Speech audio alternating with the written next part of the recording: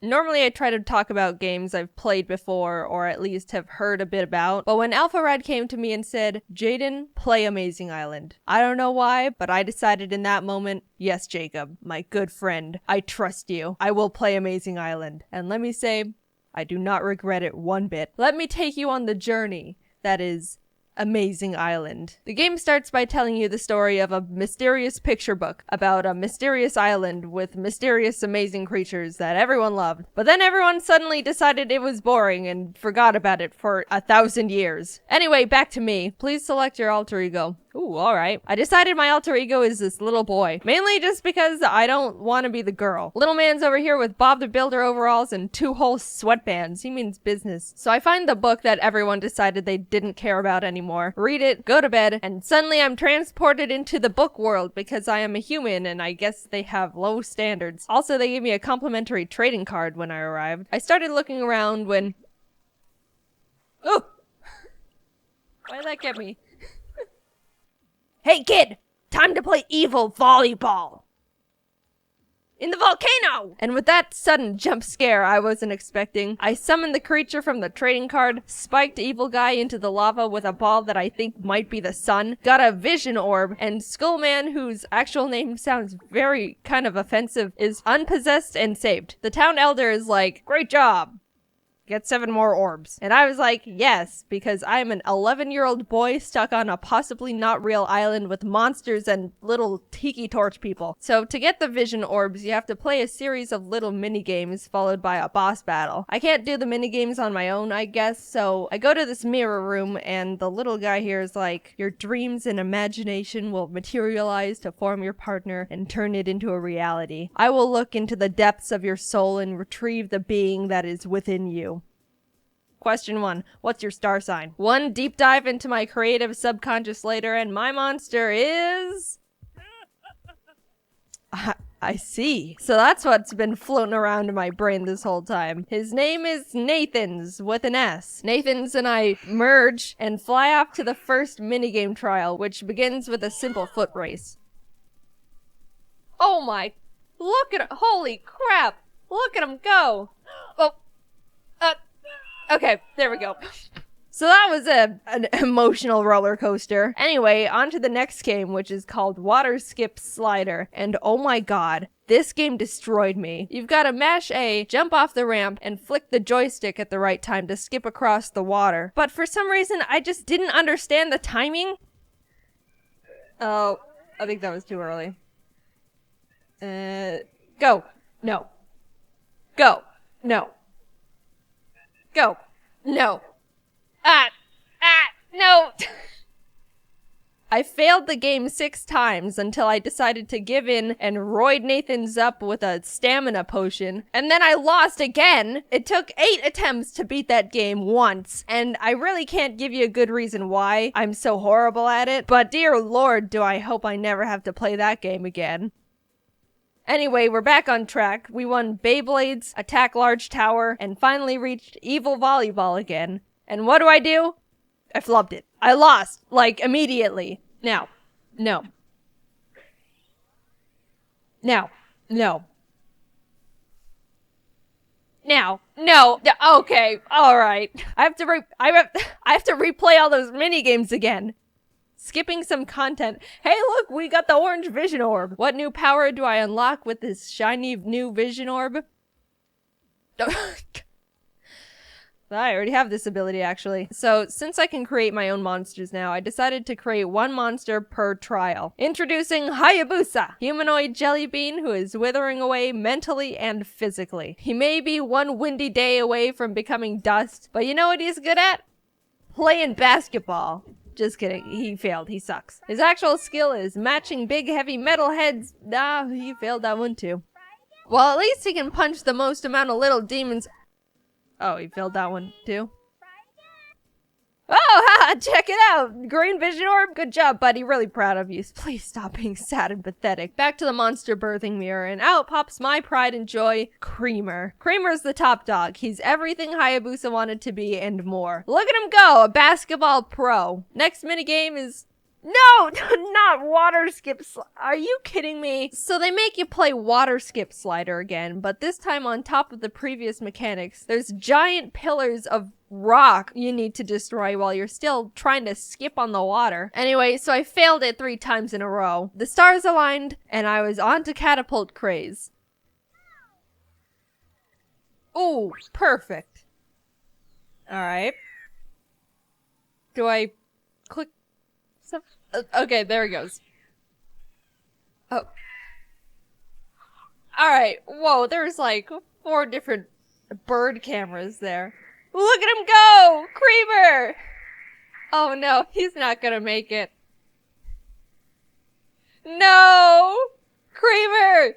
No! Well, now I've lost all my lives. I'd like to mention that Jacob and I were in a call for all of this because he wanted to watch me play Amazing Island. And at this point of the game, he was muted because he was on the phone taking a business call, but was still watching the screen share. So we were both sitting there in silence, watching me slowly deteriorate as I lose to Water Skip Crusher literally 6 times in a row. Come on, you're so good. Let's skip to the end. This is getting painful. Yellow vision orb. Woohoo! In comes Wagner, the innocent little robot dog with 1 eye. Competitive Beyblade, stacking tower blocks, racing. He sounded in pain during the whole thing. I also wanted to mention with the Beyblade game, you get points when you're blasted into the air by the volcano, but turns out if you fall off the edge, the game also thinks you're in the air, like in a good way, and gives you points. So needless to say, I started exploiting the hell out of that mechanic. Blue Vision Orb! Now, I don't think you're ready for the next monster I created, but I will present him anyway. Behold, Scoliosis, the giant saw blade shrimp. Saw blades for arms, saw blades for scales, machine gun in the middle of his chest. You don't know how badly I wanted to put it somewhere else, but this channel is rated E for everyone, so it took all my willpower to refrain myself. Now when I'm entering a minigame, the intro text looks like a diagnosis. Nothing really out of the ordinary happened with Scoliosis, but with one of the minigames, I completely forgot I had to read the instructions and ended up not knowing what to do at all, and I just thought this clip was really funny. Help! I don't know what I'm doing! I thought I was supposed to match it like the other ones. I'm not getting... Oh, great. What's my score? After a lot of trial and error, Scoliosis got the Water Vision Orb. I don't know if they started, like, running out of color ideas for the Vision Orbs or something. All of the orbs so far have been like the Orange Orb, the Blue Orb, the Green Orb, the Yellow Orb, Water Orb. I unlocked the monster body type Kid, so I decided to make a child. His name is Child. Holy crap, Child is buff as shit! Hello, this is Max. He has many swords, and here's all. By the way, this game has thrown like 4 different versions of Water Skip Slider at me throughout this whole playthrough, and I'm still not getting any better at them in the slightest. Look at Max go, full on sprinting with those swords like there's not a care in the world. Come on, don't do this to me. We're so close. Don't! Ah! So now that I've got all the vision orbs, it's time to fight the Black Evil.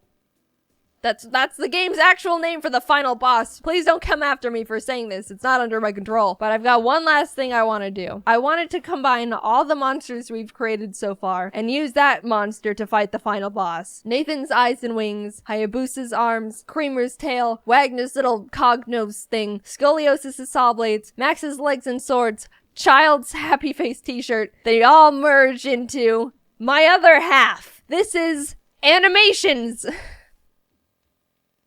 You get it? We enter the volcano willingly this time, and there he is. Black Evil. Again, the game said it, not me. I don't know why, but the game developers decided to crank the difficulty on this fight to hard as they possibly could. It's another version of Evil Volleyball, by the way. If you expected anything else, I don't know what to tell you. He throws this astronomical freaking burning star at you, and you have to press A at the right time to catch it. Wait until the very end of the cliff to throw it back, otherwise you'll lose your platforms and fall off. And also click at the right time to throw it far enough to hit him. I know, a bit confusing. And it's not actually easier to play. Alright, you're going down, dude. Watch this. Big throw. Big throw. Alright. This one. Big throw.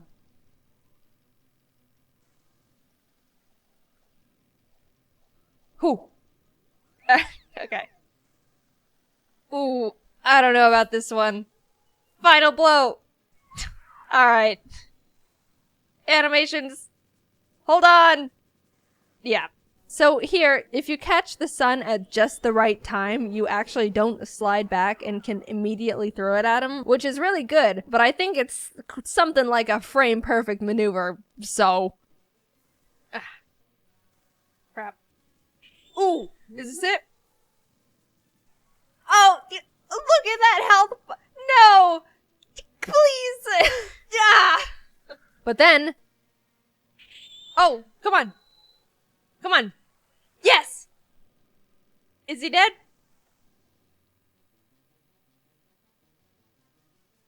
Ah! I'll be honest, I completely forgot there was supposed to be a phase 2. The tutorial totally told me about it, but I was failing for so long it just completely left my memory. I was freaking out because I wasn't mentally prepared and also didn't know what to do, so Jacob was trying to coach me in real time amidst the panic. It was not good, but somehow I did it. Dude, I don't even know what's happening. These special... I can't even see... Like, what is... I won! I won! Black Evil was defeated, and Amazing Island is saved. There was a bunch of dialogue and plot afterwards, but I didn't really read any of it because I just watched animations do various little dances and celebration in the background. So, Amazing Island. I think this one sentence I said after the game was done really summarized it all up really nicely. This game feels too good for what it is. Almost every single minigame played really well, and the controls were never really a problem. Sure, I failed an embarrassingly large amount of times, but I'm pretty sure that's just because I'm incompetent. The music they created for the minigames actually, like, goes hard. Basically, I can't really point to any specific aspect of the game and say, yeah, that wasn't good. And something about that scares me, especially for a game that looks like this. I will cherish my creations and the memories I made in this game for as long as I live. Especially Creamer. I really like Creamer a lot, and I have no idea why. Anyway, my final thoughts. I think more people need to know about Amazing Island, so, I don't know, go play it. So, if you didn't know or have forgotten, there was a pandemic, and not only that, but said pandemic ended up canceling the super awesome tour Scribble Showdown James, Dom, Ross, Aaron, and I were planning on doing last year. But the good news is it's officially postponed. We have new dates, tickets are on sale now. If you already bought tickets from 2020, those are all still valid points of purchase. You don't have to buy them again. I think DC and London are still trying to get all straightened out, but yeah, all the other places are good to go. You can go to scribbleshowdown.com to get tickets. I put the link in the description, and yeah, I'm talking about this a bit early, but I figured I'd let you guys know before we started going crazy with the promo, so you've got a bit of a head start. Anyway, thanks for watching the video. Amazing Island is cool. Welcome back to Jaiden Doesn't Know How to Map Out Video Lengths. Okay, so here's the story from Japan, getting home from Japan I was gonna talk about in the last video, but didn't. Please don't make fun of me. It was a long flight. I was very tired. Just kidding, I'm an actual idiot here, there's no excuse. So after another quick flight of 11 sleepless hours, I landed safely and was ready to go home and die. My roommate offered to pick me up, but my house is a good 40 to 50 minutes away from the airport, and I felt bad for making them pick me up so much because a week before I went to Japan, I was in the UK visiting friends for my birthday. Don't give me any birthday wishes, it was in September, you'll be an embarrassment to the both of us. They'd already driven me to and from the airport 3 times in the past 3 weeks, and I didn't want them to use up any more of their time and gas, so I let them know I was just gonna grab an Uber, which worked out because they were invited to go get lunch with a friend and were worried about time overlap. Win-win. They get a nice lunch, I get in a stranger's car. Warning flag number 1. I never used Uber before. I have my own car. I usually don't need to use an app to find a guy with a weird R name to drive me around. 10 minutes of confused button pressing later.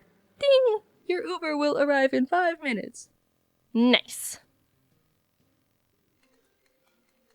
Hello? Yes, is this Jaiden? Yeah, I'm at the gate.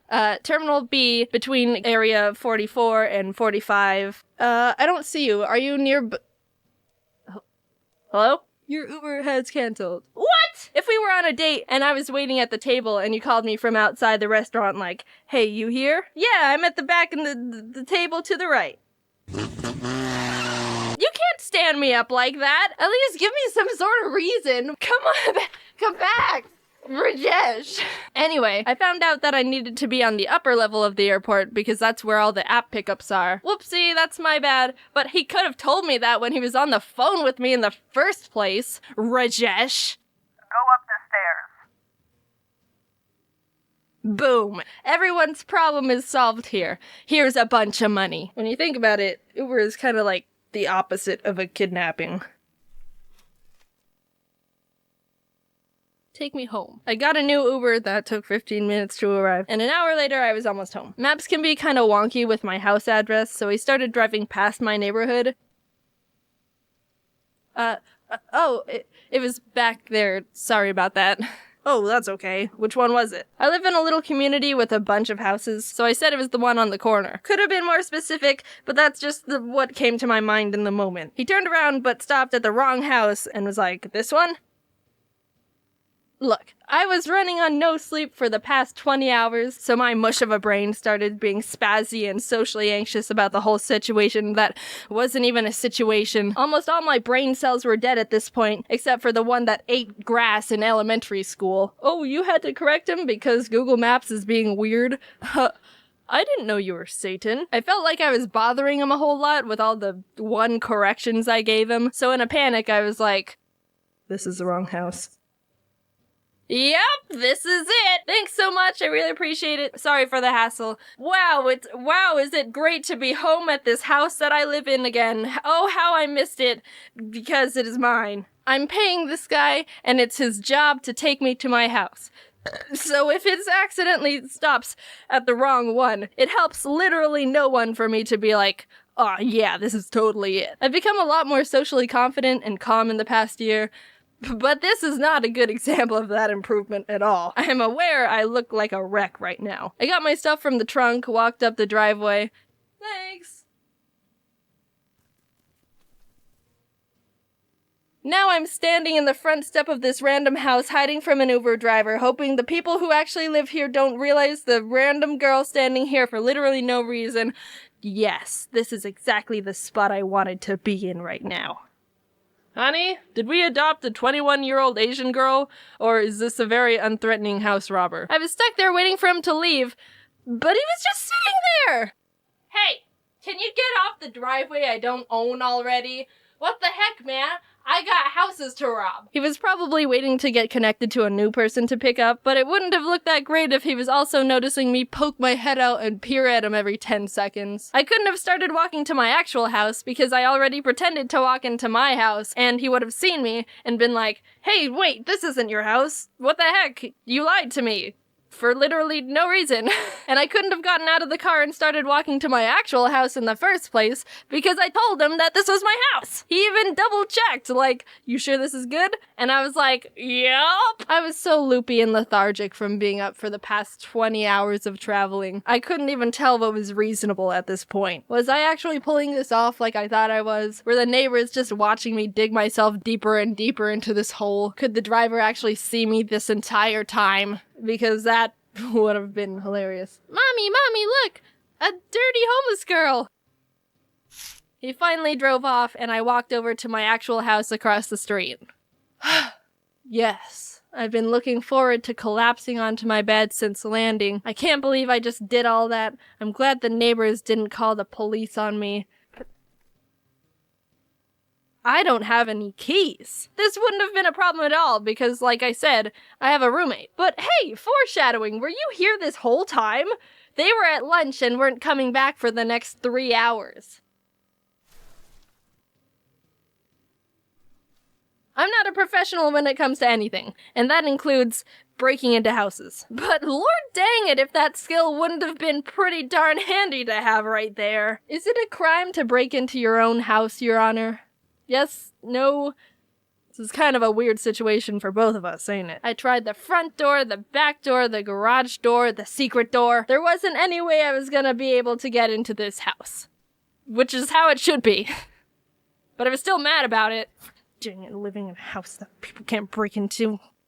Stupid. I was so drained, I contemplated just laying on the ground of my backyard for 3 hours until someone came home. But I decided that would be an inefficient use of time, and also too much of a depressing scene to look at for anyone walking by. So instead, I ordered another Uber to drive me to where my roommate was, so we could all hang out and then come back to the house together. Almost an hour later, I'm finally there. I tried my best to be social and energetic. We went and got lunch and stuff, but I was just in critical survival mode. Some people get all loose when they're tired or giggly or maybe even more social. But for me, my body just reverts to maintaining the baseline functions for me to just be a human. I'll breathe and look around and not fall over, but that's basically it.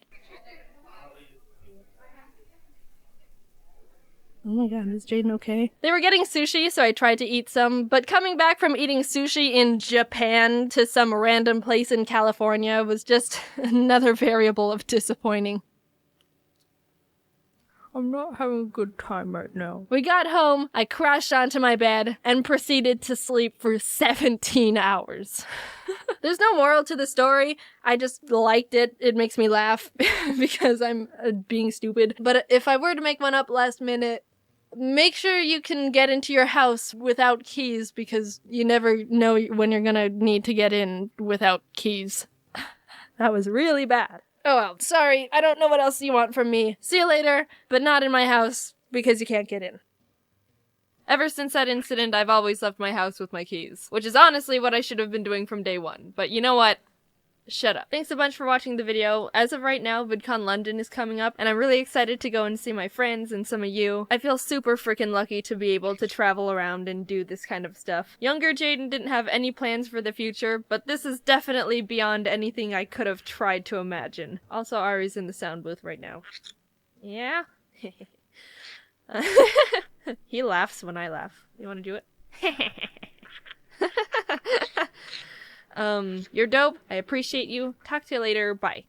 When Carl Jacobs popped up in my DMs asking if I wanted to be in Mr. Beast's upcoming video, I'll be honest, my gut reaction was fear. Mr. Beast has basically become YouTube's own mad scientist. He can snap his fingers and shape reality at this point. Despite part of me thinking I should just stay in the comfort of my own home, I felt really honored to be invited and kinda just wanted to show up, say hi, and then realistically go home within the first round of eliminations. I accepted the ominous invitation, and before I knew it, was flying to North Carolina being handed a custom uniform, all before even knowing what I actually just signed up for. I didn't even know if there was a prize for the winner at this point. Walking into the green room, I was expecting to not know anyone, but to my relief, I saw a lot of familiar faces. I even used this time to ask MatPat what it was like to meet Scott Cawthorn, and he told me FNAF secrets. So already this trip was more than worth it. Eventually, we were herded down a long, mysterious hallway until we saw it. The Mr. Beast cube. After everyone was filed inside, we were told the last person to leave the cube would be deemed the winner. And also win $1 million for their subscribers. This is for $1 million? The challenge began. Immediately, people started jumping in the giant pile of real money that was inside, throwing handfuls of bills in the air, laughing, mingling. To pass the time, James and I drew our cartoon characters out of dollar bills on the floor. The staff came in and ended up giving everyone their own personal vlog camera to document their POV of the challenge. And I think I genuinely was the only person who didn't record a single second of footage on that thing. I just thought, I'm not gonna use this footage because I'm not gonna make a video out of it, and they're gonna have plenty of other people's footage to use. In hindsight, maybe it would have been a good idea to record something, just in case. I don't know, maybe the Mr. Beast team would end up actually wanting to use some of my footage. Who's to say? After maybe an hour or two, Jimmy came out for the first bonus challenge. A single free throw. Miss and you're eliminated, but make it, and not only do you get to come back into the cube, you also win a Cybertruck for one of your subscribers. They had 50 people subscribe subscribers just in a room waiting for something to happen. I'll be honest, when Jimmy explained the extra credit challenge, I was like, hell no, I'm not going up to miss a free throw and leave immediately after nothing's happened yet. If my subscriber back there knew what was going on, they 100% would have understood they weren't getting called up for nothing. If I remember correctly, maybe 2 people ended up making their baskets and 3 people were eliminated. I could be wrong. I don't remember because I didn't vlog it. While chatting with friends, Ludwig walked up and asked if I wanted to do a dice bet. With nothing else to do, I agreed. And to no one's surprise, I lost. And an evil expression washed over Ludwig's face. Alright, since you lost, I want you to walk up to Kai Sanat and introduce yourself with, "Hi Kai, I'm Jaiden. So which of my videos have you seen?" Maybe I should have just missed a free throw. "Hey Kai, there's someone I want you to meet." "Hey man, I'm Jaiden. Nice to meet you. So which of my videos have you seen?" Excuse me? Holy shit, I'm gonna kill myself. "Oh, so which of my videos have you seen?" "Oh, I'm sorry, I haven't seen any, I don't think." "Ha! That's okay. Nice meeting you, bye." Kai was super chill and nice about it, but oh my god, I wanted to rip my skin off. I'm stuck in this cube with him until further notice, and it's all Ludwig's fault with his stupid dice. I hate it in here, let me out! Oh, hi Jimmy. We were told to gather up in groups of 5, designating one as a team captain who will have immunity for the next challenge. I was with James, Schlatt, Ludwig, and Charlie Moist Critical, using the dice to choose the captain. This time, I actually rolled highest, but reassigned it to Ludwig because I couldn't cope with the idea of possibly being responsible for a teammate's elimination. And then it was revealed captains would just have to assign their teammates a shape for the Squid Game Honeycomb Challenge. Okay. Well, I definitely overthought that one. I had triangle, James got circle, Charlie was star, and Schlatt unfortunately got umbrella. The 10-minute timer began, and everyone started deploying various different strategies to get their cookie shape out. Charlie used a new technique called huck as much spit as you can into the tin to dissolve it all. It was really gross. He ended up filling the tin almost to the top with spit. By the end, 2 people with stars were eliminated, and not a single umbrella made it through.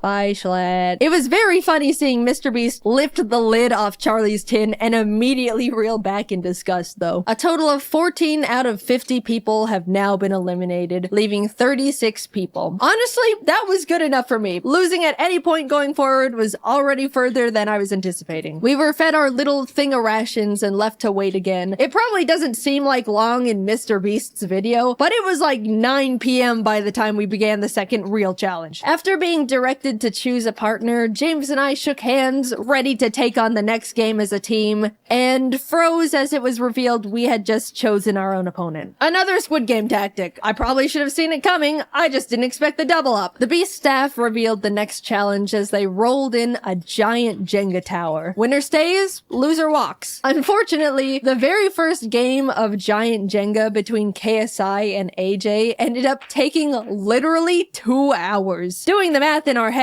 we all kind of figured we probably didn't have the time to play Jenga for the next 30 hours. But just as AJ won, KSI hoisted him over his shoulders and ran out of the cube. No! Huge drama! Everyone was freaking out. AJ was stunned. No one knew what to do. Was that legal? Can you just carry people out of the cube? Jimmy had everyone take a vote, and pretty much everyone opted to bring AJ back in. Yes, out of the kindness of our hearts, but also out of fear of being manhandled. So since giant Jenga was a bust, production ended up scrambling to try and find like 12 sets of normal Jenga at midnight in North Carolina. A feat that seems impossible, but I feel like Jimmy could just call up the president of Jenga and have it all delivered via helicopter within 30 minutes. It took a bit, but the slightly larger than normal, yet still reasonably sized Jenga towers were all set up. As our game was going on, James and I ended up making a pact that whoever was eliminated would relay to the outside world that the other was okay, because we didn't have our phones, by the way. Our friends only knew we were in the Mr. Beast cube and haven't responded for 14 hours. Our game of Jenga was pretty intense. Eventually it got to the point where as I was watching James pull out a final piece, I realized there wasn't any left for me to safely remove. I'm about to be eliminated. And a flash of bliss washed over me. Sure, I'll be gone, but That's okay. I'll be set free into the outside world again. The cube is harsh, unforgiving. It's taken so many of my friends from me. The glass floor is hurting my butt. I'm ready to go now. And deeper into the trenches I went. James being eliminated meant I was moving on to Cube Day 2. What a miracle. Watching the rest of the Jenga games was like watching an active war zone. People were focusing, cheering, sweating, praying. Towers were falling one after the other at the feet of now eliminated players. It was brutal. And also still taking way too damn long, man. Can I go to bed? The last game left to finish was between Quackity and a popular Brazilian creator, Enaldino. Apparently, when it was revealed the challenge was Jenga, Enaldino turned to Quackity and admitted he was a Jenga pro. Quackity had never played. Not the situation you want to be in. Quackity half-jokingly asked Enaldino if he wanted to play rock, paper, scissors instead, to which he replied, no. Which, you know, fair. But 3 hours into this single game, the two of them were neck and neck. Genuinely the most cracked round of Jenga possibly ever. Everyone in the cube was gathered around watching Quackity slowly pulling out the very last piece in this skeleton of a Jenga tower. Just as he was about to make it, Enaldino asked, rock, paper, scissors? Quackity looked up at him. Muito tarde. It was over. Enaldino tried to hang in there, but in the end, he fell. 18 people were now eliminated. Alright, it's 3 a.m. Let's go to bed. I genuinely thought they would let us go back to our hotel rooms for the night, but... Man, now this is just great. I won myself a ticket to a night in the Mr. Beast cube, sleeping next to a bunch of people I barely know, and I was probably just gonna get eliminated first thing in the morning anyway. As I was getting ready for bed, Kai walked by. Hey, I gotta check out your videos sometime. Oh, I'm sorry, man. I lost a bet to Ludwig and he made me say that. Oh, shit. Okay, damn. Oh, well, that makes falling asleep a bit easier. Thank God he only thought I had a huge ego for 19 hours straight. Crisis averted. In the morning, production had to prep for filming again, which meant they turned on every single light in the building, flash banging all of us. They were turned off, and then these loud-ass brrrr sounds from construction started blasting. They turned the lights on again a few minutes later, but this time in a crazy strobe light effect for some reason. After breakfast rations, Jimmy returned, pointed to the entrance hallway, and in walks I Show Speed. With too much energy for a group of people that just had the weirdest sleep of their lives. Alright, you guys have the chance to vote Speed into the cube to join you in challenges. The kind thing to do was to let him in, but we all just survived trenches no one could even understand. We were trauma bonded together. And also, it wouldn't be fair. The majority of us moved to the voting side of no. Admittedly, me too. Mainly because I was a bit scared of him. Speed looked at Kai. At least shake my hand, man. You're gonna pull me out. As the two of them argued about a friendly handshake, Ludwig stepped up.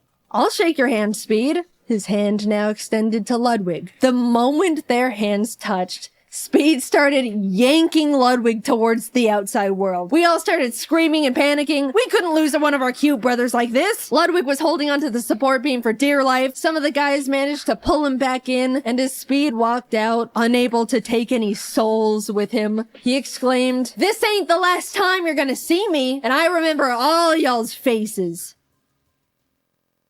Alright, let's get started. Challenge 3 was steal or no steal. Basically a modified version of deal or no deal. Some cases have the word safe in them, others say eliminated. One person looks inside a selected case, and the other decides whether they want to steal it or no steal it. And also Howie Mandel was there. Hi Howie, big fan. People started getting eliminated one by one, others securing safety. Eventually, Ludwig was up at the podium asking if anyone wanted to volunteer to go up. At this point, the ratio of safe cases was very high, 60% in favor of safe. Figuring the odds would just get messier from there, I volunteered. Ludwig looked inside his chosen case, looked up, and told me it was safe. I knew mathematically I should steal the case, but I've been burned by math before. As I started hesitantly saying I was gonna steal, Mr. Beast suddenly burst out saying Ludwig's heart rate was spiking. By the way, he was wearing a heart rate monitor, which made me scared it was actually an elimination case, and he was excited at the idea of avoiding going home. So last minute, I decided to let him keep the case. It was the safest play. If it said eliminated, then good, I dodged a bullet. If it was safe, then at least I'm not actually eliminated yet. I just have to play again.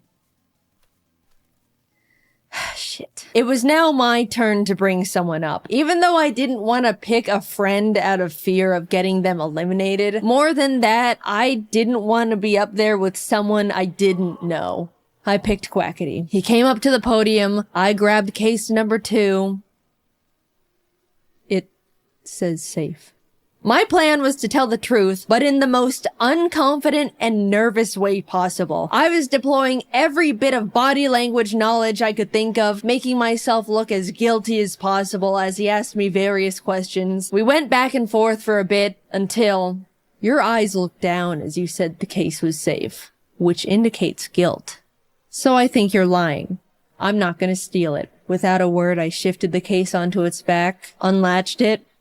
Safe.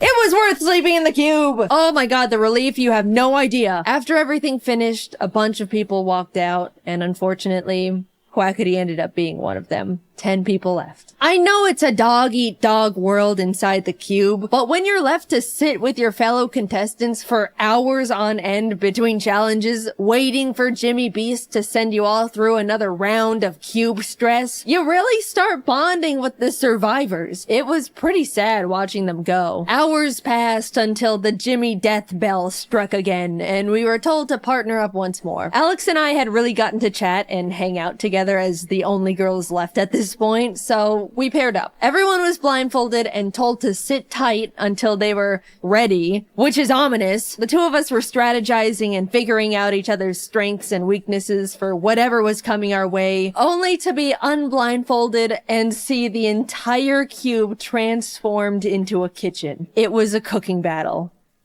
We're actually fucked. What? Alex started panicking, saying she can't cook for her life. We were freaking out. Then Mr. Beast brought out the judges. Professional competitive eater Joey Chestnut, Miranda Cosgrove, hi big fan, and Speed. Bottom 2 teams are eliminated. Time starts now. We ended up committing to mac and cheese with a slice of chocolate cake, under the fancier title of American Comfort Food. AKA the only 2 women left in the challenge can't cook and they're trying their fucking best. The judges walked around to check in on everyone, and eventually Speed was at our station. So when you all were voting to let me in, which side were you on? Well, originally we were on the side of no, because we were a bit intimidated, but we ended up switching to a yes at the last minute. Right, Jaiden? Yeah. I switched. Alright, cool. 'Cause you know I don't forget, right? Yep. Later on, during the challenge, Mac and Nolan from the Beast team came up to ask what we were making. At the time, I was grating up Feastables to sprinkle onto our cake for decoration, and I thought, oh, it would be funny to have them ask what we're making, and it's just their own brand of chocolate. So I was like, close your eyes and open your mouth, and gave Mac a piece of chocolate, and immediately, without chewing, he was like, is this Feastables? And I was like, yeah. And he kind of stood there for a second with his mouth still open, and Nolan was like, oh, he's allergic. And they both had to leave. Oh my god, guys, I felt so bad. I apologized so much when he came back. Max said it was fine and is a good sport about it, but I still have so much guilt about being such an idiot. Ludwig and Amixem presented first with their fried chicken and asparagus dish. The judges all really enjoyed it, giving them a total of 26 points, which is really unfortunate because I definitely thought Speed was gonna hold a bigger grudge against Ludwig and tank their score. We were up next, and thankfully they really liked our food too. Joey was the first to score us and ended up giving us a 10 out of 10. And in the moment, as a joke, I wanted to turn around and flip off Ludwig as a, friendly fake gloat, but I accidentally turned around and flipped off a Mixem, and I felt so bad again. He was not the intended target, and now I was just being rude, and This challenge was going horribly, not because of the cooking part. I've just been nonstop fumbling socially. We also got a total of 26, putting us at a tie with the French boys. But now, Logan Paul and Nick DiGiovanni were presenting, and I haven't mentioned it yet, but Nick is actually a goddamn chef. They even gave us all his own cookbooks as a helpful tip for the challenge, which is just a knife twist in my opinion. So yeah, they knocked it out of the park, got a 29. The judges were licking their plates. After them was Kai and AJ, who had a great presentation, but their food, not so much. They got a 16. After eating, Speed got up and started smashing the plates on the ground, and Logan Paul saw this and got really excited because he wanted to smash plates too. Without thinking, he ran out to join Speed, and we all shouted at him in panic. Confused at the sudden change in the air, Logan looked back at us before realizing he left the cube. To this day, none of us are truly sure if he did it for like the content or it was a genuine accident. In his defense, the set was so cosmetically different that it really did feel like we weren't in the cube anymore. Either way, he content created too close to the sun, and even though he had a guaranteed spot in the finals, he was eliminated. The last team of Rubius and Spriter went up with their Spanish tortilla, but turns out Spriter is a huge fan of Speed, so he made a special Thai dessert just for him that the other judges weren't allowed to eat, which is honestly hilarious. We all held our breath as the judges flipped through their scores. 22. Alex and I made it to the finals. I never in my life thought I was gonna be getting this far, and suddenly realized I need to actually think about what I would do if I won. I went into this thing not even knowing if there was a prize at all, and was now facing the reality that I could win the whole thing. Hours passed as the 5 of us sat together in the cube until Mr. Beast emerged for the final time. Someone was about to win $1 million for their subscribers, and it all came down to this last challenge. Honestly, among the group, there wasn't a single person I thought didn't deserve to win. Everyone left were good people who all wanted to do something really positive with the money. It was great getting to know them all over the course of 2 cube days, and I was really proud to be standing next to them in the finals. 5 briefcases were piled in the center, 1 for each finalist. We were to each take one, peek inside our chosen case, and within the next 10 minutes, discuss who to vote out. If you're voted out and your briefcase is empty, you're eliminated. But if you're voted out and your case has the $1 million inside, you win instantly. It was basically like reverse Among Us. The first round started, we all grabbed a case, peeked inside. Holy shit, I grabbed the $1 million case round 1. I started shaking. I didn't know what strategy to use. I didn't know how to make myself look like I should be voted out. And during the discussion time, it definitely showed because I was really quiet and nervous the whole time. The 10-minute discussion wrapped up. We all unanimously wrote our votes down, and it fell into a tie between voting out Ludwig and somehow me. It could end right here. We had a few minutes to discuss again and recast votes, but Alex and Nick were able to figure out I voted for myself, so Ludwig was eliminated. The cases were reshuffled. We each grabbed one. I pulled it again. In that moment, I froze. Since I was in the hot seat last round, I was probably gonna fly pretty under the radar this time. Someone else is gonna be voted out, and I statistically will not see this case ever again. If I'm not voted out here, I basically lose. The second round began, and it was pretty much a blur from there. I was trying to talk more because being quiet last round got me found out, but was still flying too under the radar. Amidst trying to keep up with the conversation, strategize, and hold myself together, I couldn't find my win con. But with a few minutes left, Amixem said something that I think shifted the entire game. What are the odds Jaiden pulled the $1 million case twice? There it was. Gambler's fallacy, save me. Save me, gambler's fallacy. I couldn't mess this up. I don't know what to say to that one. Everyone's attention was now on me, and I could tell they were all thinking about what was just thrown into the ring. We all looked down at our papers. I wrote my name as quietly as possible, worrying the sound of the letters were gonna out me. Jimmy read them all out. Jaiden. Alex. Jaiden. Jaiden. They voted me out. I slowly walked to the middle of the podium with my briefcase. In that moment, I was the only one who knew what had just happened. Everyone leaned in as I unlatched the case and revealed the million. I won!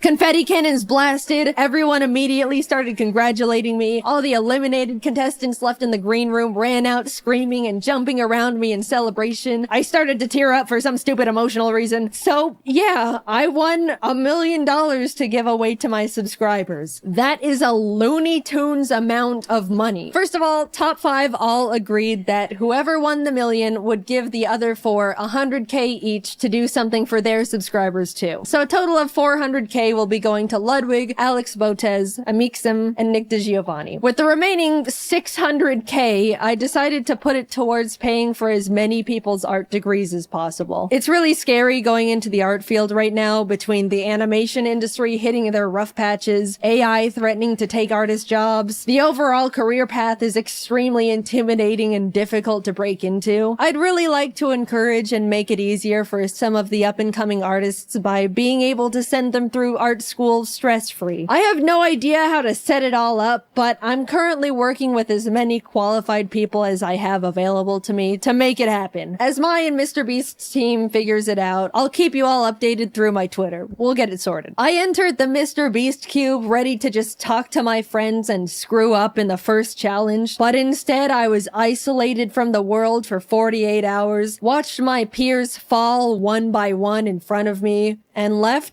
with $1 million for my subscribers. Thank you, Carl, for inviting me. Thank you to all my friends who made the cube so much more enjoyable. Thank you, Mr. Beast, for creating this incredible opportunity I can now use to support artists. Despite being put through cube trenches, I had a really great time. And of course, huge thanks to the Beast crew for making it all happen. It was something I'll never forget or experience ever again. Hopefully. If you're an artist currently enrolled in art school and are hoping to have some of your tuition paid for with the cube winnings, you can now apply through the form I'll have linked in the description and the comments of this video. The form will be available for a week starting the day this video is uploaded, so be sure to check the calendar and apply before it's closed. I assume there's gonna be a huge amount of applications we have to go through, so expect a few months wait before we announce the winners. Thank you for your patience. I'm not sure how many people we can financially help out because everyone's tuition will be vastly different, but I'm looking forward to going through your portfolios and hearing your stories. Thanks for watching, and thank you to my team for dropping everything to work on this sudden video jump scare. Alright, until next time, bye-bye! We all know those people, the few dim bulbs of the group. Now, they don't necessarily have to be called stupid, but their actions just make you go, ugh. Now, I'm fine with people not using the full extent of their brain cells to do things, but when their stupidity starts affecting me, then we're gonna start having some problems. The rule disregarder. Someone who either doesn't listen to rules or flat out ignores them. I had a class with this one person. I'm just gonna keep his identity a secret. I don't know what was wrong with him. He did lots of questionable things that made the class just shake their head. One time he asked the teacher if he could use a pen to fill out a bubble test. And if you don't understand how bubble tests work, normally you get a bubble sheet, fill out a multiple choice test corresponding to the letters on the test, and the teacher gives the filled out forms to this machine and it grades the test a lot faster than the teacher can. But the machine only works when you fill it out with a number 2 pencil. Maybe the guy didn't know how they worked, so I guess it wasn't a bad question. But a few weeks later, when we had another test, it turns out the same guy used, a pen to fill out his test. Really, guy? Really? And as the teacher was yelling at him for being so ignorant, it was noticed that he didn't even put his name on the test either. The advice ignore. When you give advice to someone, they ignore it, and they end up in this huge, problematic situation that you predicted perfectly and they could have avoided if they just took your advice from the beginning. Tori, do you think I should date Aaron or Jet? Aaron has had at least 24 girlfriends and he's cheated on all of them. I'd say Jet. Oh my god, girl, wait! Aaron just asked me out to the carnival tonight. I have to go with him. I'll see you later. Oh my god, Tori, Aaron bailed on me for some blondie blonde who isn't even hot. You have to come pick me up. Aaron was my only ride home, and I'm getting hecka wet in the rain! The non-future planner. Someone who doesn't think of the consequences of their stupid actions before they make them. Once when I was in 4th grade, I was in the school bathroom, and as I was walking down the little corridor to go into the stall, some girl randomly started yelling, "I'm gonna kick the door open!" And all of a sudden I heard this loud poof as one of the stall doors flew open at my face. Now luckily, I was a master of karate arts when I was little, so my reflexes were lightning fast, and I was actually able to block the door with my arm instead of my face. And I'm not gonna lie, I was pretty proud of myself because I've never done anything that amazing before. But, I mean, come on. If it wasn't me standing there and instead some, I don't know, poor little kindergartner who couldn't block the door if they tried, there could have been some major issues. I even had a pretty bad bruise on my arm from where I blocked it. Be ignorant. When someone doesn't pay attention to their surroundings, when they could be a hazard to something or themselves. Jeff, where do you want these knives? Oh, hey, Jeff, didn't see you there. Dawn wanted them over by the cabinet over there. Hey, Dawn! Jeff said you wanted these over there. What? No, they're the knives you wanted. Yeah. You sure? Okay, catch. No? Okay, I'll sprint them over to you. The important detail overlooker. Someone who is told important details and immediately forgets them. Okay, so for the party tomorrow, you said you can bake the cookies? Yep. Do you want a specific kind? Nope. I can eat everything but peanuts, so everything else you want is fine. Hey, glad you could make it. What did you bring? Peanut butter cookies. You want one? They're still warm. Hello?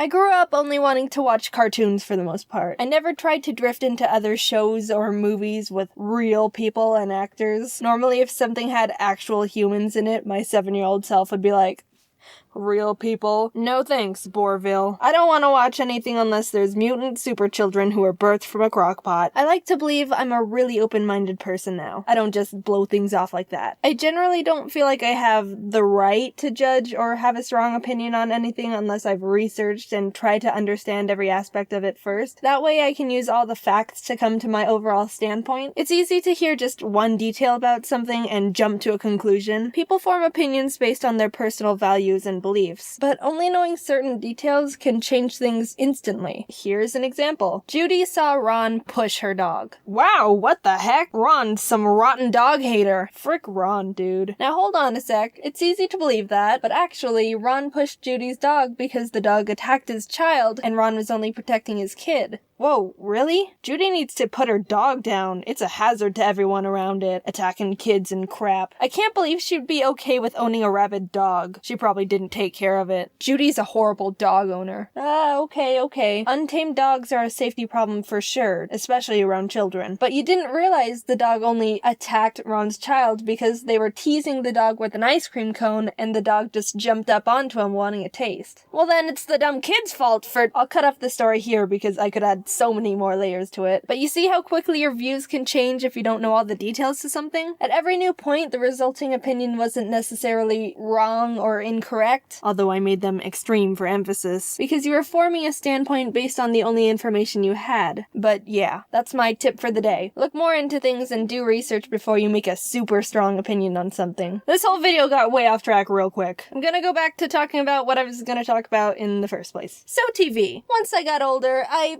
still mainly only watch cartoons. But I've developed an extreme love for documentaries. You don't even realize you can be interested in something you never even realized you didn't care about until you watch a documentary about it. Like one time my best friend Kate and I sat down and watched one about the voice and puppet actor behind Elmo. It was mesmerizing. Totally random. You'd never even think about wanting to learn about something like that, unless it's like 4 a.m. and you're in that weird fever dream phase. I think it's funny when documentaries go all cinematic with their shots. Like when the main guy's walking, looking off into the distance, on a journey, one man versus the world. People never understand him. It's not a phase. He'll show them all. Because I can only imagine how awkward it is to set up those shots. First, the cameraman has to walk like a quarter mile away while the main guy just waits there, or vice versa. Next, he has to signal he's ready for the guy to start walking. Maybe through cell phone, maybe walkie-talkie. I think it's more funny to imagine he just screams at the top of his lungs and freaks out the civilians around him. Then the guy starts walking, looking at the scenery around him, acting like he isn't being filmed from 1,300 feet away for his documentary that's gonna change the world. By the way, I don't know how anyone can walk normally when they tell themselves to. Once you tell yourself, do something normally, you pretty much just increase your chances of screwing it up by 90%. One time I was walking across the bottom of some bleachers and I told myself, there's a lot of people I'm in plain view of right now. Don't make a scene. Just walk normally. They aren't paying attention to you. You're just some random person. And I tripped over a trash can. Anyway, there's probably other more efficient ways to get the shots. I'm not some documentary camera director, but it's still less inspirational and more amusing when you think about taking away the music and voiceovers to imagine what it was really like to just get the base footage. Same with reality TV shows. Kate's older sister was accepted onto a singing show once. I don't want to get into possible legal trouble by saying which one because they had to sign contracts and stuff. But she said that when they were filming their parents to portray the, oh, we're so proud of her for following her dreams kind of clip, they had Kate and her brother in the background to make it look all casual. They told them to just look like you're talking to each other while we film the foreground. So we can talk about anything and no one would know. Watermelon, watermelon, watermelon, watermelon, watermelon, water. I'm not big on most reality TV shows because as real as they might be, some are completely set up, some aren't. They're all dramatically enhanced to some degree. And there's a point where you start noticing, and it's hard to take anything seriously after that. What I find the most amusing are the sound effects and how crazy they are. I've been obsessed with watching Gordon Ramsay's Kitchen Nightmares show, so I'm gonna use those as examples because I've watched so many. Why are you so stubborn? I'm not stubborn. It's like no one's striving to be better.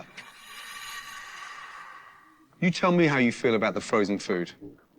I hate it. Huh? Made yesterday? It was actually made 3 weeks ago. What's the salad? That was quick. Not bad. Thank you, my darling. Enjoy. Thank you. Jesus.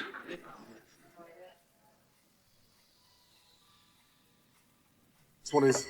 Natural with white cheddar. Oh, this is award-winning. Yeah. Great. And why is the fillet butterflied like that and cut like that? He cuts it off and then pounds it thin. He beats the crap out of a fillet to tenderize it when it's the most stunning cut. Wow. You're still yawning. Doesn't look too appetizing. It doesn't look appetizing at all, no. Whoa, whoa, whoa! Did you catch that one? Does that sound familiar?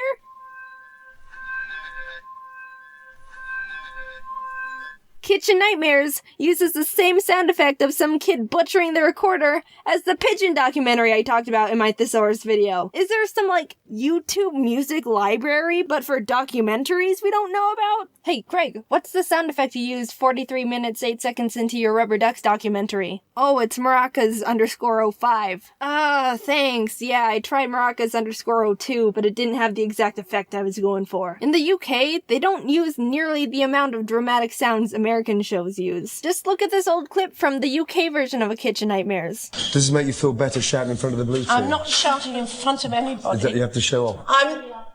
How bloody Don't dare be stupid. you? Don't be so stupid. No over-the-top dramatic crap? It's almost pure.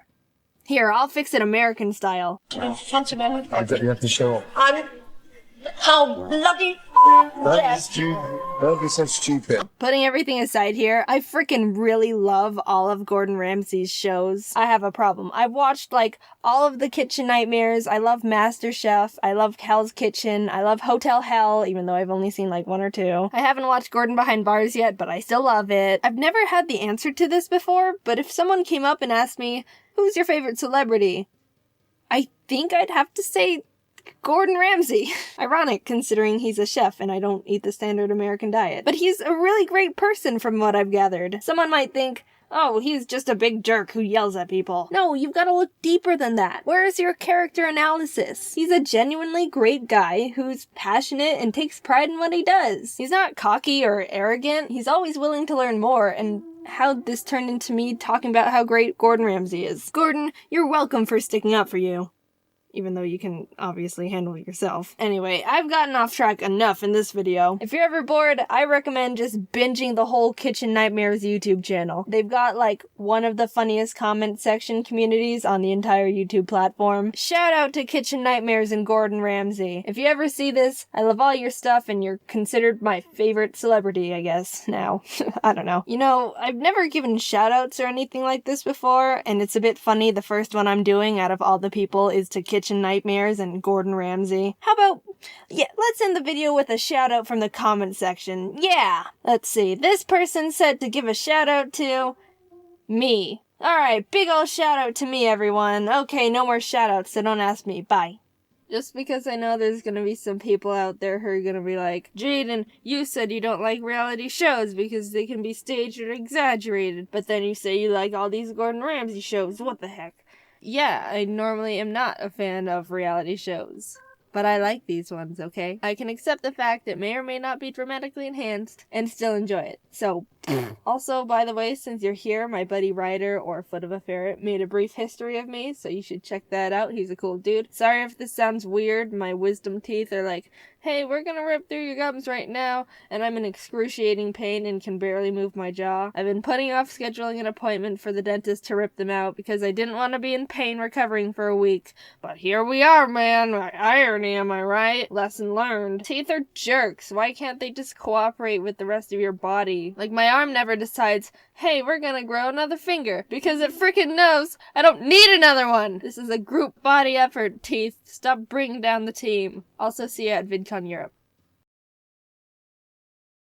A while ago, I went to the bank to get a new debit card. I walked in, the lady asked, "Can I help you?" And I said, "I'd like a new debit card, please." Her face scrunched a bit, and then she replied, let me see what I can do. Would you take a seat for a moment?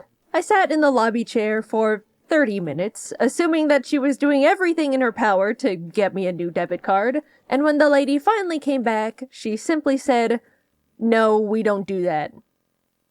But you're the bank. For the longest time, I've been tossing around this little thought. I don't know if it's just me, but it kind of feels like the world around us doesn't quite work anymore. At least compared to, say, a decade ago, it seems like everything has gotten less efficient, and dare I say, stupid. Anytime I go out to get something done, I come back 3 hours later with nothing accomplished and a fresh desire to punch a wall. I've tried to gaslight myself out of it. Maybe I'm overreacting here. Humans have always been flawed creatures, so of course it's doomed to bleed into the construction of our society. But I just keep thinking back to those 30 useless minutes in that bank chair. And I simply don't believe it. You're not gonna convince me that a bank has always been incapable of giving people new debit cards. And also that it took 30 minutes to tell me. Something has changed. It really dawned on me when I watched the Always Sunny in Philadelphia episode Dennis Takes a Mental Health Day, where Dennis tries to have a normal, relaxing day, but is faced with inconveniences at every corner that spike his blood pressure. Highly recommend watching. The whole show is phenomenal, but that specific episode was so real and truly made me process things are getting less efficient. And it's not just in my head. First of all, like the episode addressed, everything needs a goddamn app now. The thermostat, air filters, light bulbs. I bought the cats a new automated litter box, and guess who now has a litter box app on her phone to get it to even turn on? I'm sick of the stupid apps. They don't make life easier no matter how many times these products try to convince me they do. The UI is always clunky and confusing. Nothing is optimized. Companies act like you can part the Red Sea with their apps, when more often than not, I'm stuck trying to connect it to the device in the first place. When was the last time you bought a new anything and had it completely set up and working within 5 minutes of unboxing it? At this point, if my Wi-Fi goes out, every electronic in my house becomes a useless block of metal because none of it works on its own anymore. Everything needs Wi-Fi, an app, an account linked to my email, a subscription service, and on top of it all, they sell all the information I hand over against my will to random other companies so they can send me stupid junk mail. Also, when did unchecking the sign me up for online newsletters and discounts just not work anymore? Every single time I buy something online, I make sure to not sign up for the website's stupid email notifications. And what do I find fresh in my inbox when I wake up the next morning? Check out this month's wacky deals.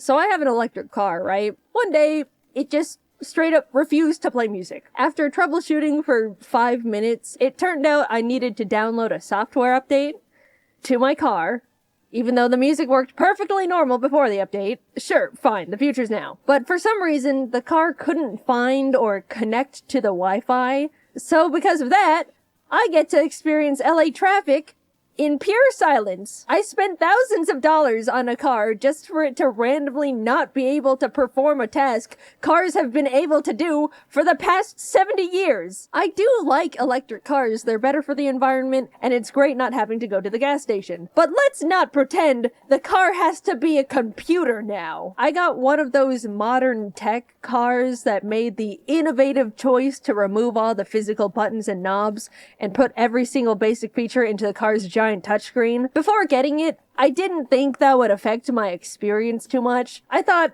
well, when I drive, I normally don't fiddle with the buttons all the time anyway. But now I have to deal with things like not being able to manually open the glove compartment because it has no latch. I have to speak into the car microphone, "Open glove compartment." And every single time it opens the charging port.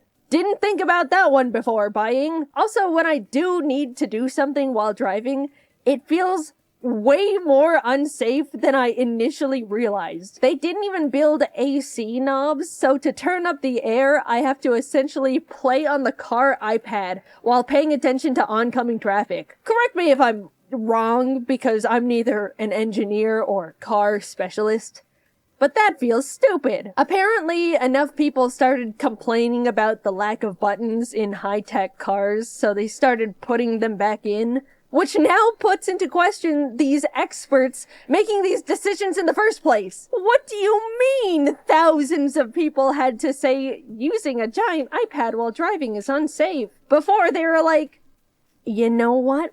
These people might be onto something. A few weeks after I bought the car, I accidentally stepped on glass and needed to go to urgent care. So Jacob and I hopped in, and as we started driving down the neighborhood, the screen got covered with "Software update required." Thinking it was a simple fix, Jacob pulled off to the side of the road and clicked download, to which the car completely locked and became undrivable until it finished the download, which was 45 minutes. I ended up having to call an Uber to go to urgent care, despite owning a fully functioning car. Lesson learned, I suppose. They got me again. Also, I don't know how a car can download a software update on the side of the road and not in my own goddamn garage. It all just feels so dumb. Nothing feels like it's checked to make sure the customer has a half-decent user experience anymore, because companies think slapping an app together makes something high-tech enough to get away with slop. And on top of it all,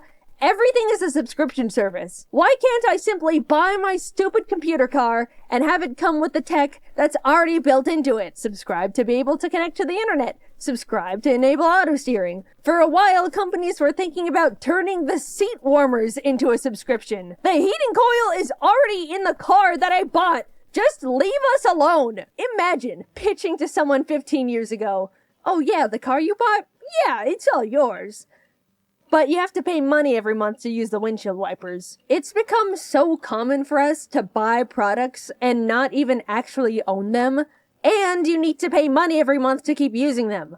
And they're bad. Businesses have always prioritized profit. That's never changed. I'm not upset about that. But at least in the past, they had to, in good faith, offer something that actually did the shit it was advertised to do. Now they just go, oh damn, we can give less and charge more? Hell yeah, brother, lock the cold out the fridges. The other day, I wanted to get a new router for my office. Jacob and I headed over to our internet provider store, and I said, hello, can I buy a router?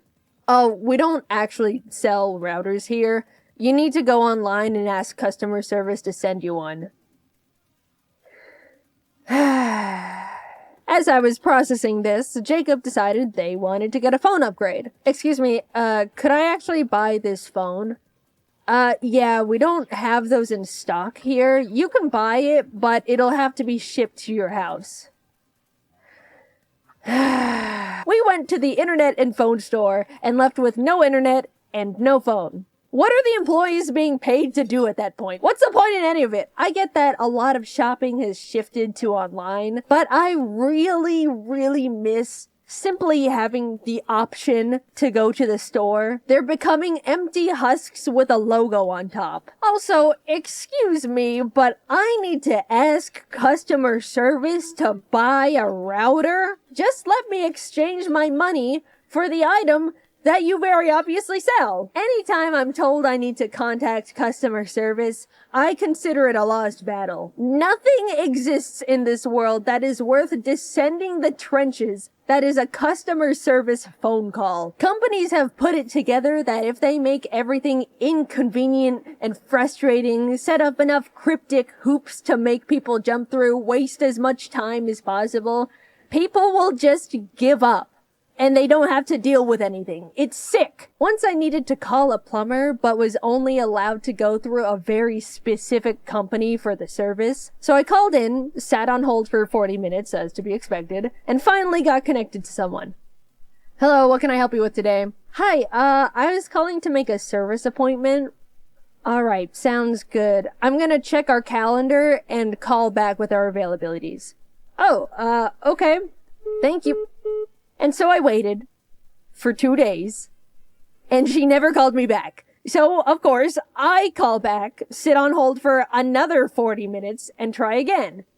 Hello, what can I help you with today? Hi, I'm calling to make a service appointment. I called before, but no one called me back, so I wanted to follow up on that. Okay, let me check. We're available in a month at 7 a.m. Oh, okay. Are there no other times available? Nope. Alright, I can do in a month at 7 a.m. Thank you very much. Awesome. Exactly what I wanted. A month comes and goes, and the day before the appointment, I get a call from the plumbing company. Hello, I'm calling to let you know the person that was scheduled to do your service appointment is sick and we'll have to cancel it. Okay. When's the next available appointment? In 2 weeks? Okay. Thank you. At this point, I was fuming, right? How hard could it be to get a very specific company to provide a service they forced me to use them for? Well, get this. I woke up the next morning at 10 a.m. because I didn't have to wake up early anymore, looked at my phone, and saw a single missed call from, of course, the plumbing company. Hello, the plumber arrived at the location this morning at 6 a.m., but left because no one was home. Please call back to reschedule. Thank you.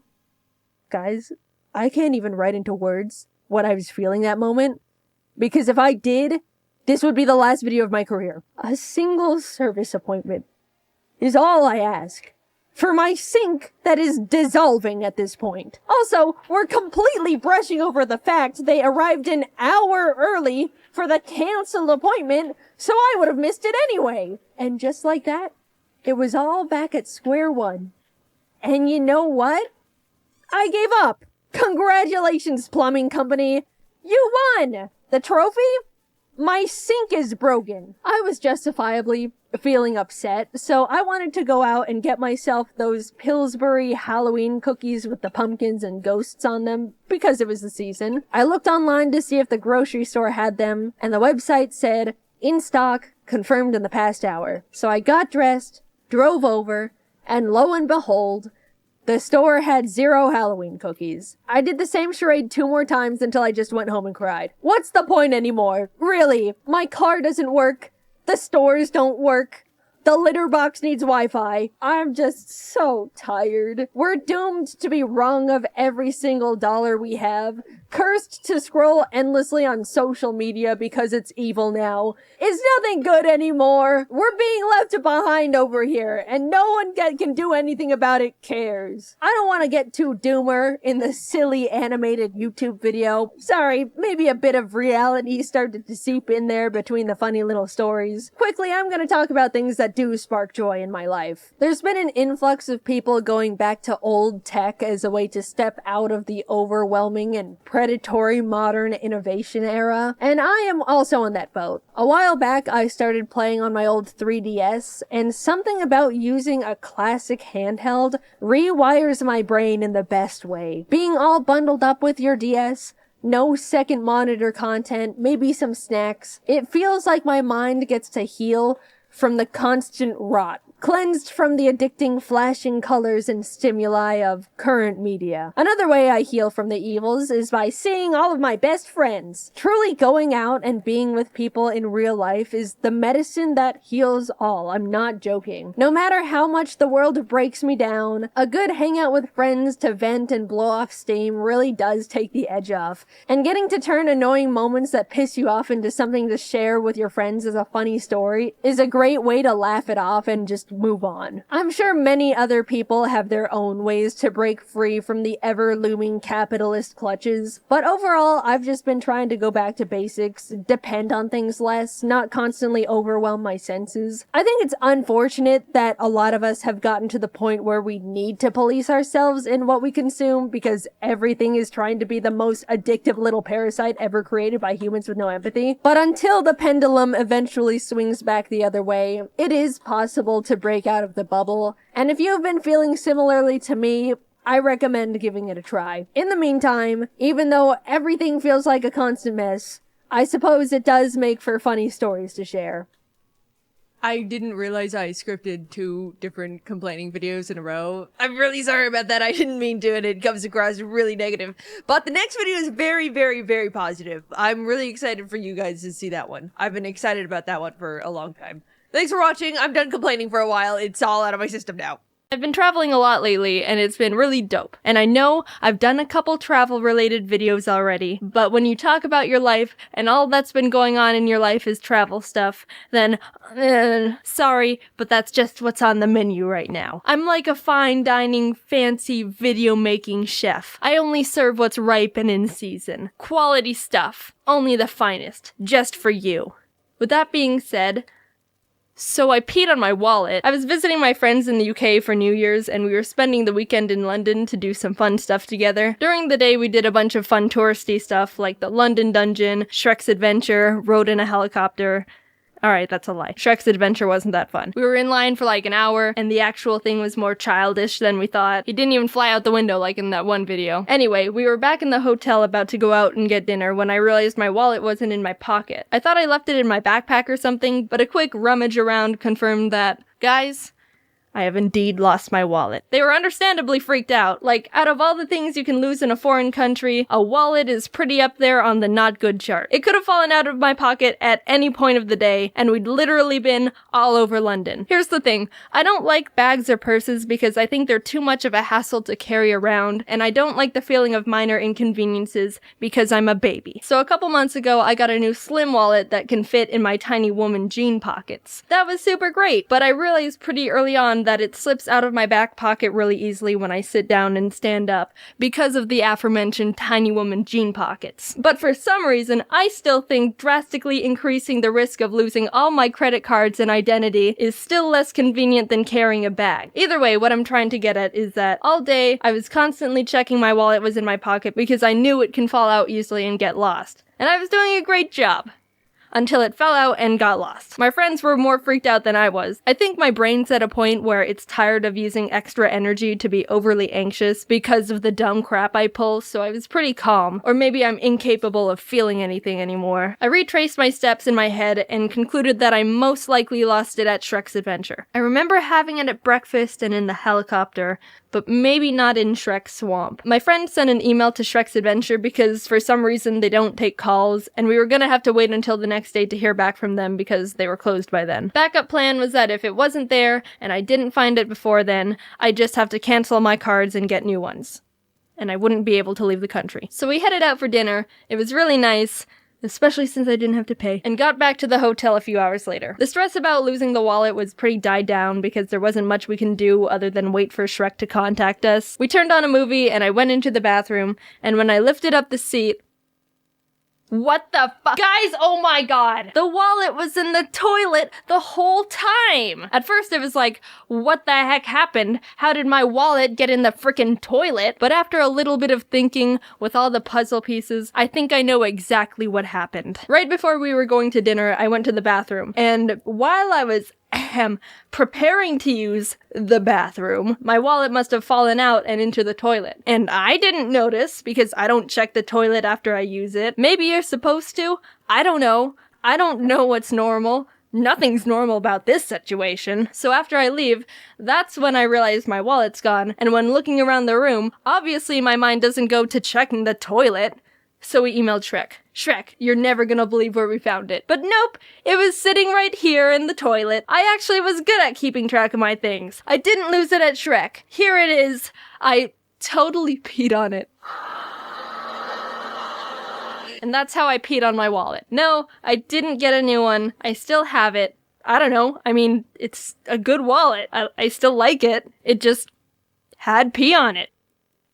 So that's that story. Going back in time a bit when I landed in the UK, pre-P wallet, PP for short, I was waiting in line to get through customs when this guy bumps me from behind. I was standing still and the line wasn't moving, so it was kind of weird that happened, but he was immediately like, oh man, sorry about that. So I told him it was alright. He bumped me in a way that he ended up a little in front of me, so he goes, well, you were in line first, and then gestured that I reclaim my spot, and I was like, oh, thanks, and stepped forward. But he didn't step back, so now we were standing next to each other, which felt weird. Then he started trying to make some small talk. What's your name? Jaiden. Nice. So what brings you to the UK? Oh, just visiting friends. Oh, that's actually really nice of you. I didn't expect such generosity since all girls are selfish. Run that by me again? Excuse me? The two guys in front of us kind of glanced back like, whoa, that was a bit of a yikes. I mean, I'm no conversational genius, but no matter what you believe, I think that's a bit too strong of an opener right there. Oh, I mean, not all of them are. No, they are. You can just say that because you're a girl. Well, alright then. I guess I have nothing else to say, really. I gave him a nervous laugh and left it at that. Man, no one here has a UK passport. Alright, my dude, I'm getting the hint you want to chit-chat more, but you're all over the place with this conversation here. When you open with, all girls are selfish, that's a pretty isolating stance to take at a girl. I don't think you've got enough social skill points to bring this one back, man. Also, yeah, this is the non-UK passport line. They did that on purpose, ya goober. I said that to him. I was like, yeah, this is the non-UK passport line. And he just goes, oh yeah, they did do that. And then fist bumps me again. I'm feeling really uncomfortable at this point. I thought it was weird he bumped me when the line wasn't moving. I thought it was weird he manipulated the situation so I'd stand next to him. I thought it was weird he hates women. Also, stop fist bumping me. I didn't feel unsafe or anything because, I mean, customs at the airport is probably one of the safest and most security guarded places you can be in, and there were plenty of people around. But he's still a tall, scraggy weirdo in a hoodie with crazy in his eyes. It got quiet again because I wasn't really trying my hardest to keep up a conversation, and after a while, so many people have iPhones. What's the deal with that? Yeah, it's pretty big brand. Do you have an Android or something? Nah, I'm not a materialistic kind of guy. Oh, okay. Judging by that response, I was like, I guess he doesn't have a phone then. Not a minute passes and he takes out his, like, Google or Windows phone or something. Soulja Boy phone. Dude, what? Who are you? What is going on? Why are you so weird? You're like the airport customs line riddle master. Answer me these questions 3 and you may reclaim the spot taken by me. So what's the deal with women, phones, and minorities? Then he started going off on asking about my friends. What are your friends like? Have you even known them for a long time? I bet they don't visit you. Okay, you know what? I'm just gonna go to the back of the line. It's like he was jealous of my friends that they were friends with me, but also like, I thought you hated girls, which is what I am. You do know I'm a girl, right? Does this guy know what a girl is? Finally, when it was my turn to go up, he was like, well, it was nice meeting you, Jaiden. You're pretty nice. Yeah, thanks. Also, stop fist bumping me. And also a nerd. Hey, right, that one's pretty accurate. Anyway, I hope I never see you again. I didn't actually say out loud to him that I never wanted to see him again, but I thunk it. Also, I have some things to tell you about. Besides the fact I have Invisalign in and I sound very lispy, James, me, Domix, Ross, and Aaron are going on tour with our Scribble Showdown show. We did our first tester show in April and it was so much fun and we laughed and had such a great time during it and it was really well received, so we were like, yes, we want to do more in other places. It'll be October 1st through the 9th and we're going to Boston, Brooklyn, Austin, San Francisco, Seattle, and Portland. You can get tickets and more details in the description. I'm also going to VidCon. Oh, and we're also doing a Scribble Showdown during VidCon 2 on July 13th, so I hope to see some of you there. And lastly, I'm going to Summer in the City in London in August. It's a bunch of stuff, and it's gonna be a lot, but also a lot of fun. Alright, I think that's all for now. My laundry machine is running right now, so I don't know if you can hear that. I'm trying to shrink some shirts. They're for men, but I thought they looked cool, so I bought them for me. Okay, talk to you later. Bye. Welcome to 2018, Jaiden. What's different? Nothing yet, I don't think. If you're like me and don't plan on doing anything extraordinary this year, but still want to spice things up, I have a few suggestions. You know me, living life on the edge. I'm exciting. I'm adventurous. Of course, the best way to make life more interesting is to induce a variable of surprise and the unknown. In 2017, I conducted my own apple research. I just ate a bunch of apples. Here we go. I just got really curious one day. There's so many different types of apples, and I don't know jack rabbit about any of them. Did you know there's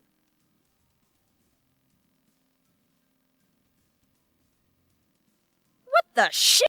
Did you know there's 7,500 different varieties of apples? 200 in the US? Because that was the first time I actually Googled it. I didn't eat 7,500 apples last year, but every week when I went to the grocery store, I'd get a different type of apple I hadn't had before, so I'd be learning about a new apple every week. It sounds stupid, but shut up, I learned a lot about apples.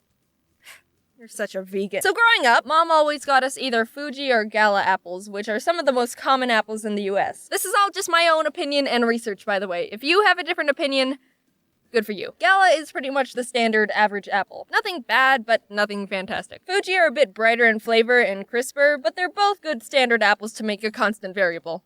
Ha! See, I learned something in 7th grade science. Now, yes, this is happening. Back again with another legit food review. Golden Delicious are softer and less sweet than Fuji and have more of an applesauce taste. I'm aware of the irony in that description. Crips Pink or Pink Lady apples are firmer than Fuji but more tart. I don't like Red Delicious. They have a thick skin and mediocre flavor, and if you get a bad one, they're super gross and spongy. Everyone knows Granny Smith. She's green and tart. Sugar Bees are a lot crisper than Fuji and, like the name suggests, super sweet. A top tier apple. Envy tastes pretty much like Sugar Bee. Call me apple racist. Jazz apples were a disappointment, mainly because I thought the name was cool and the grocery store had a fun little name tag for them. They didn't taste all that great. Ruby Frosts. No, wait, I'll go faster. Have thick skin and are kind of sour, but not as much as Granny Smith. Pacific Rose are my favorite and the best apple. If anyone tries to tell you there's a better apple, they're probably right because I only tried like 15 out of the 7,500 varieties, which is like 0.2%. But these are the ones I buy all the time now. Honey Crisp apples are crisp.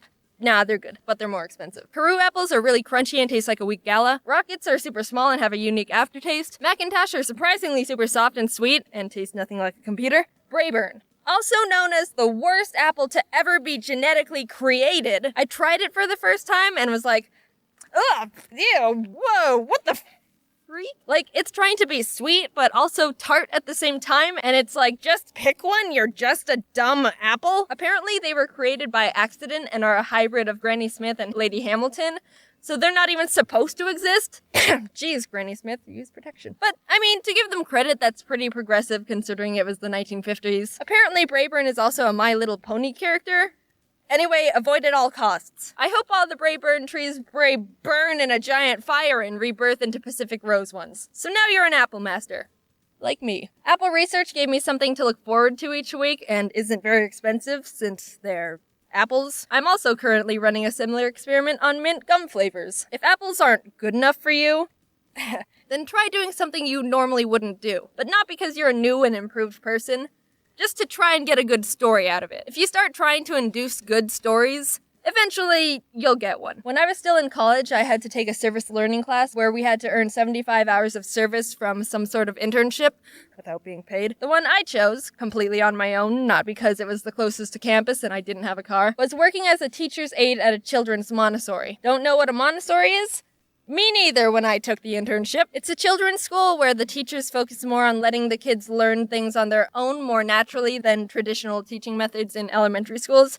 Wait, Jaiden, this sounds interesting. Can you explain a bit more? Nope, I'm moving on. So the main reason I chose the Montessori, not including the location, was because kids are funny. And there would be some great stories to come from babysitting a classroom of kindergarten to third graders 6 hours a week for a whole semester. I applied to the Montessori and scheduled an interview. I've never had a real job before, so I was super nervous and didn't know what to expect. The head teacher, Miss Frizzy, which isn't her real name, greeted me. Actually, no, first, I didn't know where the front door was. Like, I went up to the door that I thought was the entrance, but it was locked, so I called the number they gave me, and they said just go through the gate, and I didn't know where the gate was, but it ended up being around the side of the building, and the gates were all closed, so I thought I'd have to hop the fence to get into the school, but it would look super sketchy to see a college student hopping a gate to force their way into a children's Montessori. But I figured it out. So I met Miss Frizzy, but not in our own room. It was in the middle of the kids' class time when they were all running around with books and puzzles. She was like, "Hey there, nice to meet ya," and pulled out a kid's chair because they didn't have anything else. I sat down and my knees crunched up to my chin. It was a lot more casual than I thought it was gonna be, and probably should have been. There was one part where she was like, "Do you have first aid training? You legally need to have that if you want to work with children." And I will not confirm nor deny the possible first aid training in question, but yeah, we might have brushed over that one. Anyway, I got the internship, arrived the first day, and no one told me what to do. I was like, "Hi, how can I help? And also, how does everything work? Because I know nothing." "Oh, yeah, just help the kids if they need help." Oh, okay then. For the majority of the internship, I was stressed out and anxious because for 3 hours every time I went in, I felt like I had no purpose except walk around and smile at kids. Occasionally, I'd help one find a puzzle piece, but those were the exciting days. Also, 2 kids didn't even speak English. Like, what am I supposed to do when a kid's crying? I ask what's wrong, and I get, "私の恐竜に噛まれて痛いよ。ほら、血が出てる。てか、どうして私の言ってることわかんないのよ。日本人でしょ?" For an hour, the kids would have lunch and then go outside to play, and that was more manageable because I just had to make sure none of them backflipped off swings or something dumb. I could also pass the time and prevent insanity by sweeping sand off the pavement. My favorite memory by far when I was there was when a kid got stuck in a bucket. We just hear, "Help! To help!" and look over to a kid, upside down turtle with his butt in a pail. Pathetic. So what can you take away from this video? Brayburn apples were an accidental hybrid love child of 2 apples, and kids are incompetent at life. See, with a few little tweaks, it isn't hard to spice up your life. Now, go out and get yourself a funny story. Also, one day at the Montessori, a kid pooped on the sidewalk. Happy practically end of January. Sorry I haven't been able to get more videos out lately. Life hits you hard, bro. I'd like to thank Dave from Boy in a Band's sister, Hannah, for the little Japanese boy's voice. That was actual Japanese. She taught herself Japanese in her free time. She told me the translation, and I'm not gonna tell you. Little Easter egg for the people who teach themselves Japanese. Or already know it. I'd like to thank my extra animators again for helping out with scenes. People have been noticing, hey, that scene looks a bit different, and that's because we've got some other people helping out. I've said it before. It's not a secret. Their links are always in the description, and they're all really talented. I'm still looking for some extra permanent people because right now it's relatively casual. If you or someone you know has a style that can fit well with the videos, send me a portfolio at, shoot, I didn't plan this out, actually. Let's do JaidenAnimations animator at gmail.com. Yeah, no promises I'll be able to respond to your email. Last time I asked you for pet photos, Twitter blew up, and everything in my notifications were just pet photos for a solid week. It's not the same, but just a disclaimer. I also forgot that I also tried opal apples, and they're really good, IMO. Okay, I think that's all. Thanks for the patience. Bye. I made some new merch designs. Do you like them? I don't know, I think they're pretty cool. Link in bio. Hey friends who live in Canada, what do you think of Canada? What do I think of Canada? Let's see. Well, when the snow melts, you get to witness the minefield of dog poop that people didn't pick up. It's cold, but I like the cold because you can keep layering until you're warm. But in the heat, you can only get so naked. And then you just have a sunburn on your butt. Every summer I leave Arizona to visit my family in Canada because we like seeing them and they're really great. And yeah, we also don't like to live in a volcano. We normally have a non-stop flight, but this one particular trip we decided to do a layover to save some money. I think it was July 2012, so I was like 14. A couple days before our flight, my mom realized that my brother Jack's and my passports were expired. Well, this is either gonna go over well, or it isn't. Oh, it was so much worse. We got to the flight check-in and they said, hey, these passports are expired. Obviously. But it was only by a little bit, so the guy was nice and said, okay, I'm gonna let you all through and inform your layover about what's happening, but get those renewed soon. So we were like, yay, crisis averted. But wait, there's still 95% of the video left. That's because we were wrong. We landed in Minneapolis and the people said, hey, these passports are expired.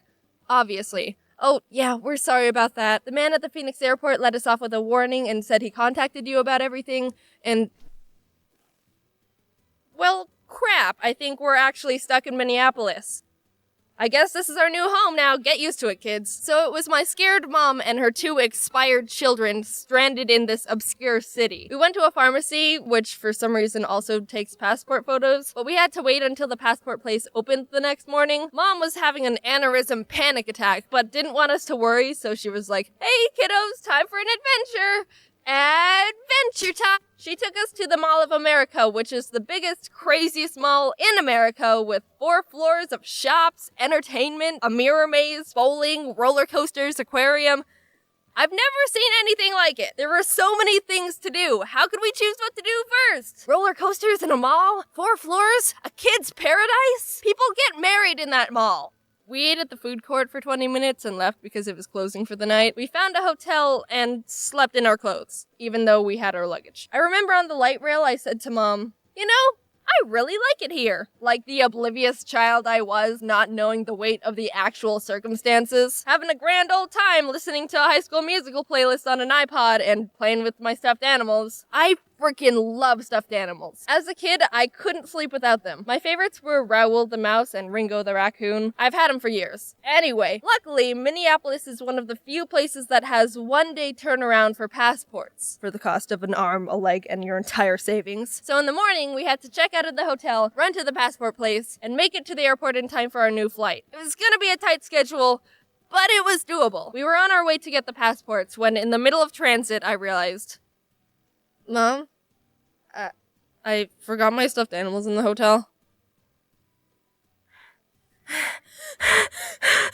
But no, it's alright. I don't need them. It's okay, really. It's not a big deal. I left Raoul and Ringo in the hotel, and Mom was already having a mental stress breakdown, and I was not at all wanting to contribute to any more of that, but Mom, being the kick-butt awesome parent she is, defeatedly pulled out her phone. Hello, yes, we just checked out this morning. Would you check room 421 to see if there's 2 stuffed animals in there? Ma'am, there's someone currently occupying that room. And that was super weird to hear because we literally just left the hotel. How did someone already fill up the room? Turns out we just called the wrong hotel, so we got transferred to the right one, and they said they'd hold them for us to quickly pick up. So now the schedule was arrive at the passport place right as it opens at 8 a.m., get passports, run back to the hotel to grab Raoul and Ringo, rush to the airport before our 1 p.m. flight, and I'd also like to point out that the last shuttle to the airport leaves at 12 p.m., so if we miss that shuttle, we're screwed. Remember, things were different back in the days of 2012 BU. Before Uber. Back then, the idea of paying to jump in a car with an unlicensed stranger wasn't very popular. At the passport place, we walked up to the desk, and the first thing they said was, "So both parents are present, correct?" Actually, he's 1,645 miles away. No. There was a solution. We could get in contact with Dad, send him a form to fill out, get it notarized, which means legalized by a notary, which means a person licensed by the government approves it, which, okay, we don't have time for this. We had to prove the paper is legal, but there's a problem to that solution. It's 8 a.m. in Minneapolis, but 6 a.m. in Arizona, which means notarizing places aren't open. Now, my mom knows a lot of people, and one of her best friends is actually an accountant, which means she can get it notarized when she goes into work and get it sent back super quickly. Which, what are the odds of that? Mom, we should buy a lottery ticket if we actually get to Canada. So quick! Woke Dad, got the form filled, called the friend, did the thing, got the thing back, and somehow everything was accepted and we weren't expired children anymore. And off we were running down the city to get back to the hotel to grab Raoul and Ringo. Okay, I'm gonna insert a tiny story detail. We left our luggage at the hotel so we wouldn't have to be dragging it everywhere, which means we would have had to get back to the hotel anyway, but it's much more intense to think that grabbing the stuffed animals was an extra step we didn't have time for, so we're gonna continue. We were sprinting to catch the light rail. Jax and I were running ahead, and for some reason, Mom's knee started hurting and she started slowing down. Are you okay? And she was just like, go, I'll catch up, just get to the train, go without me! We made it. We sonicked into the hotel, grabbed Raoul and Ringo, and the luggage we were already coming back for, reached the shuttle before it left, and finally fell into the airport. Yay. Sitting at our gate, waiting for the plane to swoop us off to Canada land with their moose and their poutine and Niagara Falls. Well, technically, Niagara Falls is made up of 3 different waterfalls, and the US actually owns 2 of them. But I guess Horseshoe Falls is the biggest and most popular, so... Mom suddenly realized that she forgot my dad's letter at the passport showing that both parents consent to us, the innocent, helpless, pathetic children, crossing the border. In the past, security always asks us to show that consent paper, so Mom couldn't even have a relaxing plane ride being stressed out of her mind that we would land and still couldn't pass the border. After all that, she didn't tell us she was worried because she was already doing a frickin' dang good job of hiding the weight of what was going on, so she held it in the entire flight. But she told us afterwards and we gave her a slow clap. She deserved more, but we were kids. That's all we had. We approached the security booth, gave them our shiny new passports. They looked at my mom, my brother, and me. Have a fun time in Canada. They didn't ask that time! My mom, every time she tells this story, always says, they always ask. They always ask. They didn't ask this time. How the frick even? They always ask! And that was that. We got to Canada. That's it. Wow, that was a lot of effort to come here. Yeah, I mean, Canada's alright, but you guys have that Mall of America. Okay, yeah, sure, cool. But I mean, we have West Edmonton Mall, which has an indoor water park and a theme park. Wait, really? That exists? Well, I guess that automatically puts us on top then. We were always on top, Dom. We are America's hat. Woo, yeah, Canada. I had to ask my mom the timeline of events during the whole thing because I was young and don't remember anything but eating in Mall of America and forgetting my stuffed animals. Big thanks to Domix and Ginger Pale for being Canadian.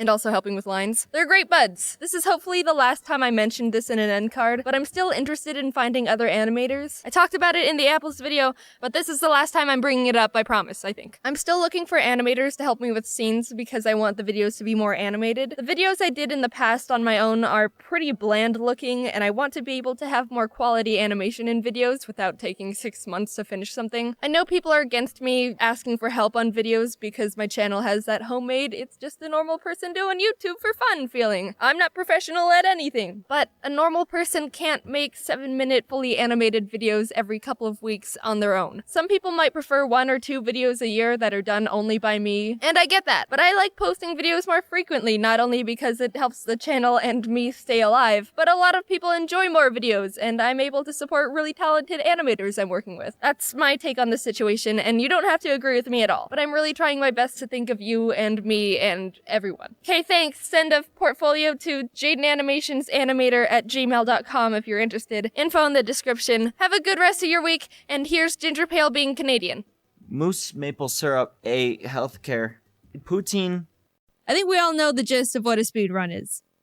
Play game fast. But there's so much more that goes into it than what's on the surface. People spend hundreds of hours practicing games, finding optimal routes, discovering the most precise glitches that can save from minutes to just a few frames, which if you don't know is basically risking your entire run just for a few milliseconds of time save. I've come to love speedruns, watching them at least. Something about them is really cool to me, and I think the community is really cool. It's all cool. I've been lurking and watching various speedrunners for a decent amount of time, and I decided that I wanted to do a speedrun. Now, I don't really have the time to set aside hundreds of hours to hone my skill on whatever game I want, so I decided I had to do a blind speedrun where I just play it for the first time and try my best. I spent a few days racking my brain on what game I'd like to run. I like Pokemon. Maybe I could run a Pokemon game. But that's a lot of researching and memorizing and luck. I could try a Mario game. It's a popular category, but I don't know if it's for me. Then it hit me. The perfect game. Of course. Why hadn't I thought of it sooner? I ran to speedrun.com to check if anyone has run it yet. No one. None. I'm gonna be the first person in the world to speedrun Cooking Mama 2 Dinner with Friends.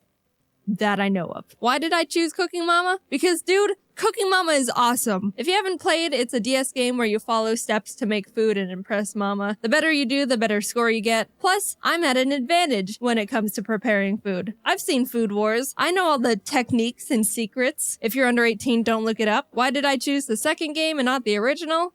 That's the one I bought. Duh. I used to play Cooking Mama all the time as a kid with my friend Kate. I always thought Mama's English was really funny. Great!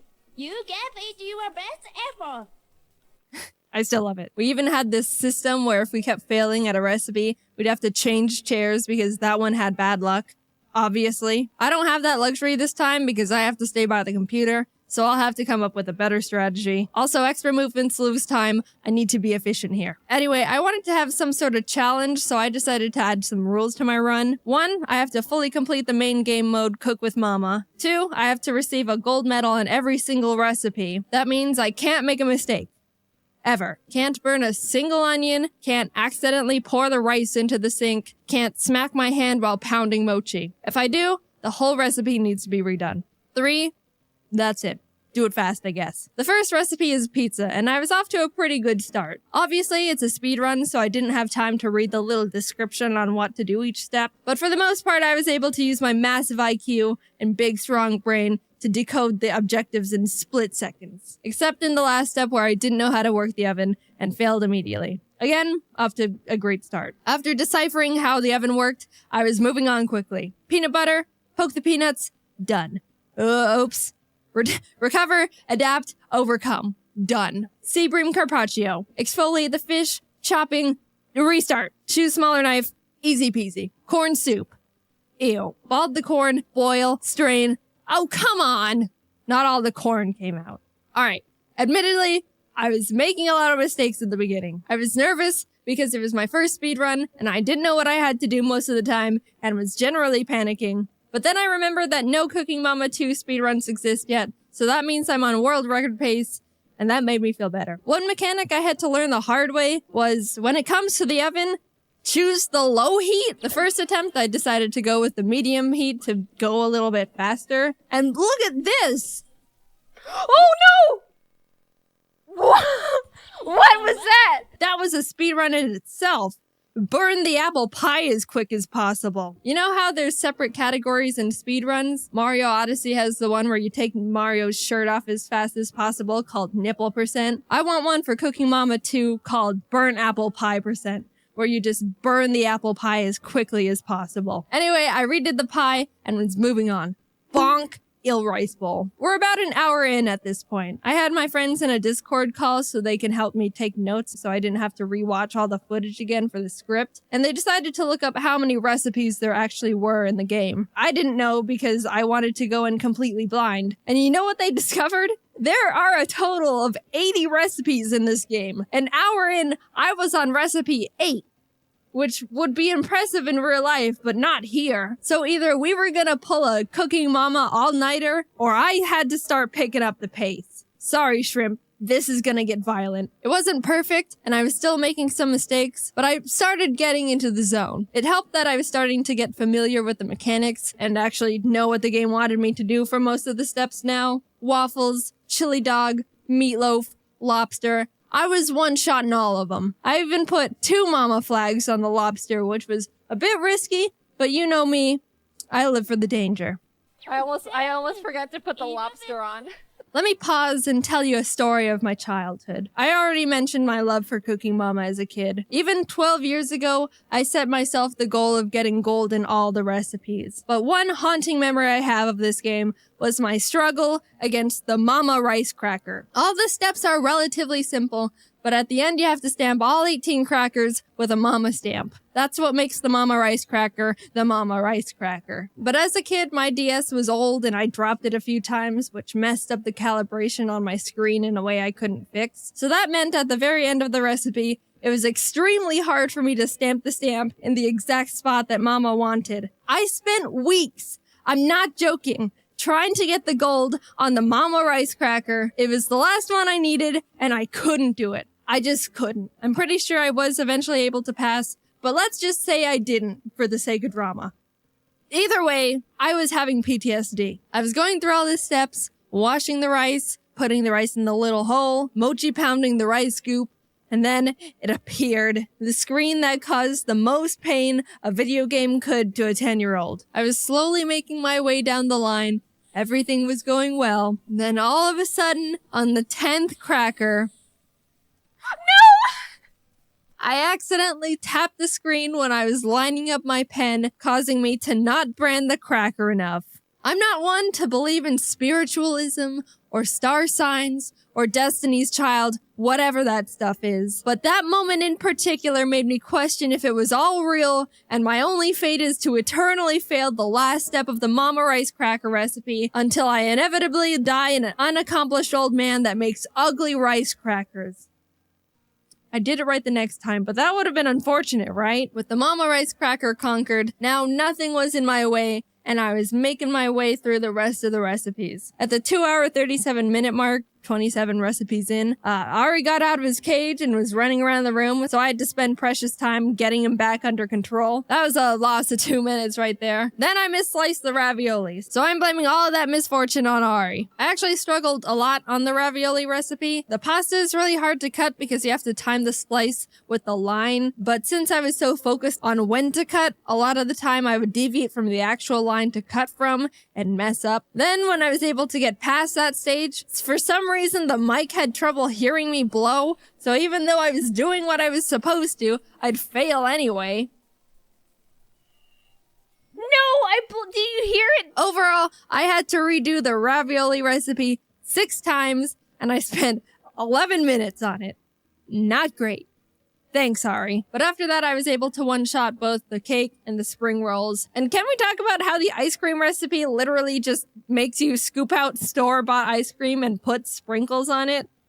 That's been my favorite recipe so far. Skipping forward a bit, let's talk about the mango pudding. This was ravioli part 2. The first step I had trouble with was memorizing the order of the ingredients. It was a 6-part Simon Says memory game, and my big smooth brain can only handle one number at a time before the concept of object permanence leaves my body. I inevitably got a lucky pattern that was easy to remember, and after a few more steps, in the end, I had to draw a line at a specific speed that would remove the pudding cleanly. Too slow and it wouldn't come out. Too fast and it just... For the life of me, I couldn't get the pacing right 3 consecutive times in a row. And with the combined difficulty of that, along with the memorizing, I spent another 10 minutes trying to get it right and still failing. My confidence was shattered and I had to take a mental health break. I'll be back for you, mango pudding. I'll come back stronger, and I'll cook you so well I'll become the mama. I was in shambles from the pudding, but was able to move on and started getting back into a rhythm. All these foods, I was knocking them out one by one. I will note that I struggled with popcorn because I thought there was going to be some sort of indicator or something on when to open the lid. So I just sat there until I realized I burnt it all. Oh, wait. So I was like, oh, okay, I'll open it when I hear the popping sounds. And then I opened it with like 5 popcorns. But it's okay, I was able to figure it out. Overall, the rest of the run went on without any major problems. I was able to finish up the rest of the recipes, and at the 6-hour, 38-minute mark, I only had 2 recipes left. The bento box, and of course, the mango pudding. Time is ticking. We're in the end game now.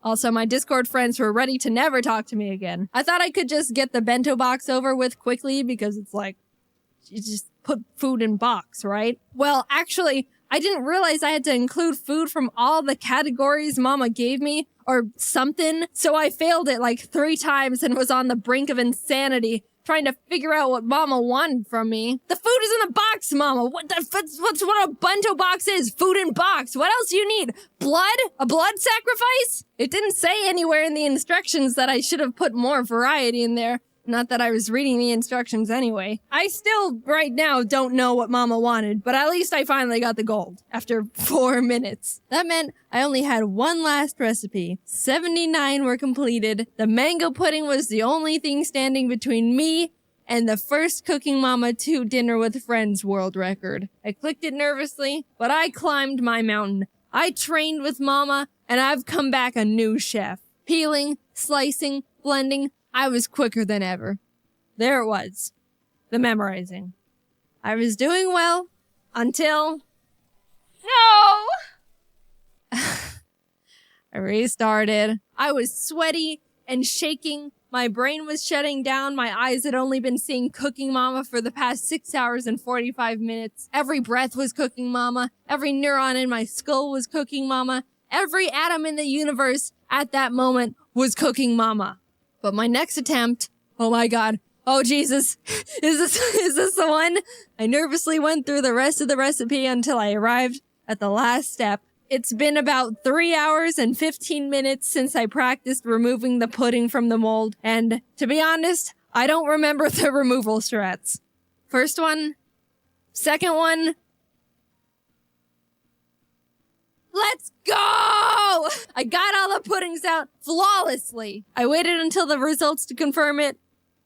Boom! 100 points on the mango pudding. Stop the timer. I did it. At long last, all 80 recipes in Cooking Mama 2 gold.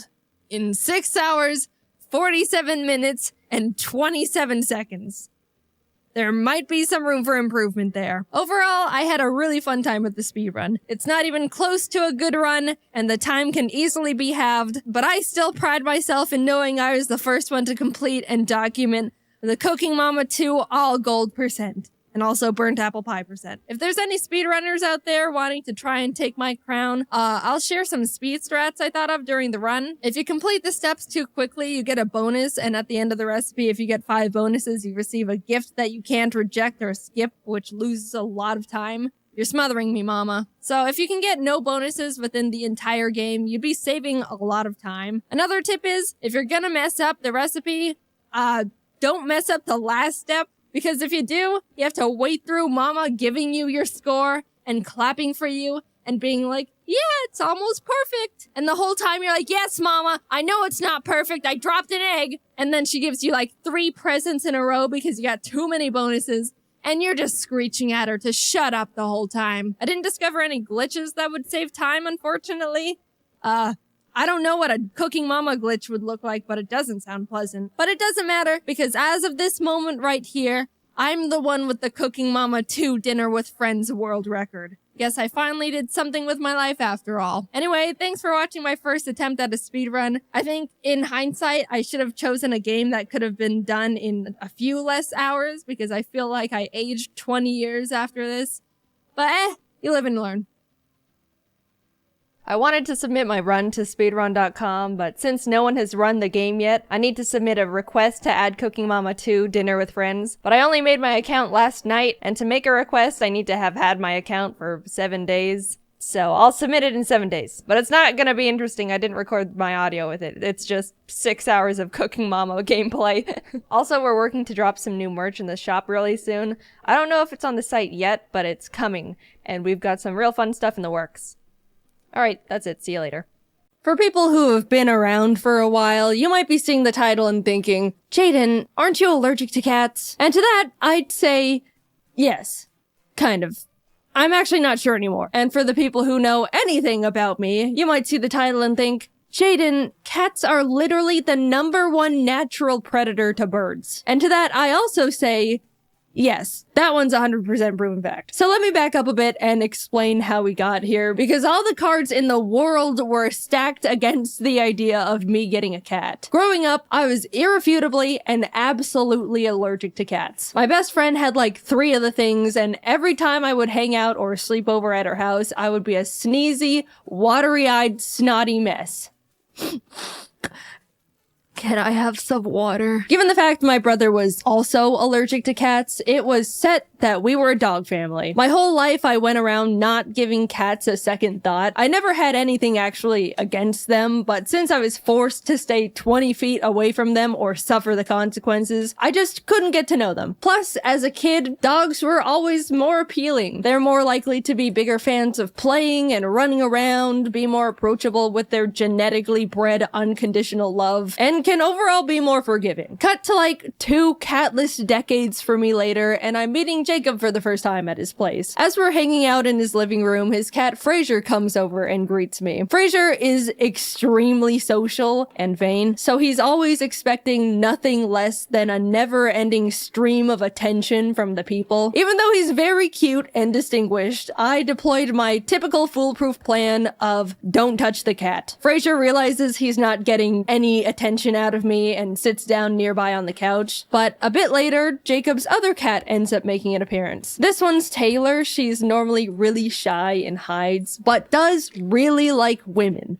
which I am. Taylor ended up crawling onto me and making herself really comfy in my womanly lap. Jacob, knowing I'm allergic, offered to take her away, but this was actually the first time a cat has ever done something like this to me. I've always been a bit of a cat magnet, if you want to call it that, because I act like they don't exist, which they interpret as me not pushing their boundaries and creating a comfortable environment for them to come up to me on their own terms. But never have I felt like a cat has chosen me like this before. I told Jacob I'm happy to let her stay comfortable on me, and I'll just reap the consequences of my sowing later on. This was my first extremely positive experience with the cat, and I honestly felt really happy and special and wanted to enjoy it. A few hours later, I'm saying my goodbyes, and during the drive back home, I realized I was completely fine. No sneezing, no itchy eyes, straight up nothing. I was so confused and curious. Thus, the start of my little cat experiment began. Every time I went over to Jacob's place, I would let the cats be as social as they wanted with me. If Taylor wanted to sit by me, I'd let her. If Fraser wanted attention, I would pet him. At one point, while we were watching a movie, Taylor literally decided to lay down on my neck, filling every one of my breaths with cat dander and hair. And you know what happened? No reaction. Not even a little drip of mucus. Somehow, sometime, I'd grown out of my cat allergy and never noticed. Apparently, every 7 years, people's allergies have the chance to change. Maybe being surrounded by my friends' cats all throughout my childhood could have helped my body get more familiar with them. Either way, I've now unlocked the skill to survive cats. Oh, guys, it was incredible. Now that I'd been freed from my shackles, I immediately started taking time to get to know cats more. Instantly, they felt so much more cute and cool and approachable, and I was really starting to like them more, especially since every time I would hang out at Jacob's place, Taylor would walk over and be around me and purr, and it was amazing to be loved by a cat. So I really like cats now. And after some time, I decided I wanted one too. Jacob and I decided to peruse a local cat rescues website just to see what cats were available. I don't want to get one right away. There's a lot I have going on, but it doesn't hurt to— oh my god, that one! I want that one so bad. It's so cute. What's its name? Tostada? Tostada, my beloved. We have to send in an application. We have to. Hi, my name's Jaiden. I love this cat. Please let me adopt it. Please. What? You guys know me. I'm weak-willed and impulsive. My first mistake was liking cats to begin with. The rescue reached out a few days later for a cat screening interview to make sure we would be a good fit to be cat parents. After being approved, they told us we could pick any cat we wanted that was in their care. Of course, I asked about Tostada, but we were given the unfortunate news that she had already been adopted. No! We looked at the other cats available on their website, but unfortunately none of them really stood out to me. The rescue ended up inviting us to a little Meet the Cats event they were hosting where we could see all the cats they had up for adoption in person, which was awesome because that was actually the first time I'd ever actually seen and held a kitten before. It was amazing. But as cute and tiny as they all were, there still wasn't one that called to me. I pried Jacob away from the kittens, headed home, and we started waiting. Every day I would check the rescue's cat list to see if any new ones caught my eye. I didn't even know what I was looking for, but waited for the universe to send me my perfect cat nonetheless. One morning I refreshed the page and saw one new kitten added. A tortie they found in some dumpster named Scrabble, with the biggest eyes and forehead I'd seen in my life. Something about this bizarre little creature called to me. I messaged the rescue about Scrabble and they told me she's available, putting me in touch with Scrabble's foster parents. Every day they sent me new little pictures of kitten Scrabble, and every photo I fell more and more in love with her. She seemed so silly and playful, and those eyes. We got on a video call and they told me all about how big of a personality she has. Out of the 5 other kittens they were fostering, she was by far their favorite. The whole time we were talking, Scrabble was flipping around in their arms and looking at the camera with her giant orbs. I left that call knowing I found my cat. I needed to have little kitten Scrabble. Meeting her in person only cemented it. She was shy at first, but after flinging around her worm toy, she immediately started hopping around and being the life of the party. I talked a lot to her foster parents and they just gushed about how they wish they could keep her since they all loved her so much. Even though the rescue called her Scrabble, obviously that was more of a placeholder name. The foster parents called her Cammy, but neither of those really fit to me. However, I knew one name that I liked.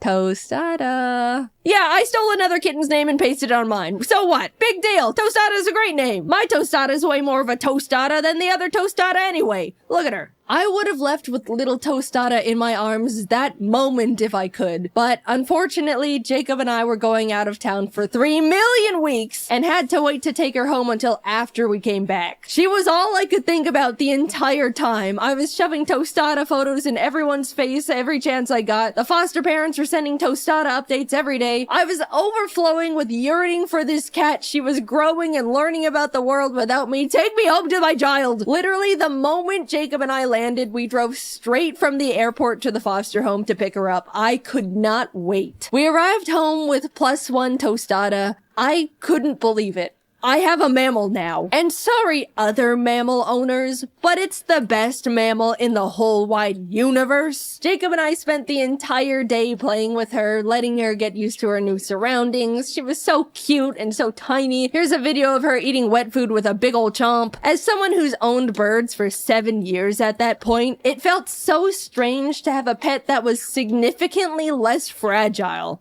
And also draws significantly less blood. You mean this thing can't fly up and get hit by the ceiling fan?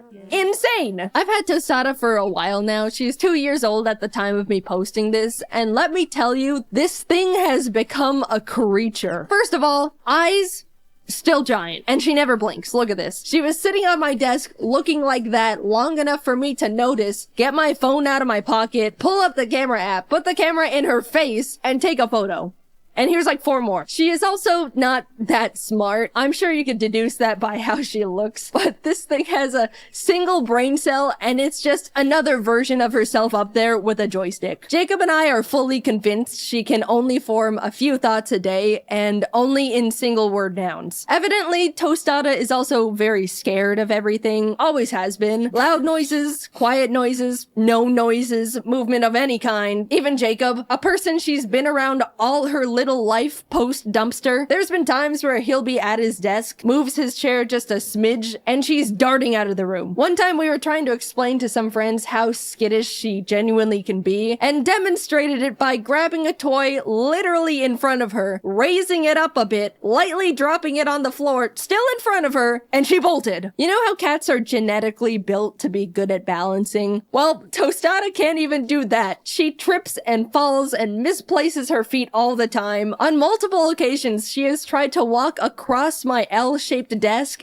and just missed and fell down. That's like the one thing that makes a cat, and nope, doesn't hit the mark there either. She's gotten better, but as a kitten, Tostada couldn't even jump. After I built her first cat tower, I watched as she attempted to jump up to the 2nd level, not quite make it, and had to slam her arms down on the thing to hoist herself up like she was mountain climbing. But oh, is she the sweetest little thing. When I got a cat, I was expecting it to want its own space, come around when it wants, you know, general cat things. But this creature follows me from room to room with those high beams of hers. She sits on my lap while I'm at my computer, lays on my giant Pokémon plushes, mostly just looks up at me from the floor and just stares. When I'm sleeping, she'll just crawl into bed and tuck herself up right next to me. Look at all these photos of her straight up on me when I'm sleeping. Don't look too close though, I don't have makeup on. Bedtime is sacred to her. She loves bedtime. If I'm working late, Tostada will come into my office around 9 or 10 p.m., aka past Tostada bedtime, and just start crying, scratching on my chair, rolling around on the floor. It's pitiful. And if I still don't move after that, she'll go into the bedroom and drag over her string toy she always plays with. It's just so sad and pathetic. I always play string with her when she brings it over though, don't worry. But lately, she's picked up another routine habit, which is pats. Not all cats like the pats, but Tostada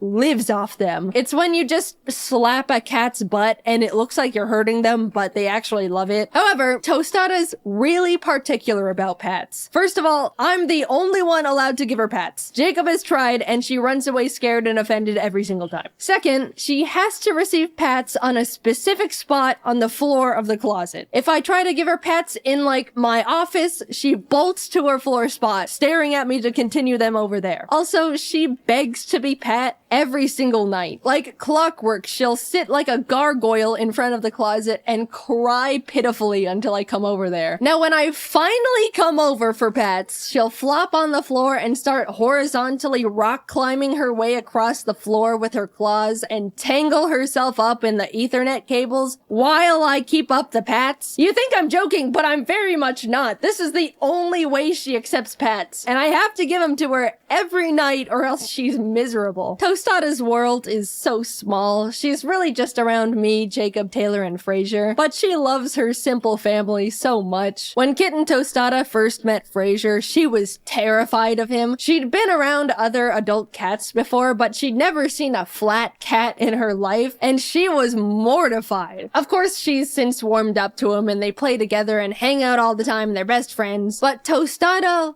loves Taylor. Always has. She looks up to Taylor like a little baby sister admiring her cool, awesome older sibling. Unfortunately, Taylor hates it. They literally have a SpongeBob Squidward type of sibling relationship, and Tostada is so oblivious to it. Taylor has annoyingly swatted at Tostada so many times just for existing around her that Tostada now thinks it's a fun little game they play and will start chasing and swatting back at Taylor happily, not understanding cat social cues. Of course, never in a way that's too far, but just enough to get on Taylor's nerves even more. Between the three of them, they all have such different little personalities and relationships to each other. It's made our lives so much more entertaining. And to anyone concerned about the birds, don't worry. I've got Ari and Tofu very separated from the cats. They're safe in their own blocked off room connected by a double door system that ensures no possible interaction between bird and cat. If anyone is thinking about getting cats and birds as pets, it is possible, but just make sure the two are very separate, especially if you have smaller birds like conures or budgies. I'm sure there's people out there that have trained their cats to be fine around a pet bird, but to me, all it takes is one accident or attack for you to just not have a bird anymore. Plus, having the two of them takes a huge amount of time and commitment. I've said it before and I'll say it forever. I love my birds to death, but they do not make good pets for the very large majority of people. In terms of allergies, I do think I was originally still a little bit allergic to Tostada, ironically. When I first got her, I was sneezy and sniffling. Nothing allergy pills couldn't fix, and it never was as bad as my original cat allergy. But I think I've been growing out of that one too, because nowadays I don't have any reaction to her at all. Bodies are a mystery. I am building my immunity to everything.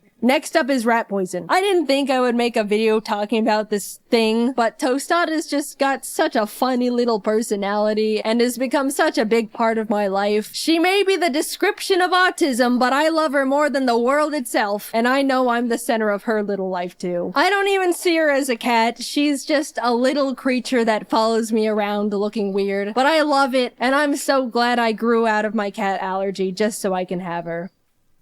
It really has been so different owning a cat, mainly because I know Tostada won't just bite me at any given chance, unlike some avian creatures. Thanks for watching the video. Heads up, I'm going to be announcing new merch again soon, so be on the lookout for that. The last drop went so well, and I'm really glad that so many of you guys enjoyed it. I'm so excited to finally be getting back into making fun merch, and it really helps me out a lot. Alright, sorry, thanks. Anyway, I'll talk to you later. Bye-bye.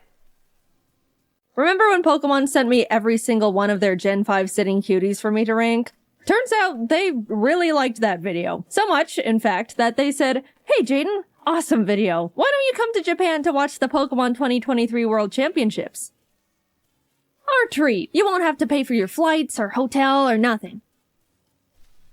I've been to Japan once before in my entire life, and it was back in 2018 with my family. We did a bunch of fun little Japanese tourist things. It was a phenomenal trip, but ever since then, I've always wanted to go back and do all the awesome nerdy stuff Japan has to offer that I didn't want to bother my family with. At the time, they didn't even know who Luffy was. They would have been so lost. So when Pokemon extended their hand and offered to fly not only me, but Jacob out to attend the biggest Pokemon tournament in the world, I jumped for joy. Free trip to Japan! The tournament was only going on for a single weekend, but Jacob and I planned to stay there for 3 whole weeks to do a bunch of said extra nerdy stuff. We were pumped. Eventually the time came, Jacob and I were packing up all our stuff, and decided we both would bring an extra suitcase so we could treat ourselves a bit and buy a bunch of cool stuff while we're there. Don't judge us, we're anime and Nintendo loving impulse buyers going to Japan. A game plan was needed. We were being responsible. 2 extra suitcases was definitely gonna be enough. Yep. Equipped with our extra luggage, we headed off to the airport. Pokemon straight up gave us business class seats. We didn't ask for them or anything. So when we boarded, we realized we had the seats where you could lay down. There even was some sort of seat divider that acted like a car window, so I could roll it down and bother Jacob whenever I wanted. Quick little 11-hour flight later, and we were in Japan. It was time to have the best trip of our lives. I'm not joking. I had the most incredible trip and got to do things I won't ever forget. And I won't, because I've now plastered it onto the internet forever. We landed midday Japan time, so we decided to go to the first thing we wanted to see while abroad. Japanese McDonald's. I couldn't order anything except fries, but Jacob and I both dropped our jaws when we saw something called the Double Big Mac on the menu. I thought Americans already went big with the Big Mac, but Japan did the impossible, just to send a message. What a magical place. Let's begin with the next morning. Pokemon planned a bunch of cool stuff for the creators and partners they flew out, beginning with a group field trip to the Mega Tokyo Pokemon Center. Jacob and I woke up early for it and missed the bus they had for us. And it totally wasn't completely my fault entirely, because I hypothetically didn't read the schedule correctly and was taking my sweet time getting ready. Why would you think that? So we had to take the trains on our own to get there. Anyone that remembers my first Japan trip knows the trains were me and my family's mortal enemy number one. We kept getting it wrong, and it was failure after failure the entire trip. You'd think that with all that prior experience and struggle, I would have grown as a Japanese train understander, right? Nope, we got on the wrong train. But at least we were having a good time, haha. After a lot of freaking out and mental strain and regrets, we finally arrived at our destination, and although by the time we got there they had already finished looking at the Pokemon Center, we were able to grab a quick snack with the group at the Pokemon Sweets Cafe. I meant to take a picture of the Pikachu waffle before I ate half its cranium, but I forgot, so this is what you get. Now that we were with the group, we were able to travel with them for the rest of the day, so we packed into the bus and headed off to a traditional tea ceremony where we were taught all about how the tea masters would make tea and tea etiquette, and all these things about the significance of tea in Japanese culture, all while getting to taste the tea master made. Again, I meant to take this picture before I took a chunk out of the little sweet they gave us, but here we are yet again. I'm just not that great at this. They also served us a really special lunch of super fancy bento boxes, like so fancy that the host was like, dude, I've never even had these bento boxes before. I was super excited, but I don't mean to be ungrateful or wasteful, but the box was full of super fancy, complicated fish and seafood. I knew going to Japan I'd have to be flexible with food because it's really hard to be vegan or even vegetarian there, so I really tried to eat as much as possible and look thankful. But yeah, I struggled a lot. But I still had a great time, and it was an honor. We were dropped off at the Yokohama Chinatown and left to explore a bit until dinner in a few hours. Everyone separated into groups, and Jacob, Stefan, the guy that sent me all the sitting cuties, you guys remember him, the guy named Steve, and I went and pursued the street food a bit before stumbling into a little arcade with a bunch of crane machines. I got this silly little bear minifigure. His name is Chico, so I decided to innocently carry him around in my pocket for the entirety of the trip. You know, because he was silly. This single action severely changed the course of my mental stability going forward. You'll see soon enough. But look at these cute photos I got with them. We had a great dinner, headed back to the hotel, got to hang out with our good old Pokemon rival Jan a bit, and called it a night. The next day we all got to do some private shopping at the Pokemon World's pop-up shop. I'll just say we bought way too much stuff that we also don't regret in the slightest. I even got this video of Jacob grabbing more and more sitting cuties as the workers kept reorganizing them to keep the display looking perfect. We walked out of there with 3 giant bags of stuff. But it's okay, because remember, we anticipated this with our extra suitcases, which I am starting to wonder if they are going to be enough, but surely we will come down. We were then all taken to the creatures' offices. You know, just the place where they make Pokemon cards. It was gorgeous in there. They had these awesome sculptures of giant Pokemon cards with crystals, and all the walls were lined with 3D card art. It felt like I was in a building with a lot of significance. Because I was. We got a tour around the building, met the TCG card testers, and were able to ask them questions about their process. Even got to have a little Q&A session with Atsushi Nagashima, the game director of the Pokemon TCG. It was funny, one of the people in our group asked how they chose which Pokemon to make cards for. A good question. And then followed it up with, I really like Mantike, but there's only 2 Mantike cards that exist. And the assistant pulled up a list of all the Pokemon Mantike cards that have ever been created, and sure enough, there were only 2. The director chuckled and was essentially like, yeah, sometimes Pokemon get lost in the cracks. We kind of just make cards of Pokemon I like. For example, my favorite Pokemon is Gengar. And you know what? That actually makes a lot of sense. Also, we were able to have a Q&A session with the Pokemon card art director and 3 artists who actually draw art for the cards. That was super interesting, and I was so incredibly inspired by that discussion. But you know those Pokemon cards with the super cute clay art? That artist's name is Yuka Mori, and she was in that panel. I was so starstruck. Those are some of my favorite Pokemon cards. And not only that, but she hosted a little workshop for us where she gave us clay and taught us how to make little clay Magnemites like in this card here. Speaking of this card, she brought the actual original Magnemite for us to see. That was by far the coolest thing that I've ever gotten to be a part of. We got to meet a piece of genuine history. I felt like I was meeting the president. Also, here's me and Jacob's Magnemites that we made. Day 3 of our little Pokemon field trip, and we were taken to another Pokemon Center. This time in Shibuya, which was also right across from a Nintendo store. It was like a bullet was shot through our credit cards. In the shopping center, I saw a little gacha machine with little miniature Chiikawa plushes. I was only interested in getting Chiikawa, but I decided to test my luck anyway. And I got him first try! Now I had 2 of them. Yes, the original was still in my pocket. You can safely assume he is in my pocket for the entirety of this video. I've got pictures to prove it. Jacob snapped this awesome picture of the Chiikawa brain rot taking over. When we were looking around in the Shonen Jump shop, a little Japanese boy pointed at Jacob and went, "Sanji-san," before his mother quickly yanked him away, and I still to this day laugh at that interaction. Poor kid saw his first blonde guy in real life and immediately thought it was Sanji. Later that day, we also got to attend the Pokemon Symphony, where a live orchestra played Pokemon songs, and it was absolutely incredible. Video game orchestras are so cool. It always tugs on my heartstrings to see video game music transformed into such a beautiful new art form. Highly recommend attending one if you have any favorite games or franchises. On to the first day of Worlds. It was exciting. People flooded into the venue. We watched the opening ceremony in the crowd. Just wow. This is the whole reason why we're here. We went back to shopping. Look at this cute little Chiikawa book I found in a nearby bookstore. At this point, we were absolutely pushing it in terms of luggage space, and we were day 4 into a 2.5-week trip. Our shopping sprees until this point were very not frugal, so we cut our losses and bought 2 extra giant suitcases to fit everything better. Okay, we knew we were gonna need extra suitcases. Getting a few extra couldn't hurt. Look, the flights were paid for. We were still saving money at this point, I think. That's my rationalization. I'm going with that. Also in the mall were tons of Pokemon monitors straight up playing the World Championships. TCG, Pokemon Go, VGC. Japan treated Worlds like it was the Super Bowl. And it was just so cool to see one of my main interests so culturally celebrated. People of all ages would stop by to watch for a bit before going back to their shopping. I can't explain it, but it just made me very happy. We even got to see Wolfie live on the monitors. How'd he do?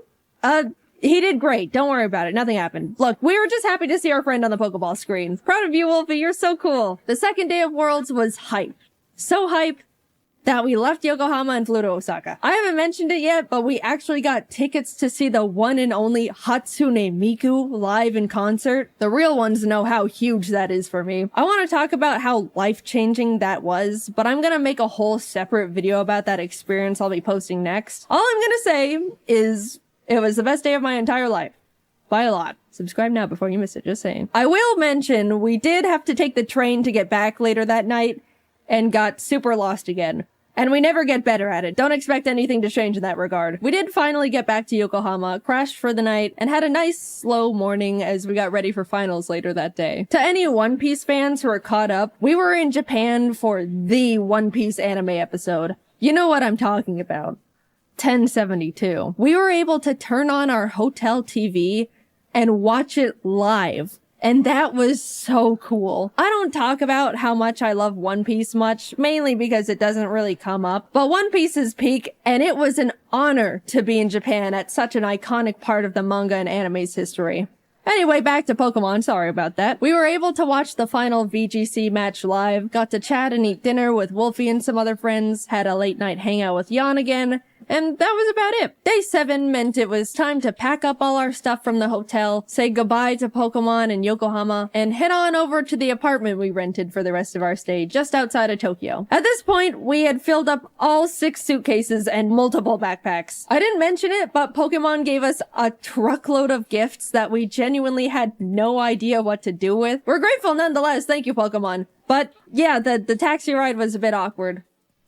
So, are you meeting up with some friends?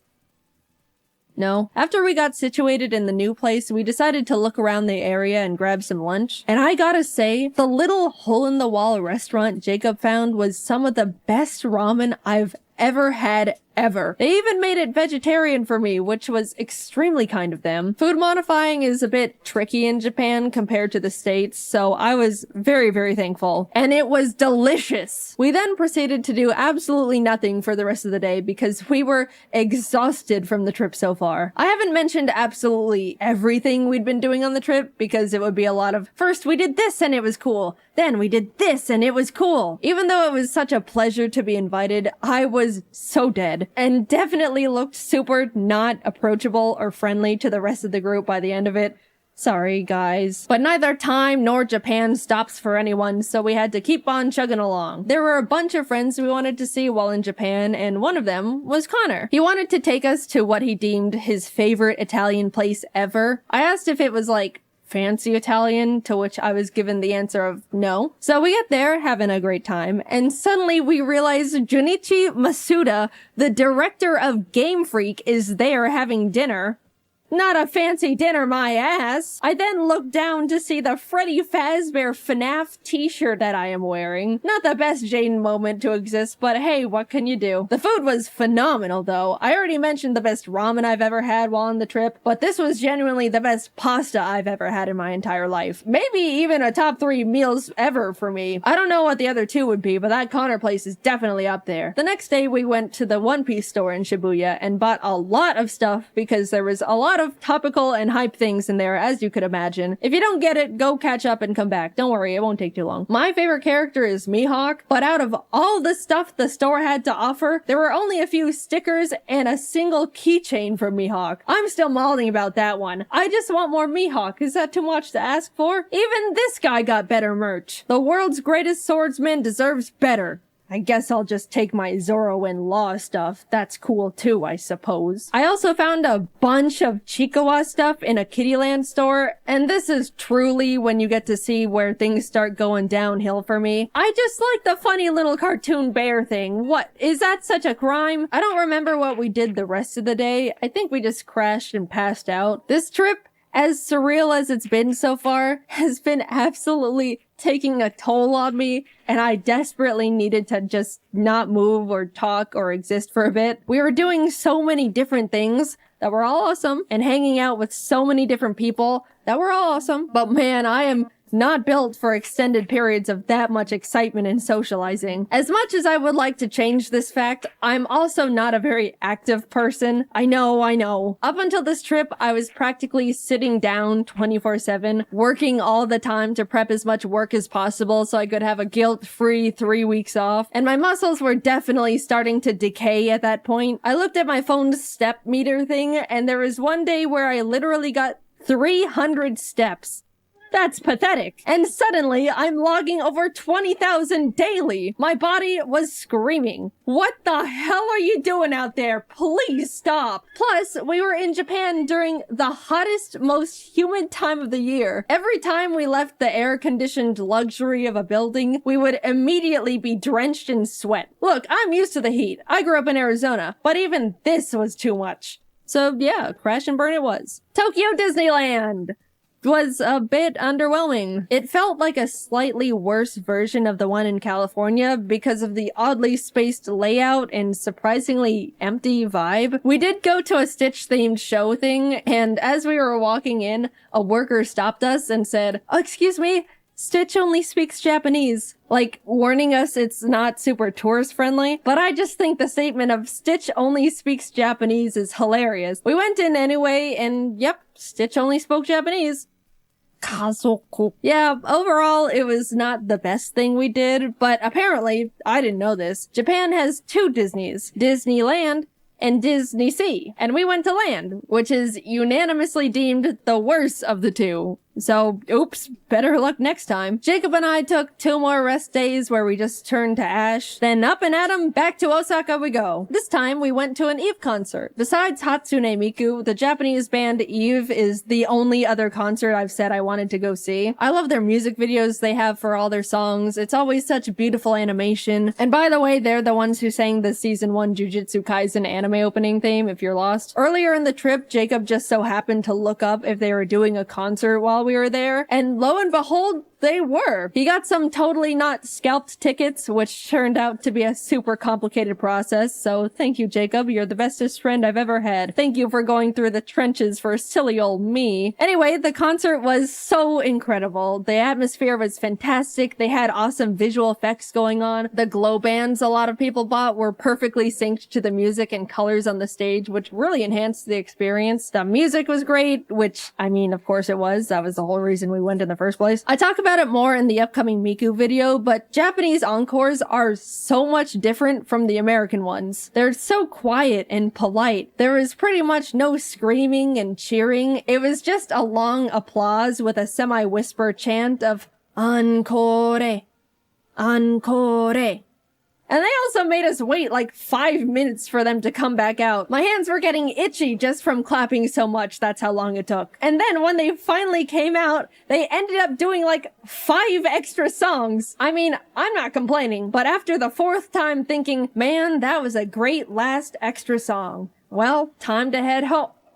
Another? It starts getting a bit comedic. This is just a side tangent, but Jacob went off to use the bathroom before the show started and came back 10 minutes later like, dude, this is crazy, but it took me a bit longer to find a bathroom because there were so many extra women's bathrooms, which is like, whoa, that's actually so smart. There's always such a huge line for the women's bathroom compared to the men's in any scenario. I was just shocked Japan was like, okay, then we'll make more women's bathrooms to fix that problem. Like it was so simple. I know in America it would probably turn into a stupid political thing, but it made me so happy Japan just implemented such an obvious and straightforward solution so easily for the gals. The next day we headed over to Universal, which was hands down the best amusement park I've ever been to. So they can do amusement parks well. First of all, Universal Japan is way more anime and manga focused than the ones in the States, which made it instantly more engaging for me. Jacob and I both agreed we would window shop for the first part of the day, and then buy all the things we wanted as we were leaving so we wouldn't have to lug around a bunch of bags all day. But we immediately saw a little One Piece shop and cracked. We just wanted to wear these One Piece headbands. That's rule-breaking worthy. We also got some towels because surprise, surprise,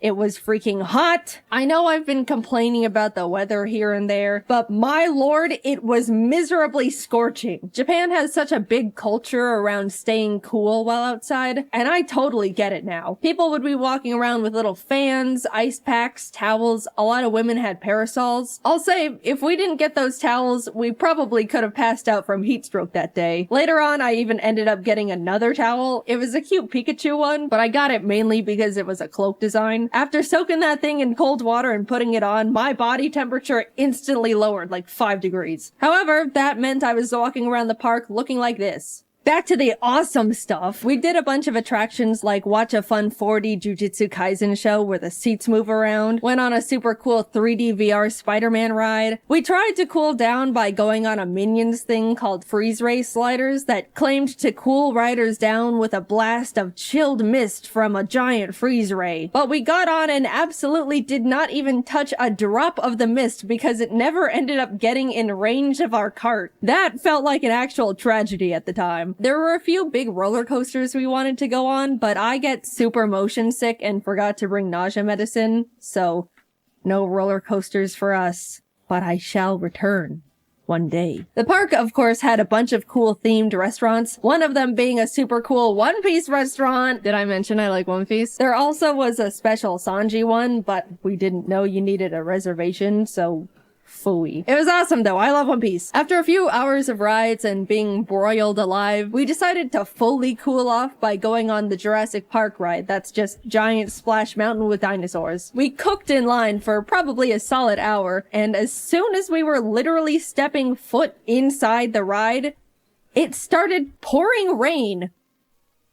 Now that's just not fair. I don't even understand how that happened, but whatever. We started buying all the stuff we window shopped for as we waited for the One Piece live show to begin. Again, please refrain from judging. I am being vulnerable and open here. By the way, as we were walking around, we stumbled onto a little Mario-themed show just out in a courtyard area. They played some fun little custom songs and had all these dancers alongside the mascots. And then out of nowhere, they started absolutely blasting the crowd with like gallons of water. I didn't even see it coming. It was like firefighters showed up to put out a giant fire, except the fire was a bunch of Japanese people. The time came and we got to file in for the special One Piece live show, and even though Jacob and I didn't understand a single part of it because it was all in Japanese, it was awesome, and the costume design was phenomenal. It was a bit unfortunate though, because the seats were all in like a half circle formation around the stage. As much as they tried to make the show enjoyable from all angles, it was pretty hard to see the main things going on in the center. My only true complaint though is that Zoro didn't come to our side at all. All the other characters rotated around so we could see them, but Zoro only did it at the very end to take a bow. Also, Mihawk being included would have been nice, but it's okay. By the time we got to enter Nintendo Land, it was like 9 p.m. We got up at 6 a.m. by the way, so we pretty much just rode the Yoshi's Island ride they don't have in the States and headed home because that's all the energy we had left. But even just seeing that, it was miles better than the one in the States. Also, we picked up a little dinner at the 7-Eleven near our hotel. 7-Eleven is actually awesome in Japan, by the way. And they had a few little Chicoa plushie keychains, and I bought them.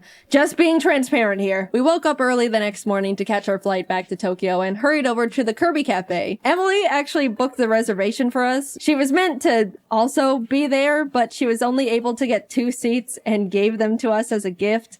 Emily, I will always be indebted to you for your sacrifice. The cafe itself was so well decorated with all these little Kirby things, and the menu was adorable. I got the star curry and a magical little fruity drink with a Kirby marshmallow that triggered my cute aggression. Jacob got the pizza and a Kirby burger, but since he made modifications, the staff asked him to not post a picture of the burger to the public. Like, they didn't know he was a content creator or anything. I guess they just didn't want the public to see a naked Kirby burger. We also both got desserts. I already decided I was gonna consume the Kirby. The presentation was beautiful. It was literal art on a plate. Taste-wise, it was decent. The body was some sort of gelatin, which I wasn't too crazy about, but the rest was super tasty. I did my best, but he ended up looking like he was in a horrific accident when I threw in the towel. The cafe also has a special little private store connected to it. And yeah, what you expect happened definitely happened. We left with full bellies and bags, continued to look around the shopping center the cafe was connected to, and ended up walking into a gacha store. I am about to be very vulnerable with you here. This is one of the lowest points of my entire life. Please don't think too much less of me after what happened in that gacha store. So I walk in, spot Chiikawa, beeline it to the machine, obviously. Like I mentioned before, I'm only interested in Chiikawa, so I was only playing for him. But by the cursed luck of the gacha gods, I just could not get him. I was going back and forth between the machine and the coin exchange, getting multiples of every other little guy, but no Chiikawa. I could feel the workers' glances at me, probably because the desk they were standing behind was right next to the machine I was grinding. But after way too much money, he dropped. I got my well-earned, horribly priced at that point, Chiikawa. I then started looking at all the other machines, putting some coins in a few here and there, until I stopped at one that had a line of animals playing band instruments. They were very silly, but there was a little pigeon holding up cymbals, and I really wanted to get him for Jordan and Kelsey. In went the coins. Tiger, elephant, fox.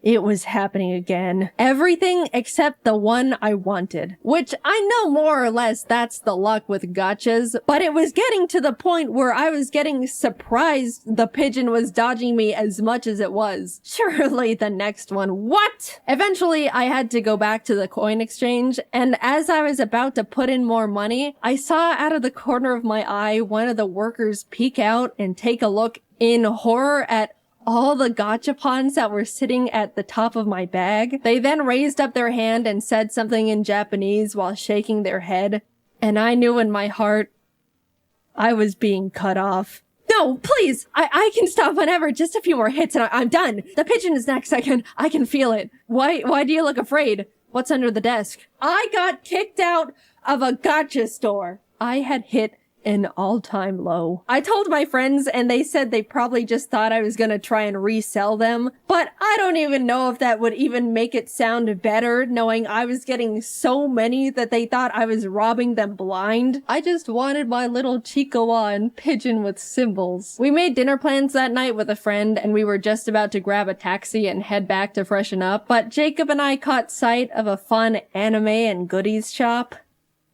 Who do we think we are? People with self-control? We'll make it quick! We rushed in and split up for optimization. As I was looking around, I saw it. A whole section dedicated to Chihuahua. It was like someone put a freshly baked pie on a windowsill, and I was suddenly floating over to it. My eyes were zoned in, making sure I saw every single thing possible, putting Chihuahua after Chihuahua in the basket. Jacob eventually came over and showed me a picture he took on his phone. In my tunnel vision, all my eyes registered was that the picture showed more Chihuahua in the store.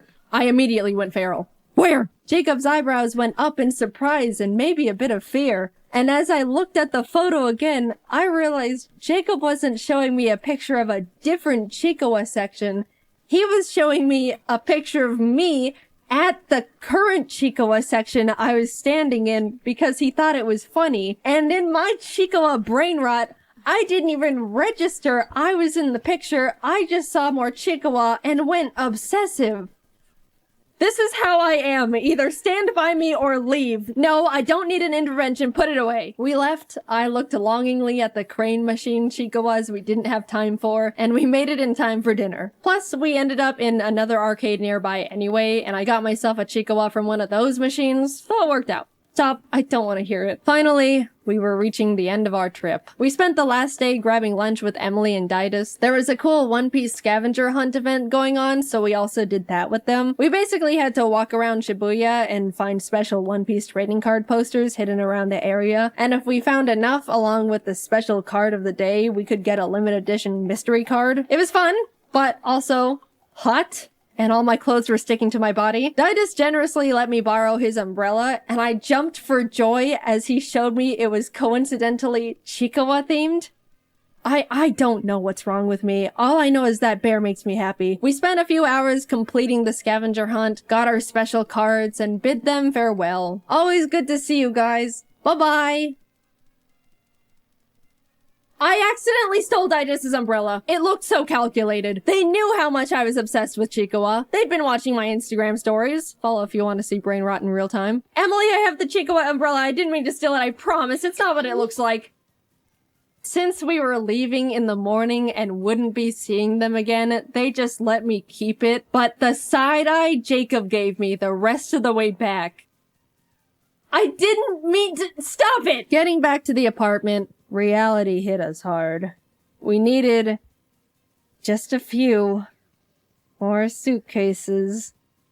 Again. In total, we ended up buying 6 extra suitcases to hold everything we collectively bought. And even then, it was a struggle making it fit. Jacob ended up going professional Tetris mode, perfectly fitting everything into the suitcases with quite literally no extra room to spare. We came to Japan each with a backpack, carry-on, and 1 extra big suitcase, and we're leaving with altogether 8 suitcases and 4 backpacks. We were lucky the taxi driver had a big enough car to fit everything because we didn't have much of a game plan if it didn't. Off to the airport we went, where we checked all of our excessive bags, paid a couple fees, boarded our flight, and headed home. That trip will go down as one of the best trips I've ever gone on. It felt like it turned into a celebration of everything that makes me me. All of my hobbies and interests, Pokemon, One Piece, at the last minute Chihuahua. We got to do so many incredible things and were given so many opportunities I'd never even thought I could be a part of. I got to see so many friends that are normally so far away, ate some of the best meals of my life, and overall was just really happy, especially getting to spend it all with my best friend Jacob. By the way, if you wanted to know why in the world we got so many things, yes, a lot of it was was for us. 90% of it all was for our friends. 100% of the Chikova stuff was mine, but that's besides the point. If you want to see what we got them, also credit where credit is due. The majority of it all was from Jacob because he's a great gift giver and even more incredible friend to the people around him. We're all nothing short of lucky to be able to call him our friend. You can go watch his Japan video. I assume it's already up because we had to animate a freaking 30-minute long video. My god, it was a lot. Thanks for sticking around. But yeah, I just had an unforgettable trip and I owe the opportunity to the Pokemon Company for inviting us to Japan in the first place. I'm extremely lucky to be in the position I am and will be forever grateful.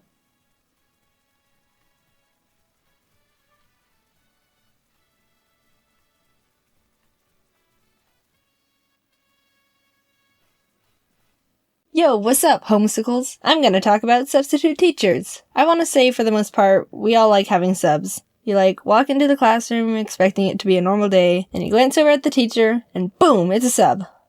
Yes, don't have to try today. Most subs are pretty cool. They don't really care too much either, and everyone just ends up having a nice easy break day. They have this attitude okay, so I'm just gonna pop in a movie or something, do whatever you want. I'm just here to make sure you don't all go Miley Cyrus wild and poke some kid's eye out with a ruler. But sometimes they don't care too much, and it gets kind of weird. Once I had a math sub where we were just doing a worksheet or something, and this girl behind me was eating carrots, but all of a sudden she started choking on one of her carrots and was gasping and gagging and stuff, and everyone turned around and was mortified.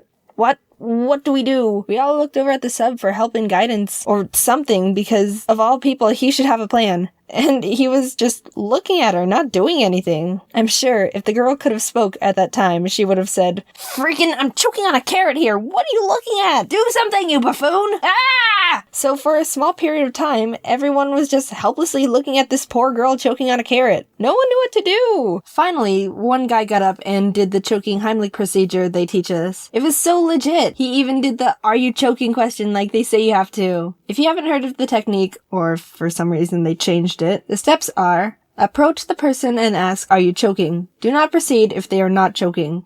It actually says that. Get behind the person and wrap your arms around their waist. Be ready to support them if they faint. Take your fist and place the thumb side against their belly, just above their belly button. Grab the fist with the other hand and thrust into the belly. And the final step is: repeat thrusts until the object pops out, or until the person faints. So the girl didn't faint. He actually got the carrot out of her throat and everyone was relieved. And after all that hullabaloo, we all kind of looked over to see what the sub had to say about the situation, and nothing. He just watched the situation with a blank slate look on his face. What the heck? What are you? I've never seen less of a reaction from such a big situation from anyone in my entire life. He should make a reaction channel, come to think of it. He'd blend in with most of the people on YouTube doing it already. Anyway, enough with Mr. Blank Slate. I remember when I was in high school, we had kind of a main group of substitutes that were common to have when a teacher called in sick or something. And there was this one old man guy that everyone knew and absolutely hated. And before you say something like, "Oh, Jaiden, that's kind of rude to say," in our defense, he hated us too. Whenever a person walked in and saw him sitting behind the teacher's desk, the immediate thought would be, "Oh, crap, it's gonna be a rough day today." No one had to say it, but we were all thinking it. "Okay, Jaiden, so what was he like?" "Oh, stand up so you can sit down because I'm getting started." Take the strictest person you know and throw them out the window because this guy is now that person. I think he saw himself as a military instructor leading juvenile delinquents because he wanted every child to be behaving perfectly, to a T, no funny business. And yeah, that's not gonna happen in a high school, so there's problem one. He would start every class with the same lecture. "Alright, sit down and zip up because we're taking attendance. If I hear any talking, you're being written up. I don't tolerate jokesters in my classroom. I'm going to call out your last name, followed by your first name, and if I don't hear you say present, then you're being marked absent. You should be paying attention because you only have one chance, and I'm not calling names twice. If I pronounce your name wrong, correct me. Alright, here we go. He says that exact paragraph every time he starts a class, and I know it because I've had him enough times to have it power washed into my head. I kinda wanna believe he has it written down and framed somewhere in his house so he can proudly look at it before he goes to bed every night. And he actually gets mad if you don't correct him if he says your name wrong. I know from experience. I don't care when people pronounce my name wrong. It happens all the time. I've gotten used to it. So I thought I wouldn't make a big deal out of it. Animations Jaiden. Here. Did I say that correctly? It's close enough. Correct me next time. Sorry? He reminds me of if, like, Oscar the Grouch had a pet lemon, but the lemon was expired by 2 months and he keeps forgetting to throw it away. Like, oh crap, the lemon. I'll do it tomorrow. And he doesn't do it tomorrow. So I'll call him Mr. Yet to be Thrown Out Lemon. Just for simplicity. I truly don't know why Mr. Yet to be Thrown Out Lemon worked as a substitute teacher, because you could just see the child hatred in his eyes. Somehow, he made everyone in the class feel uncomfortable just by existing. So let me tell you a story about Mr. Yet to be Thrown Out Lemon. We had him in a biology class once, and we were just gonna work on a paper he had to pass out. Alright, we're gonna be doing a worksheet today. If I hear any talking, you're being written up. This is an individual worksheet, so there's absolutely no reason to talk to anyone at all during this hour. Everyone come up to the front of the room right now and grab a paper. Mrs. Grapes does it so each person at a table has a number, and she calls out a random number, and that person just gets up and gets the paper for the rest of the table, so it's easier to— I will not have slaves in my classroom! What did he just say? This man just compared picking up papers for other classmates to slavery. Slavery! Good God, So we did it his way. The 34 of us all got up at the same time and shuffled to the front of the room, awkwardly squishing together to grab a paper from the one pile he made for us.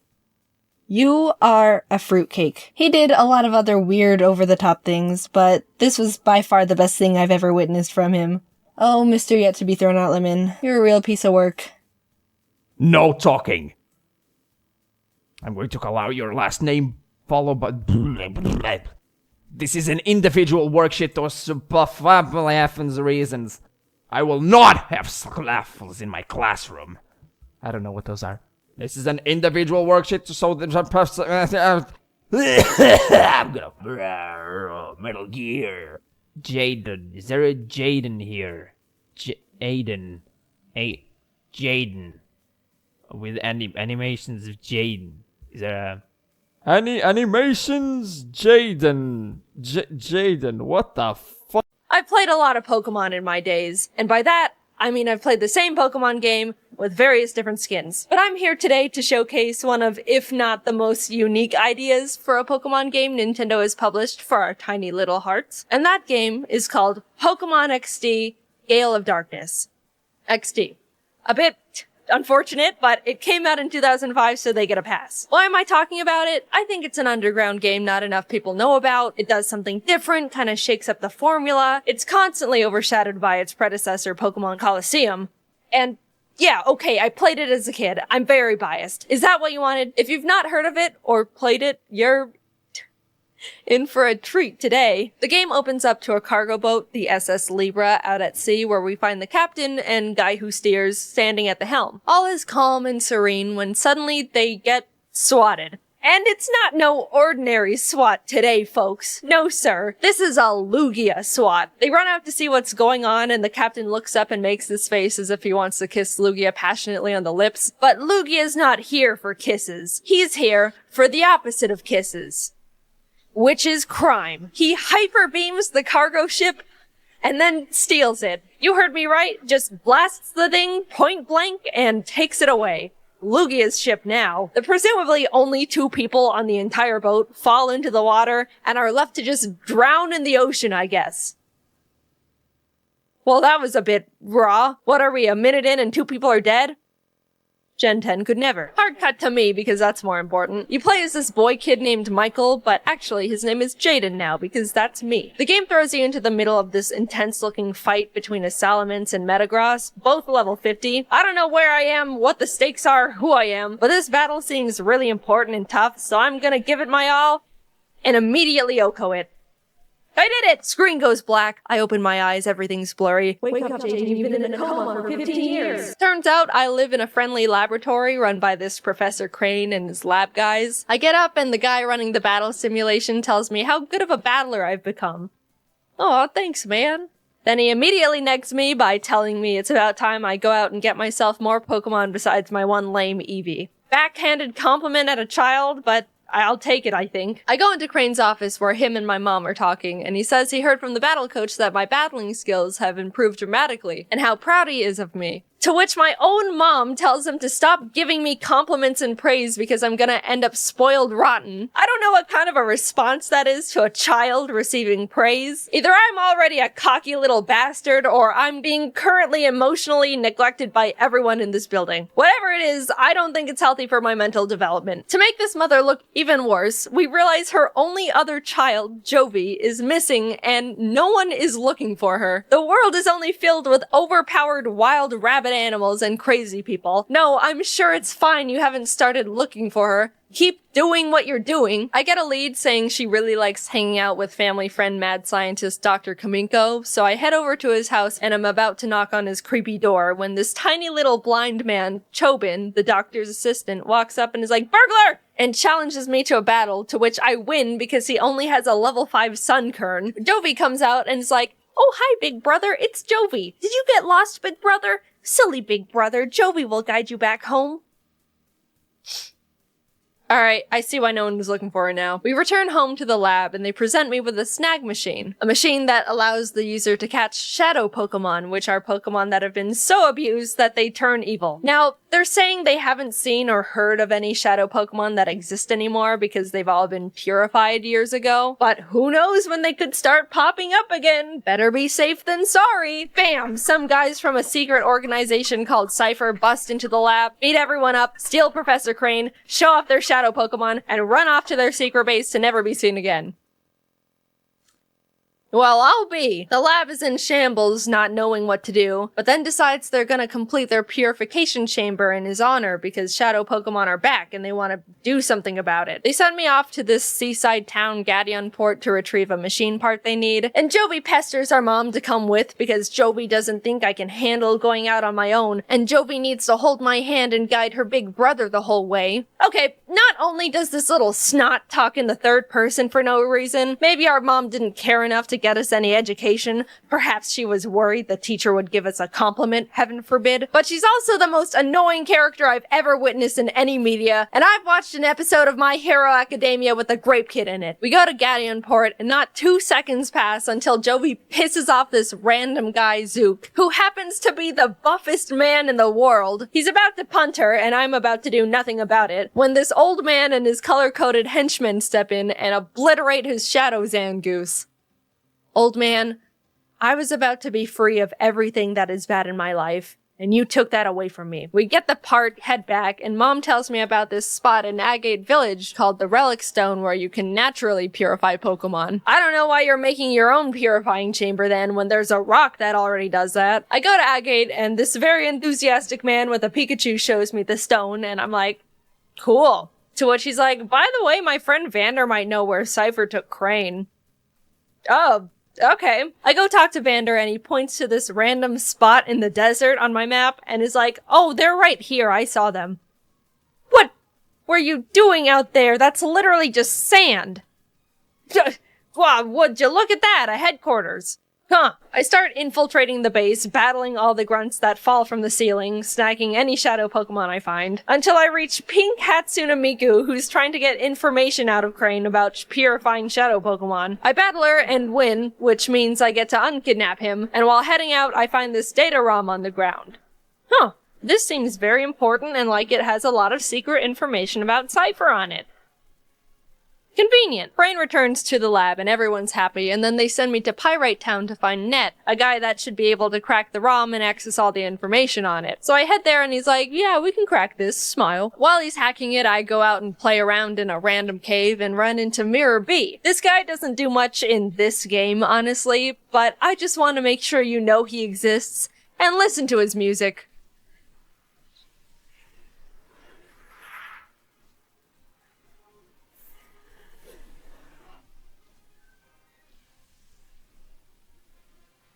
I go check on Ned again, and Cypher's busted and beat everyone up and kidnapped another person. Have you guys min-maxed how to kidnap people or something? You're 2 for 2 at this point, and are scarily efficient at it. They tried a hostage situation the data ROM back, and even though I beat up this big man and take all his shadow Pokemon, Ned still wusses out and gives the ROM back. He thought he was being 2 steps ahead because he saved all the information on his server already, but Cypher just logs on and deletes everything anyway.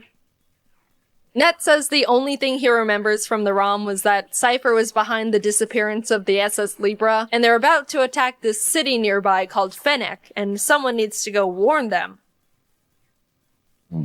I guess I'm just Mr. Scooter across the desert and save everyone today, aren't I? I head to Fennec to warn the mayor about the attack, and as soon as I arrive, this lady hits me with a confetti cannon, congratulates me on being the 1,000,000th visitor to the city, and shoos me away to celebrate at Real Gam Tower. I try to get around her because this is important, but she's determined to gatekeep me no matter what I do. So I just go there and realize she literally sent a child to illegally gamble his life away. Wow! No one in this region likes children, do they? After not being able to figure out how to play bingo, I head back, sneak into the mayor's house, distract his house sitter with music, and find out the mayor was trying to write a note to Justy, the city's gym leader, warning him about the Cypher attack. I don't know why the mayor was trying to ask this random gym guy to help, but he was kidnapped halfway through writing it, so I guess it doesn't matter. Cypher realizes I now know what's up, and everyone in town reveals themselves to be disguised Cypher grunts. Oh my god, they kidnapped the entire town. I don't care what kind of organization you're from.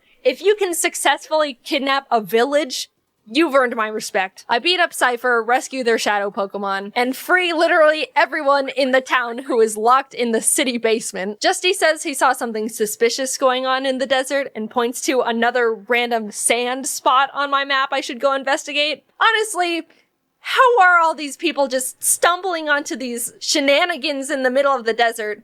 And why are they able to give the latitude longitude of these locations after finding them? This has got to be like tens of miles out from any sort of civilization. This is where people run out of gas in their car and then shrivel up and die before anyone can find them. Why were you here? Wow. Yep, that's the cargo ship.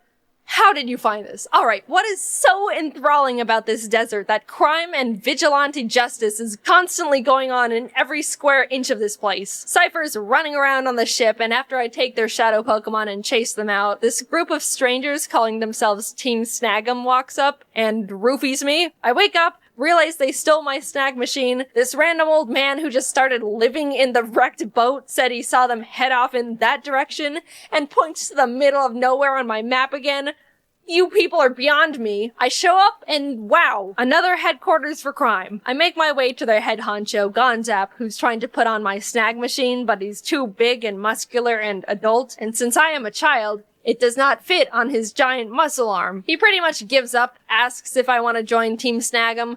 I say yes, but he fights me anyway. And after I beat him, he's like, actually, you can have your arm thing back. We're not enemies. Awesome. So why am I here? You drugged me, stole my stuff, and then just called friendship and gave it back. I find Cypher's shadow Pokemon factory and walk up to the actual biggest men I've ever seen in the world. How naive I was to think Zook was big. Foolish me. Anyway, they're about to beat me TF up when Gonzap shows up, expresses his devotion to our newly blossoming friendship, and roofies them for me. Thanks, man. You're really consistent at that. I go inside and climb to the roof where their power generator is. There's a tiny little piece of paper there that says, use system lever to adjust voltage. Do not raise voltage too high. Crank! A guy comes out and starts yelling at me with his Pokemon when the tiny old man who accidentally ruined my life in Gadianport comes on screen and is like, I'm evil and creating a Pokemon that's unpurifiable. Come get me. This is my IP address. I need to cross the ocean to get to him because he's basically on evil Hawaii. So I take this Robo-Kyogre from Kaminko, speedboat my way there, and you guessed it, fight everyone in the building/volcano until I get to the big little man. After fighting an entire country's worth of people, I find him. His name's Greevil, by the way. And he's like, I'm surprised you made it this far. Ha ha ha ha. Well, I'm busy, don't bother me. And blocks me with a giant pane of glass. Honestly, out of all the fictional villains I've seen, this is surprisingly decently reasonable. But I'm not gonna just sit here and stare at him behind the glass like a goldfish at PetSmart. So I just walk around and use the side door, which really sets him off. I mean, dude, either lock the door or don't have it. This is just what doors do. Gravel's like, you blew up our shadow Pokemon factory, you got past my glass. That's it. I'm summoning Shadow Lugia, the first Pokemon to ever be unpurifiable. Come forth and obliterate this small boy. To which I just Master Ball it. Really overlooked that one, didn't you, mate? He may not be purifiable, but he's mine now. Huge L. Revel gets so beyond pissed that he decides to open his creepy eyes and fight me himself. And I was surprised to realize not only does he have a team of all shadow Pokemon, but he somehow nabbed Articuno, Zapdos, and Moltres. I'll be honest, it was a really hard fight because shadow Pokemon are super effective against all non-shadow Pokemon. I don't know how it took me this long to tell you that, but that's how it works. So instead of trying to catch them all like I've been doing this whole time, I really just beat them up and they ran away. So I win! Cypher has officially lost everything, and it's all because of me, the little boy. Blue henchman runs up to Grevel and is like, "Sir, I have a plan. Let's blow up the island with the kid on it." Which is like, oh my god. And then red henchman is like, "Okay, that's a bit too far, man. Dad, let's go home." Yeah, they pulled the I'm your father/son twist on us, but it has very little effect on me because I do not care about these people. Anyway, they decide to not blow up the island with me on it and stop being evil, I think. I'm like 60% sure. And then happy ending, I just go home. So what do you think? For some reason, I really liked the game as a kid. I never actually beat it because I didn't know how to get past the gatekeeping woman in Fennec. Glad I figured it out this time. I also wanted to mention how lively the animations are in this game. Sure, some of the Pokemon look god-awful. They gave Houndour human knees that bend forward, but they're all just so expressive and show so much care and personality. It may be pretty sad the current games don't show this much passion, but I guess that's just what makes these games more cherishable. Anyway, the game was fun and weird. I liked it. See ya. Hey, it's been a while. Anyway, this game also is like all double battles, and I thought that was really interesting. I'd like that to happen again in a new game. Nothing else really to say. Can't believe the queen's dead. People are so complicated that most of us don't even understand our feelings and thoughts half the time. Yet, here we are, 7.5 billion of us stuck on this rock, having to interact with each other, everyone with different goals and values and beliefs, and we all gotta try and get along. And also some people have knives and no emotional reaction to murder. But that's not the point. When I say relationships, I'm talking about any type of interaction between people. Friends, family, colleagues, when you do the kisses with someone. Red flags are a term that everyone's familiar with. That person cheats on everyone they've been with? Red flag. That person only uses people for their personal benefit? Red flag. That person doesn't wipe off the knife after spreading butter on toast, and when they go for more butter, little crumbs get stuck in the tub? Red flag! But what about red flags that only start revealing themselves once you've built trust with someone and have a connection with? When your opinion of someone is positive, those flags can start being overlooked, or you start saying, "Oh, but they're a good person. I trust them. Oh, I mean, they wouldn't want to hurt me on purpose." It's easy to rationalize warning signs of a bad relationship when you have a positive view of someone, but it doesn't mean that they're not there or should be ignored. They're still being a jerk. It's just complicated by your history together. I think the majority of people tend to be too nice or passive or overly understanding. It's really common and easy to do. Because of that, toxic relationships are much more prevalent than you'd realize, and it can be difficult to know what to look for. There's a chance you're in a hurtful relationship right now and don't even realize it. The term manipulation gets thrown around a lot, and because of that, I think a lot of people would feel they would be able to identify manipulation if it happened to themselves. But it's not as easy as, Chad and Sally are dating. Sally wants to go out with friends. Chad forces Sally to stay home with him. Chad's a manipulator! Yeah, that's actually a super common manipulative situation. But the way manipulation works is that it builds up slowly over time and is almost entirely emotional. Chad might instead start isolating Sally from her friends by nitpicking things he doesn't like about an individual person at a time.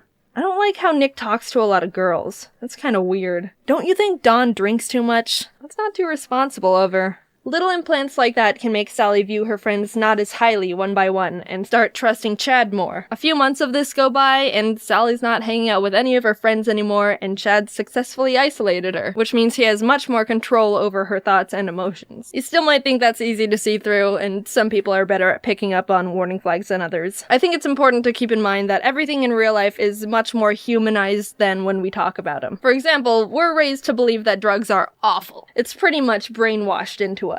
You're at a party, the lights are blaring, and someone comes up to you and goes, "Hey kid, wanna do a drug?" Time slows down, the cigarette is glowing with evil energy. You look up, and all of a sudden they've grown horns and fangs, and oh my god, it's Satan! No, that's not what happens. Realistically, you'd be at a small get-together with close friends. You've had a nice night with them so far, laughing and having a good time just like normal. One of them just takes out a little sandwich baggie and is like, "Hey, I've got Coke."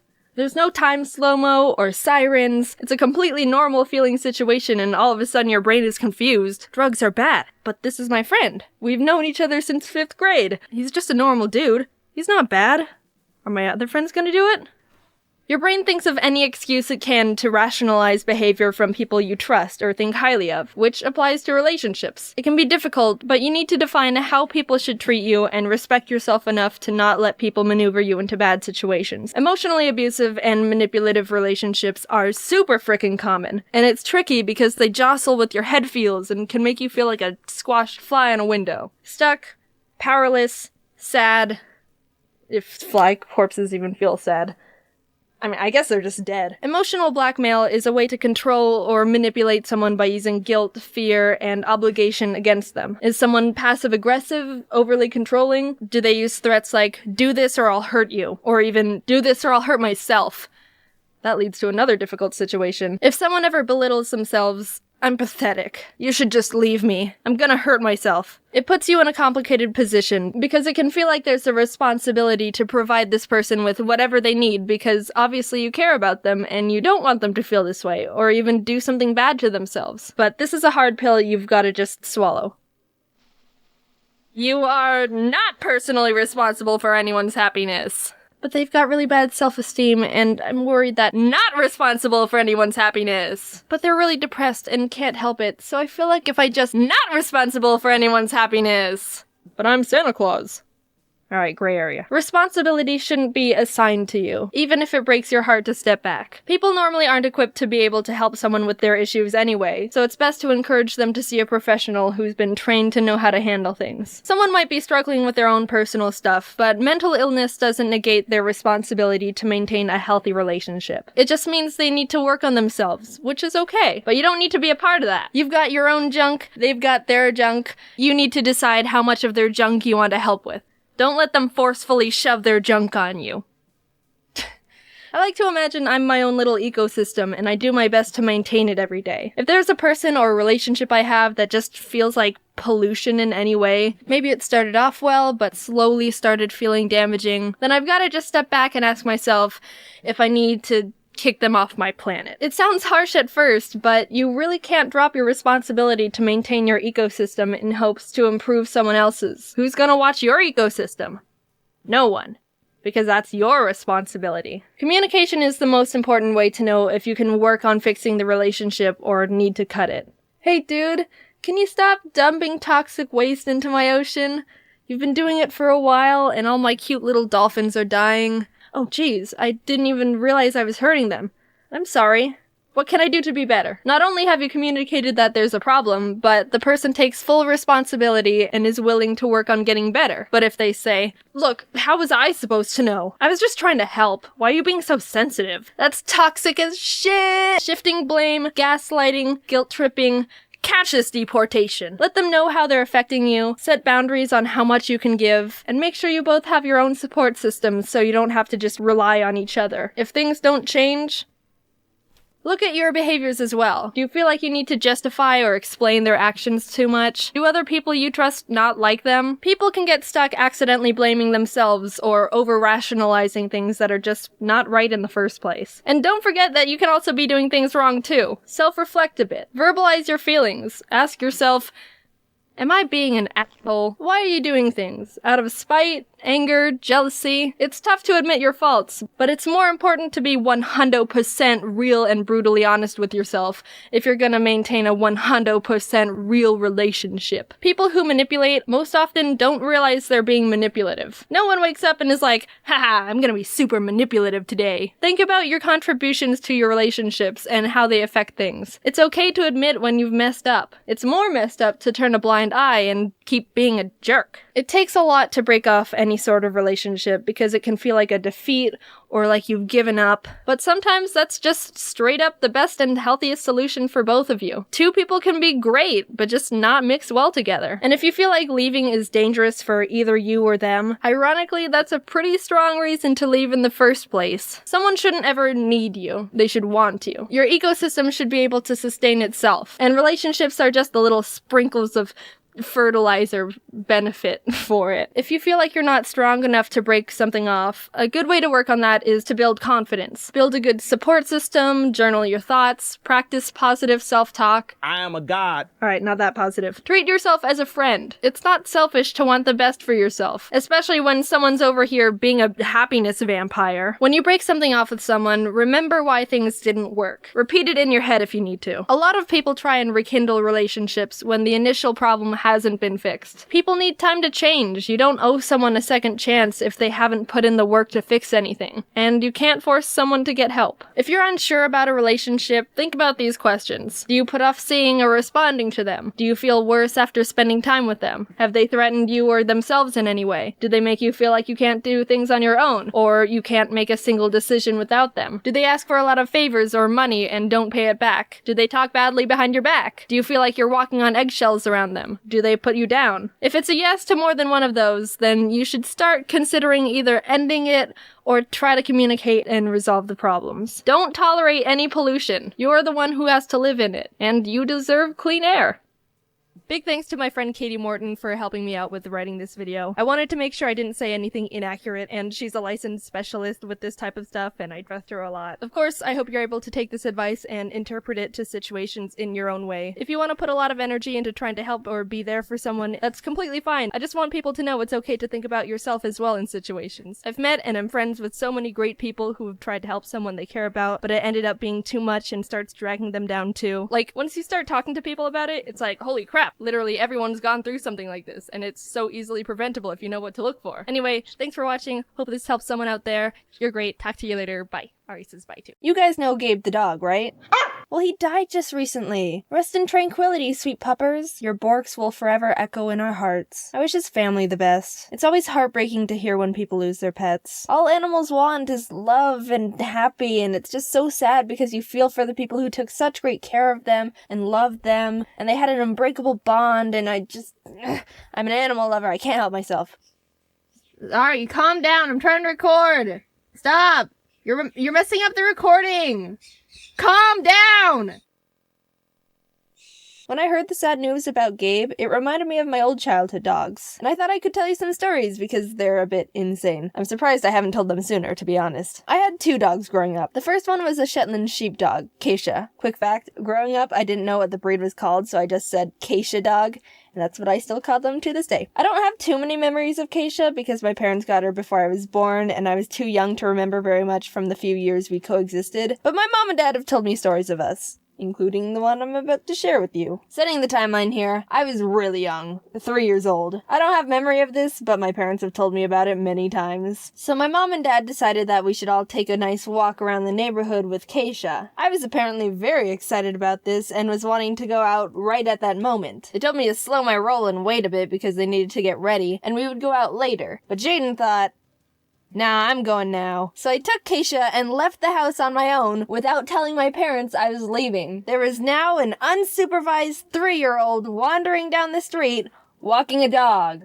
I can't even imagine what that could have looked like. I don't know how far down the road I got, but by some crazy coincidence, a police cruiser just so happened to be driving by and spotted me. As it started approaching, I guess I was like, shoot, they're after me! Abort! Abort! And before they could ask me any questions, I start booking it back to the house. It was around that time my parents realized I left and were getting ready to go out and find me, and they come out to the front to see their frickin' child, dog leash in hand, hightailing it from this police cruiser that's following me down the neighborhood. Everything was fine. I was fine. The dog was fine. But now you know about the one time I was chased by the police. Keisha was a great dog, as I was told. She was gentle with me as a baby and was like my own fluffy bodyguard / babysitter. But she passed away before I was old enough to really remember her. I've always loved animals my entire life and would beg my parents to let us get another dog. Years and years of nagging and just, please, Mom, I promise I'll take good care of it,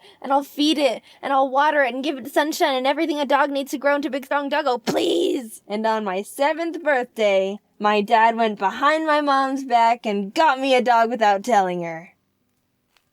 Now, okay, we went to look at dogs before as a group, but it was never an official decision we'd get one. So here's the story of when we got our new dog. My dad went to the place to pick him up. We got him from a dog rescue, which is a recommended place to get animals because you save a life and all that. Try to look into rescues and adoptions over breeders, just a tip I thought I just mentioned. And when he was holding the dog, getting ready to take him home, the dog started peeing on him. Obviously, my dad didn't want that, so he tried to hold him away from his body, but that made the dog nervous, and he turned around and bit my dad's hand. Not wanting to drop the dog on the floor, he tried to shift him over to the other hand, but he bit that one too! My dad came home with pee on his shirt, 2 bleeding thumbs, and a dog. I named him Scruffy. Scruffy was a weird little dog. Havanese breed, if you're wondering. He hated my dad and loved my mom, who was, ironically, the only one who didn't want him. He would follow her everywhere, and when she was at work, he'd sit in the living room and do nothing but wait for her to get back. We always joked that he was just a cat in a dog's body. Come here, Scruffy! Come here! Come here, Scruffy! But we loved him anyway. My mom gave him haircuts to make it look like he had a mohawk. So back to stories. Every morning our mom would drop us off at our elementary school down the street, and Scruffy would ride in the car too. He'd sit in the back with us and stick his head out the window, but one day he just jumped out. He freaking jumped out the window of a moving car. We weren't driving fast, mind you, because we weren't on the main road yet, but friggin' heck it, Scruffy, you can't just jump out moving cars whenever you want. He ran into the desert because he was freaked out, and we lost track of him. Of course, my brother and I still had to go to school, but I was pretty messed up for the rest of the day. And by the time I got home, he still wasn't found. This was in summer, too. A little black dog in the Arizona sun without water isn't a good combination. And he definitely wouldn't survive a night with all the coyotes around. He'd be like a little Happy Meal to him. We drove around looking for him for a long time. I was leaning out the window calling his name. And no, I didn't jump out and run away too. We didn't need 2 family members jumping out of car windows that day, you know what I'm saying? After searching and searching for so long, we were actually starting to lose hope. But we finally found him! Scruffy! Time for a bath. Finding Scruffy again was the biggest rush of relief I've ever experienced in my life.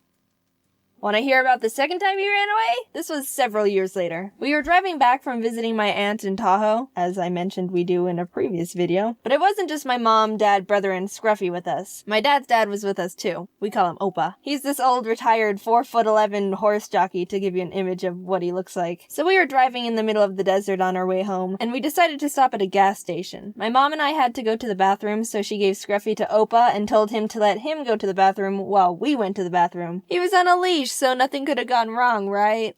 Right? Yeah, of course not. While we were in the stall, I was still young enough to go in the same restroom stall as my mom, okay? Opa busts in and yells for my mom. There were a few other women in the bathroom too, so they were a bit startled to see this tiny old man come in and start making a ruckus. Yeah? And she sees Opa holding the leash with no dog on the end. Oh, great! Pull up your pants, we're going on a run. Since it was all mostly flat open desert, we were able to see Scruffy still booking it down the side of the road. And since it was a tiny middle of nowhere gas station, the few people that were there were all chasing after him too. Everyone was screaming at each other, "Get the dog! Get the dog!" and running around. Ugh, what a disaster. The thing is, even though Scruffy was a small dog with tiny legs, He could run. Those things can friggin' run. And when he started running, you couldn't stop him. It was like tunnel vision. Need to run, need to run, need to run. Where am I going? I don't know. If I just run, I'll get there. You could try to yell his name. It wasn't like he was gonna listen. He hardly did that anyway. So how'd we catch him? Driving down the road towards us was a white van. They saw that there was a herd of people chasing this tiny dog down the road. So they turned sideways, opened their big van car doors. You know, the kind I'm talking about, the ones that they slide. And Scruffy just jumped in. What? Scruffy, hasn't anyone taught you not to jump into white vans with strangers? They didn't even have to offer you dog treats to get you in there. And I could try to lie to you and say they closed the door and drove off with a free dog, but they didn't. They gave him back to us. But think about how easily they could have. Oh, thanks for catching our dog. We could have never caught up to him. I don't think you would have forgiven me if I tried to pull off that ending. And that was runaway attempt number 2. He loved us, I promise. Scruffy was a great dog, too. And even though it might not seem like it because I only talked about him trying to run away from us, he was glad to be part of our family, and we all loved him. If you have an animal, make sure you give him a good pat on the head and tell him you love him. Even if it's a snake. Yeah, snakes want love, too. It's sad to hear when animals die. Scruffy dying was the first time I ever had to experience death, and I was really heartbroken when he wasn't with us anymore. But just knowing we gave him a good life and he was a happy little dog helped me feel better. Make sure you give your animal the best life you can while they're still around. All animals deserve to be loved and cared for properly. They aren't your possession, they're a friend and a family member. Give them the right care, the right food, the right toys, the right amount of attention, everything. And make sure you do research beforehand to know exactly what it takes to make sure they're happy and healthy. Too many people impulse buy animals, and the poor thing doesn't end up being treated for correctly. Research and then love. That's the steps. Rest in peace, Gabe. Keep on borkin', little pal. Hey guys, I know it's been a while since I've had a story to tell, but I have a story to tell, and it's because my birds accidentally laid eggs together without my consent. Okay, so let's back up. I'm sure the majority of you know this guy right here, Ari. Classic piece in the Jaiden Animations lore. If you don't know him, you don't know me. I keep Ari in his own room because he destroys literally anything if he has access to it. In a way, you could call it a containment room. But when I'm not around to give him attention, I wanted to make sure he has a friend around and isn't just sitting there all alone and pitiful-like. So back in October 2019, I got Tofu, which, oh my god, I'm just realizing is much longer ago than I thought. Tofu, I thought you were still just a baby. She definitely isn't as well known as Ari, but we're talking about her now. I was so nervous back when Tofu first arrived because I obviously hadn't gotten any other pets before, and it was really important that she and Ari actually got along. Birds can be pretty particular, and some just flat out hate each other for no apparent reason. Some sort of bird drama or something, I don't know. I was worried my birds were gonna mean girls each other, and then suddenly I'd have 2 singular birds, which then doubles my original problem. I went through the typical process you're supposed to do to introduce them, keep them in separate areas for a bit, let them kind of see each other, slowly introduce them in small doses, and suddenly they were best friends. I was so happy. Plan B of having to get 4 birds was now not necessary. So great, everything was going according to plan. I have 2 birds that can keep each other company when I'm not around. Nothing could possibly go wrong when there's a pair of animals that get along very well. It was a peaceful, happy 3 years of 2 birds who were besties until this past spring where everything went wrong. How could this happen? I walked into the birds' room to give them their morning food, and on their dresser, I find 3 tiny little eggs. Oh, uh-oh. And by the way, when I say tiny, I mean you would be shocked to see how small bird eggs can be. These things were the size of a quarter. Some of you may be thinking, Jaiden, why is this a bad thing? Jaiden, it's the gift of life. This is a beautiful moment of miracles. Okay, sure, but actually, no. First of all, I don't want more birds, especially fragile little fresh out the egg ones. Remember when I was worried I'd have to get 4 birds if Ari and Tofu didn't like each other? Why am I experiencing the same dilemma again? 2 birds is already enough, especially since one of them has devoted his entire life to being a full-time bastard. Anyone who has a gremlin pet understands that that creature is equal to like 3 pets worth of energy. It's a lot to handle at all times, and if my plate gets any more full, I'll unlock alcoholism. Second of all, this is now my problem that I need to handle ASAP. I can't be like, oh, I'm busy right now, I'll deal with it later. No, procrastinating would only lead to possible hatching. Not 100%, but there's a chance, I'll get to that later. Which leads back to my prior statement that I've stated multiple times at this point, of I don't want more birds. Immediately, I was like, how did this happen? I've been preventing them from laying eggs together for so long. What changed? Unlike cats and dogs, birds can't really be neutered, at least not easily. You could give them like monthly hormone shots or there's other stuff, but it's just really complicated. And you're better off simply making sure their environment is set up in a way to discourage nesting and egg laying behavior. There's a few things you could do to prevent it, but to sum things up, basically,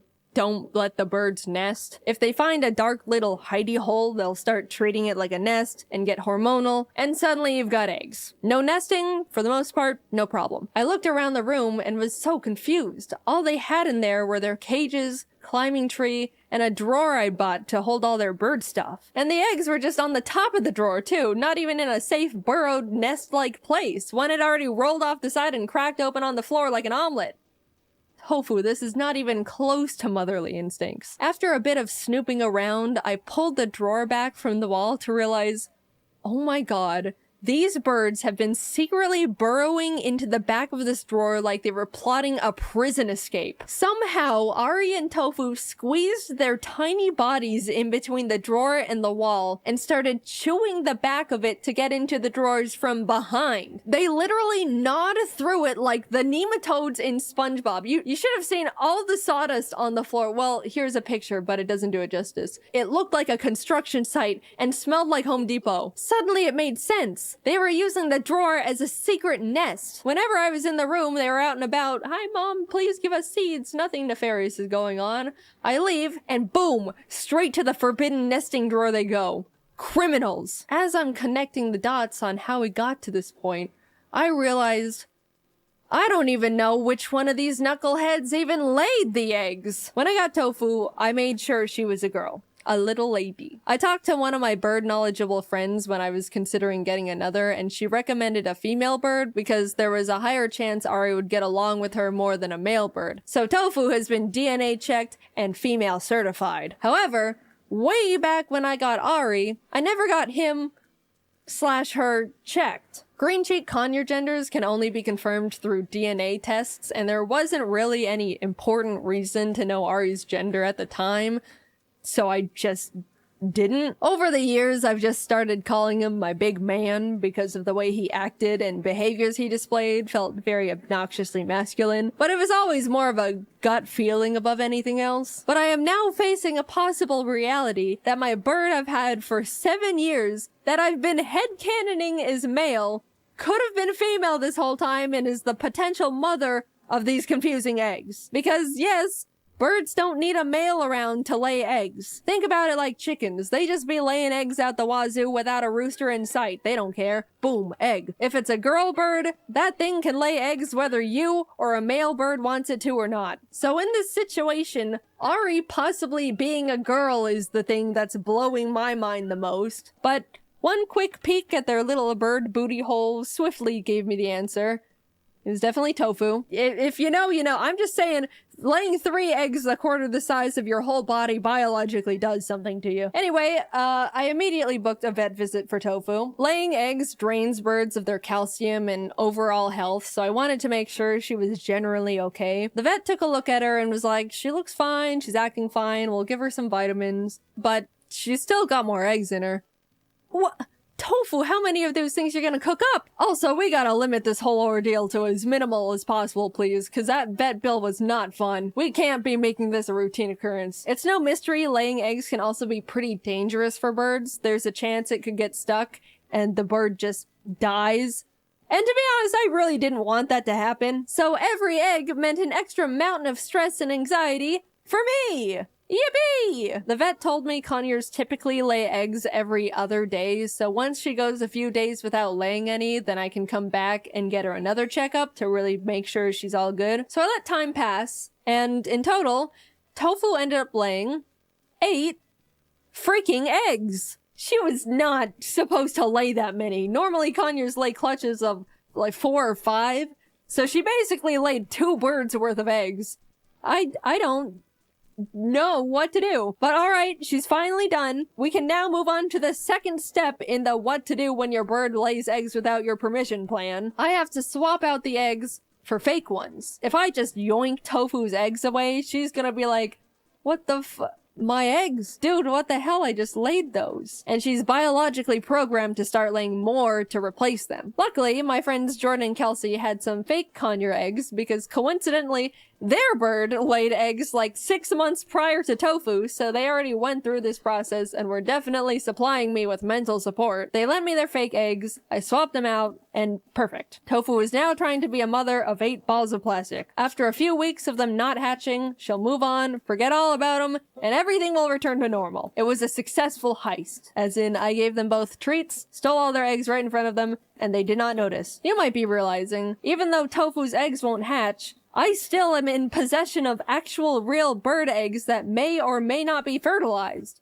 Yep, as much as Ari could have been the mother, he could also be the father. We don't know. Big drama. Are you the father? More like, is there even a father? After consulting with the vet and various bird resources, I basically had to make sure no birds could start growing in them just in case. Even though it's very likely they were just empty little chicken eggs, we couldn't run the risk. By the various resources aforementioned, I was given a few options. I was told I could smash them, which felt a tad bit too violent for me. Oh, Tofu, are these your little eggs? The first eggs you've ever laid in your life?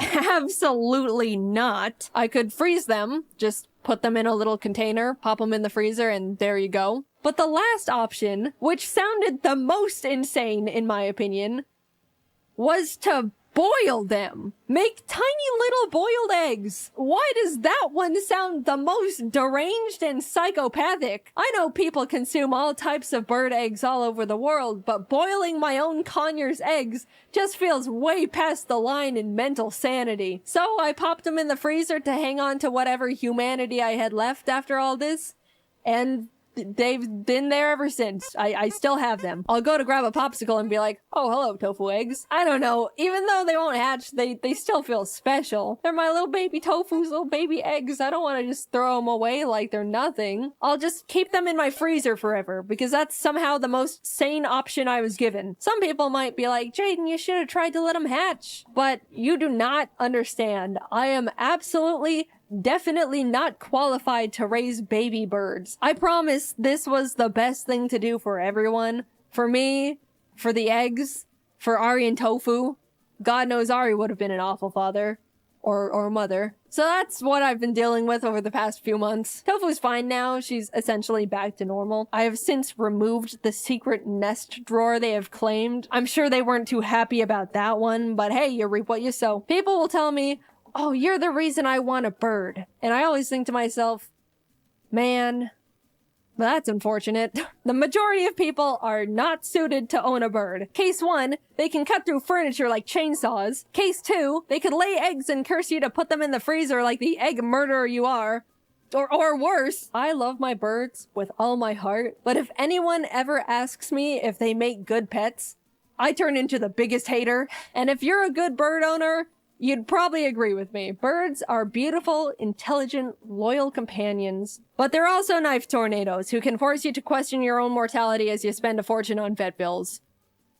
Thanks for watching. Hey, by the way, do you want to see me in person in the flesh? James, Ross, Dom, Aaron, and I are all going back on tour again. Imagine going to a funny improv drawing comedy show, but there's no children. And I swear, live on stage, right in front of you. That's right, if you're 18 plus, you should grab tickets to our Scribble Showdown After Dark show. Check out scribbleshowdown.com to see if we're coming to a town near you. I hope to see you there, and also happy almost 2024. Time is but an illusion, and we're all aging too fast for our souls to truly absorb the meaning of life. I hope you enjoyed the little story about my birds. Bye-bye.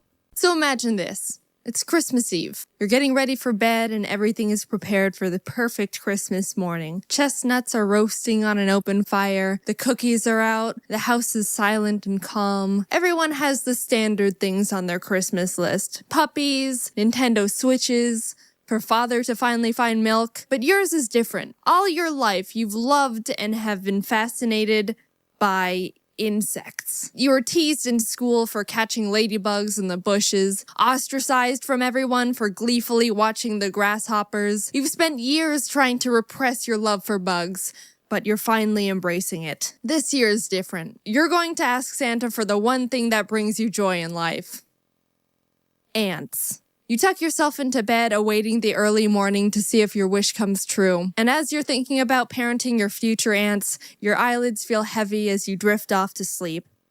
You don't know how many hours have passed, but you're suddenly awakened by a strange sensation. Your body is burning, flaring up, itching everywhere. The worst itching you've ever experienced in your life. What's happening?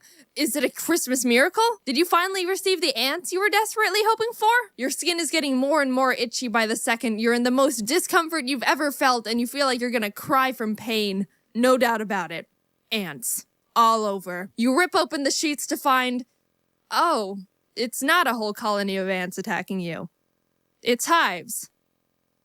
So back to me. I've never had hives until last December, and it was the worst thing that's ever physically happened to me. Around the night of the 21st, I was relaxing and playing video games on my couch. Ari was on me because it's snuggly and nice, but about an hour or so in, I started feeling itchy around my neck and shoulders where he'd been sitting. I didn't think much of it, but when I was getting ready for bed, I realized the area that was itchy was actually kind of red. On paper, that seems a bit like, that's not really normal. But you scratch yourself all the time and get a bit red. I just thought, Ari's nails are probably a bit too long and irritated my skin. I'll have to cut them tomorrow. And left it at that. 4 a.m., I'm woken up by more itchy. I itched it, and it got double itchy. Well, that doesn't seem right. I went to the bathroom to see what was up, and the area that was irritated before was even more red, and maybe a bit bigger this time. I can't remember. It was 4 a.m. I was like, that's not great. And then went back to bed. I mean, there wasn't anything I could do about it. I didn't have any anti-itch cream or anything. All I've got is an expired bottle of mini ibuprofens and a dried out cleaning wipe. The next morning, after a bad night's sleep, I got out of bed and whoop, it spread to my back. Yep, this is not good. Did I do anything about it? Nope. I was like, whoop, I sure hope this cures itself somehow. I'm gonna go to work now. But after like an hour of sweating from discomfort and getting nothing done, I decided, yeah, I should probably go to urgent care. So I went to urgent care. Have you eaten anything new or that you're allergic to? No. Have you taken any medication that's new or you're allergic to? No. Have you been bitten by any bugs you might be allergic to? No. Looks like dermatitis. So I got a dermatitis diagnosis, picked up the pills and lotion he prescribed me, and by the time I got home, I was so itchy it started to feel like actual pain. I ran into my room and immediately took the medication and started hoping I would feel better soon. All I could do was lay on my bed and do nothing because every time I moved or touched something, it would send shocks of pain and irritation down my body. And I preferred not to have that. I decided to call my friend to tell them what was happening to keep my mind off everything and use them for moral support because I was going crazy. After maybe an hour, I was like, actually, I think I feel absolutely worse. Everywhere I put the lotion was even more red and itchy. It was spreading to my legs and hands, and I felt like I provoked the devil. This must be the karma for swearing that one time. I told my friend, I'm in so much pain and discomfort, I can't think straight, and I've been sitting on the floor not being able to move for 30 minutes. What should I do? Go to the hospital? You think so? Yes, go to the hospital. I don't know, maybe if I just wait a bit more, go to the hospital. Okay. I arrived at the hospital and hobbled in the best I could because the feeling of my shoes and clothes rubbing against my skin made me want to cry. They were really busy, so I had to sit on a bench in a hallway for about an hour. I was finally taken to a bed, given a shot along with a mystery pill, and about 40 minutes later, I felt better. But they kept me there for 4 more hours just to be safe. By the time I got home, I was sighing with relief. It felt so good to not be in total body pain and wanting to claw my skin off. I'd forgotten that feeling. The hospital gave me a new prescription because they were like, pretty sure you have hives, not dermatitis. But I didn't get it filled because it was late and I figured I could just get the new medication tomorrow since I was feeling all right. The good thing was I was feeling better and had the right diagnosis. But the scary thing that got me worried was this all started when Ari was on me. The flare-up started in the exact area he was sitting on the other night, so if I hadn't eaten or done anything different from my usual day-to-day life, could that mean I developed a really bad allergic reaction to him? So that terrified me a bit. Anyways, I had plans to see my family for Christmas and was worried that I'd have to miss my flight because of this, but things seemed all good now.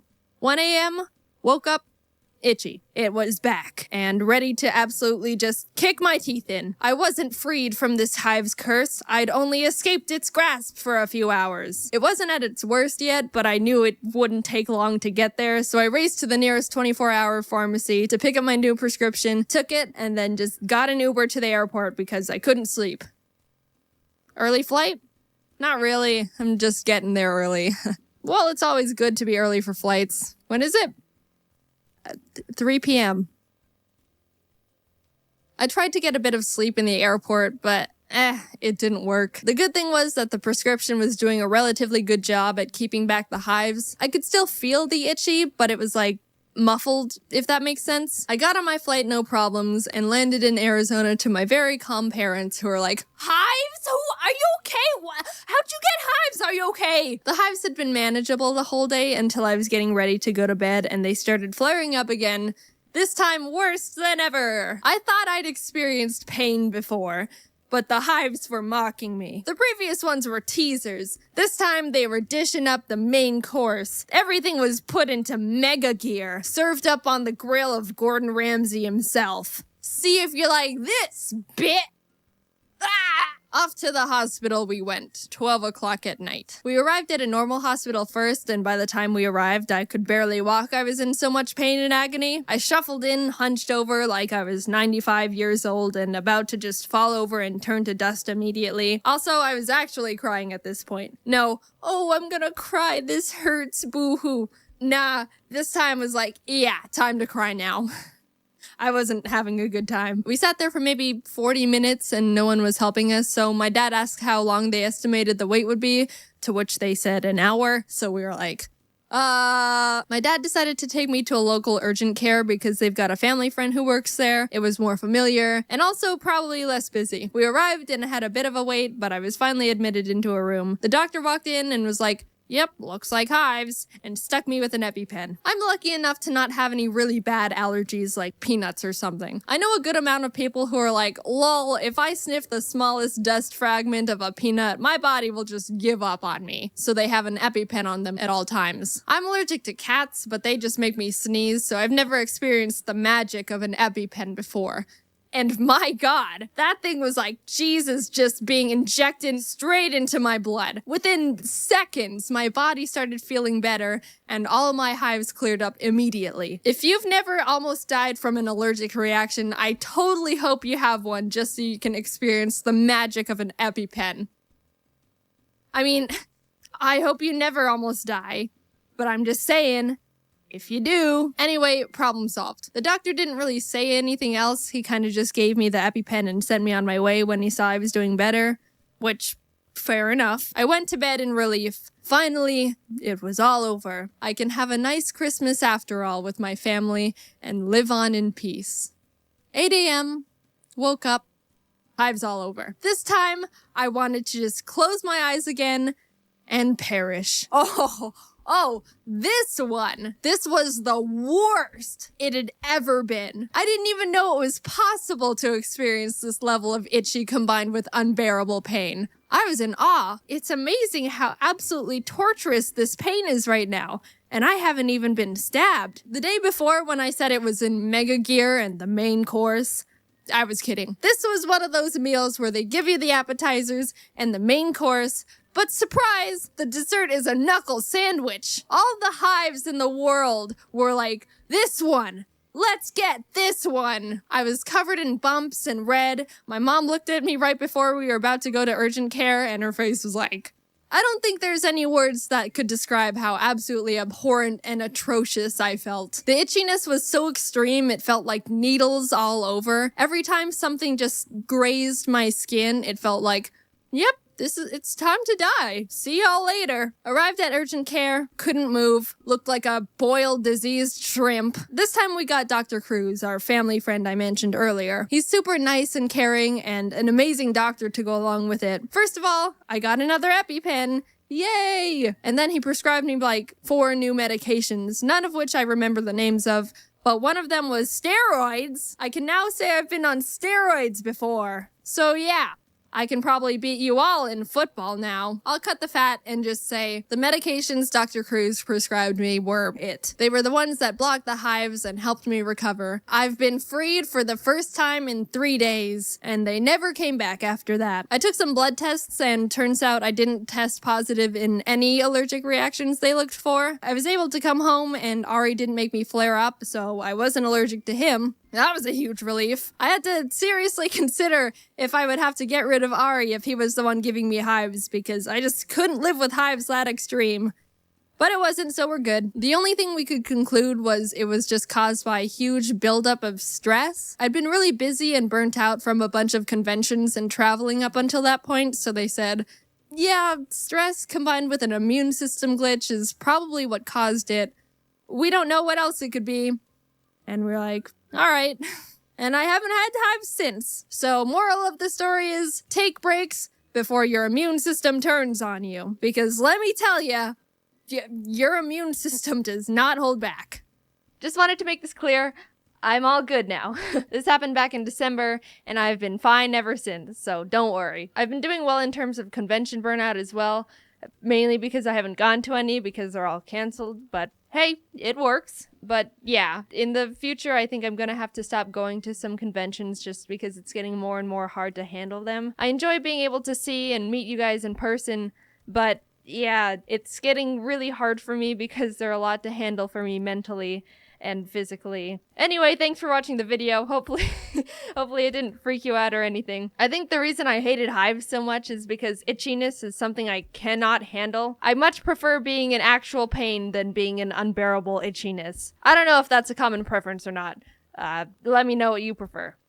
Alright, see you later. Do you want to join soccer? Not really. My mom had me in physical activities before I was even able to comprehend the idea of free will. But that's not anything I'm complaining about. I really enjoyed most of them, and it got me being active really early in life. If mom didn't do that, I definitely would have just sat on the floor of my room and played with a light bright for 15 years. When I was 4, my mom was like, alright, up and at 'em, future diva! Time to get those feet a-tapping! Since I was so young, I really don't remember anything about dance classes. I know we had a tumbling part where we would spin around or do somersaults. And I think there was a giant foam cheese wheel I would run full speed into. I don't know what that was all about. I also have this distinct memory that when I was on my way to class, I was chewing gum in the back seat, and for some stupid reason, I took it out of my mouth and started playing with it, except it started sticking to my fingers the more I tried to get it off, and by the time mom opened the door to let me out, one dance recital, I was doing this routine with other girls in front of the parents. I was in the center like the little queen I was. And apparently, in the middle of the performance, the girl on the left froze up and stopped dancing. Megan, I swear to God, if you ruin my big moment, I'll put gum in your hair. I guess it wasn't that big of a deal, but there was a part where we had to start shuffling to the side, and she still wouldn't move. So what did I do to continue the show? I grabbed her tiny 4-year-old hand. We looked at each other, I nodded, and her eyes lit up with determination. We danced in sync for the rest of the show, hitting every step perfectly, and got a standing ovation from all the parents as we were showered by flowers. Just kidding, I started pushing her as I was dancing because she was in my way.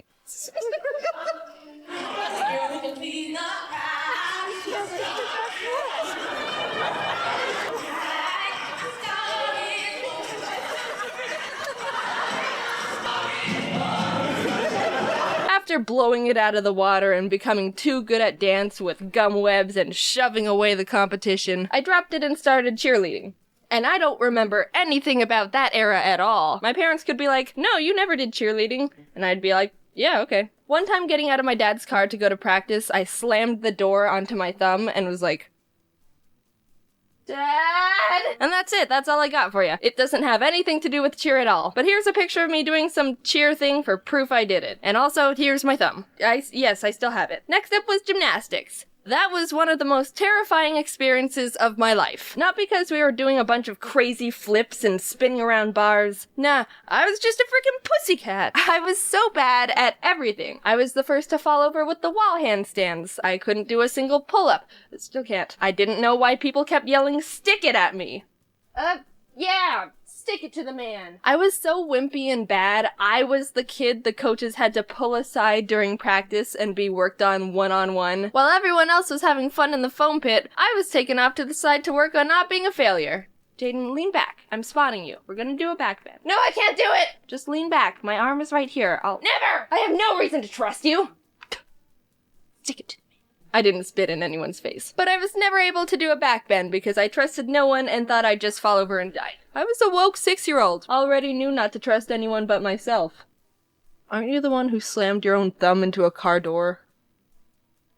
And then one time, I was at a friend's house jumping on her trampoline, and I landed on my knees weird and somehow spun it into an excuse to stop gymnastics. Yay, quitting! Not a prodigy-born gymnast? Well, alright then, how about soccer? I played soccer for a long time, just like everyone else has, and actually really enjoyed it for a while. My first team was called the Pink Panthers, because our uniforms were hot pink. I was the nerd of the team that kept a stuffed animal Pink Panther in my soccer bag for good luck. It didn't work, we sucked butt. But it was still a lot of fun. Coincidentally, one time we played against another team that was also pink. They were called the Pink Panthers. Alright, Pink Panthers, we've got a big game this weekend against the Pink Panthers. Well, it sounds like we win either way. All the parents would be trying to cheer for us, but it was pretty confusing because it would just turn into, go Pink Panther, go hot Pink Panthers. Come on, light Pink Panthers, you got this. Don't pass it to the other team, that's your own goal. Whatever. I ended up not liking soccer after a while because everyone was getting more and more intense about it. Freaking destroy them, Amelia! Kick their shins! Yellow cards are just warnings! How about we just have fun, guys? I couldn't keep up with the burning hunger for victory everyone else started developing, and I started getting really scared. Whenever there was a one-on-one charge to the ball, I would run at full speed to look like I was dedicated and wanted to win. But at the last second, I just run past him because I didn't want to get plowed or kicked in the face. And then I kept running and ran all the way home. Call me selfish, but I wasn't taking a soccer ball to the face for this madness. I wasn't that devoted to the team. Like, I don't mind losing. During soccer, I also tried karate for a couple years, and enjoyed that too. Until it started getting more extreme and everyone was gaining an undying thirst for intensity again. Hey, this is kind of fun. There isn't much to say here. I enjoyed it for a long time. My brother and I were in the classes together.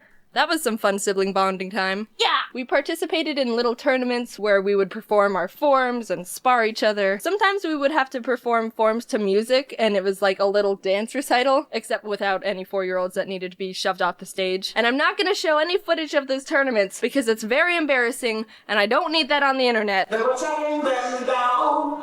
It's an ancient Chinese art. Everybody is their cause. Motivating to escape. Finally, in 6th grade, I dropped everything and started up tennis, which was the first sport I actually got the hang of and loved. I even joined the high school team, which was cool. One time when we were practicing after school, the guys' track team was doing warm-ups by the courts, so they were all lined up behind the fence in the sitting area. It was pretty chill. We were doing our own thing and stuff, but every once in a while, one of them would make a stupid comment like, Yeah, you go, girls. Come on, hit it harder. No one took note of them because they were just pesky boys and we were too busy kicking butt. But at one point, I smacked the ball hard enough that it bounced and stuck right into the fence where one of their faces were. I don't like showing off in front of guys or people or anything. That's not at all my thing. I can be attracted to all genders, which is normal and not a big deal, and would still rather just stand in a dark corner and not draw attention to myself and be invisible. But the shock on his face and the fact he stumbled back a bit out of surprise, freaking hell yeah. That made me feel like All Might for a sec there, with his sassy attitude and taking no bull from anyone. Haha! I am here! Little side story. Tennis practice in the Arizona summers were frickin' brutal. It would be 116 degrees outside and we would be playing for 3 hours. There were points where people would be in the middle of a match, go off to the side to throw up, and then get right back into playing. 15 love? And that's it. That's all the sports I've been involved in during my lifetime so far. I'm glad I have all those experiences because I feel like they gave me a lot of spice and variety to my life during those times. It's really important for your health to keep active, and I had a lot of fun just being a kid running around and doing sports and feeling great. And now I do nothing but sit behind a computer and draw for 11 hours straight. The end.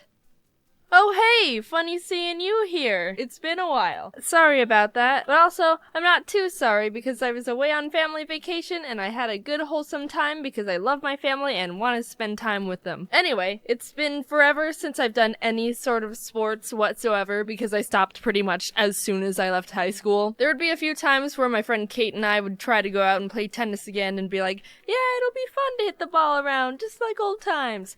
And then we'd suck because we haven't even looked at a tennis racket in like 2 years. One time in 10th grade, there were these two guys in my chemistry class talking about sports, like the stereotypes they were. And one of them was like, is tennis a sport? And I'm thinking to myself, no, that wasn't a real question. He's goofing. And the other was like, I don't think so. And in my head, I immediately stabbed myself in the brain. Tennis is a sport. It's not an opinion. And I've got hard proof. Hey Siri, is tennis a sport? Which league? ADP or WTA? ADP?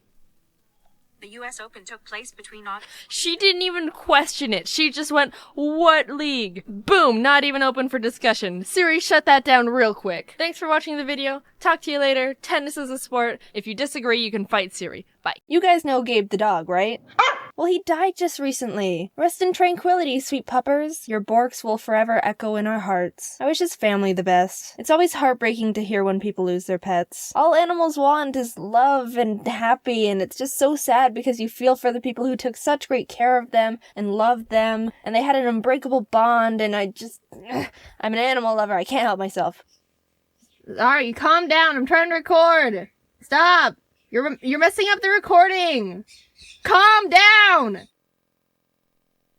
When I heard the sad news about Gabe, it reminded me of my old childhood dogs, and I thought I could tell you some stories because they're a bit insane. I'm surprised I haven't told them sooner, to be honest. I had 2 dogs growing up. The first one was a Shetland sheepdog, Keisha. Quick fact, growing up, I didn't know what the breed was called, so I just said Keisha dog, and that's what I still call them to this day. I don't have too many memories of Keisha because my parents got her before I was born, and I was too young to remember very much from the few years we coexisted, but my mom and dad have told me stories of us, including the one I'm about to share with you. Setting the timeline here, I was really young, 3 years old. I don't have memory of this, but my parents have told me about it many times. So my mom and dad decided that we should all take a nice walk around the neighborhood with Keisha. I was apparently very excited about this and was wanting to go out right at that moment. They told me to slow my roll and wait a bit because they needed to get ready, and we would go out later. But Jaiden thought, nah, I'm going now. So I took Keisha and left the house on my own without telling my parents I was leaving. There was now an unsupervised 3-year-old wandering down the street,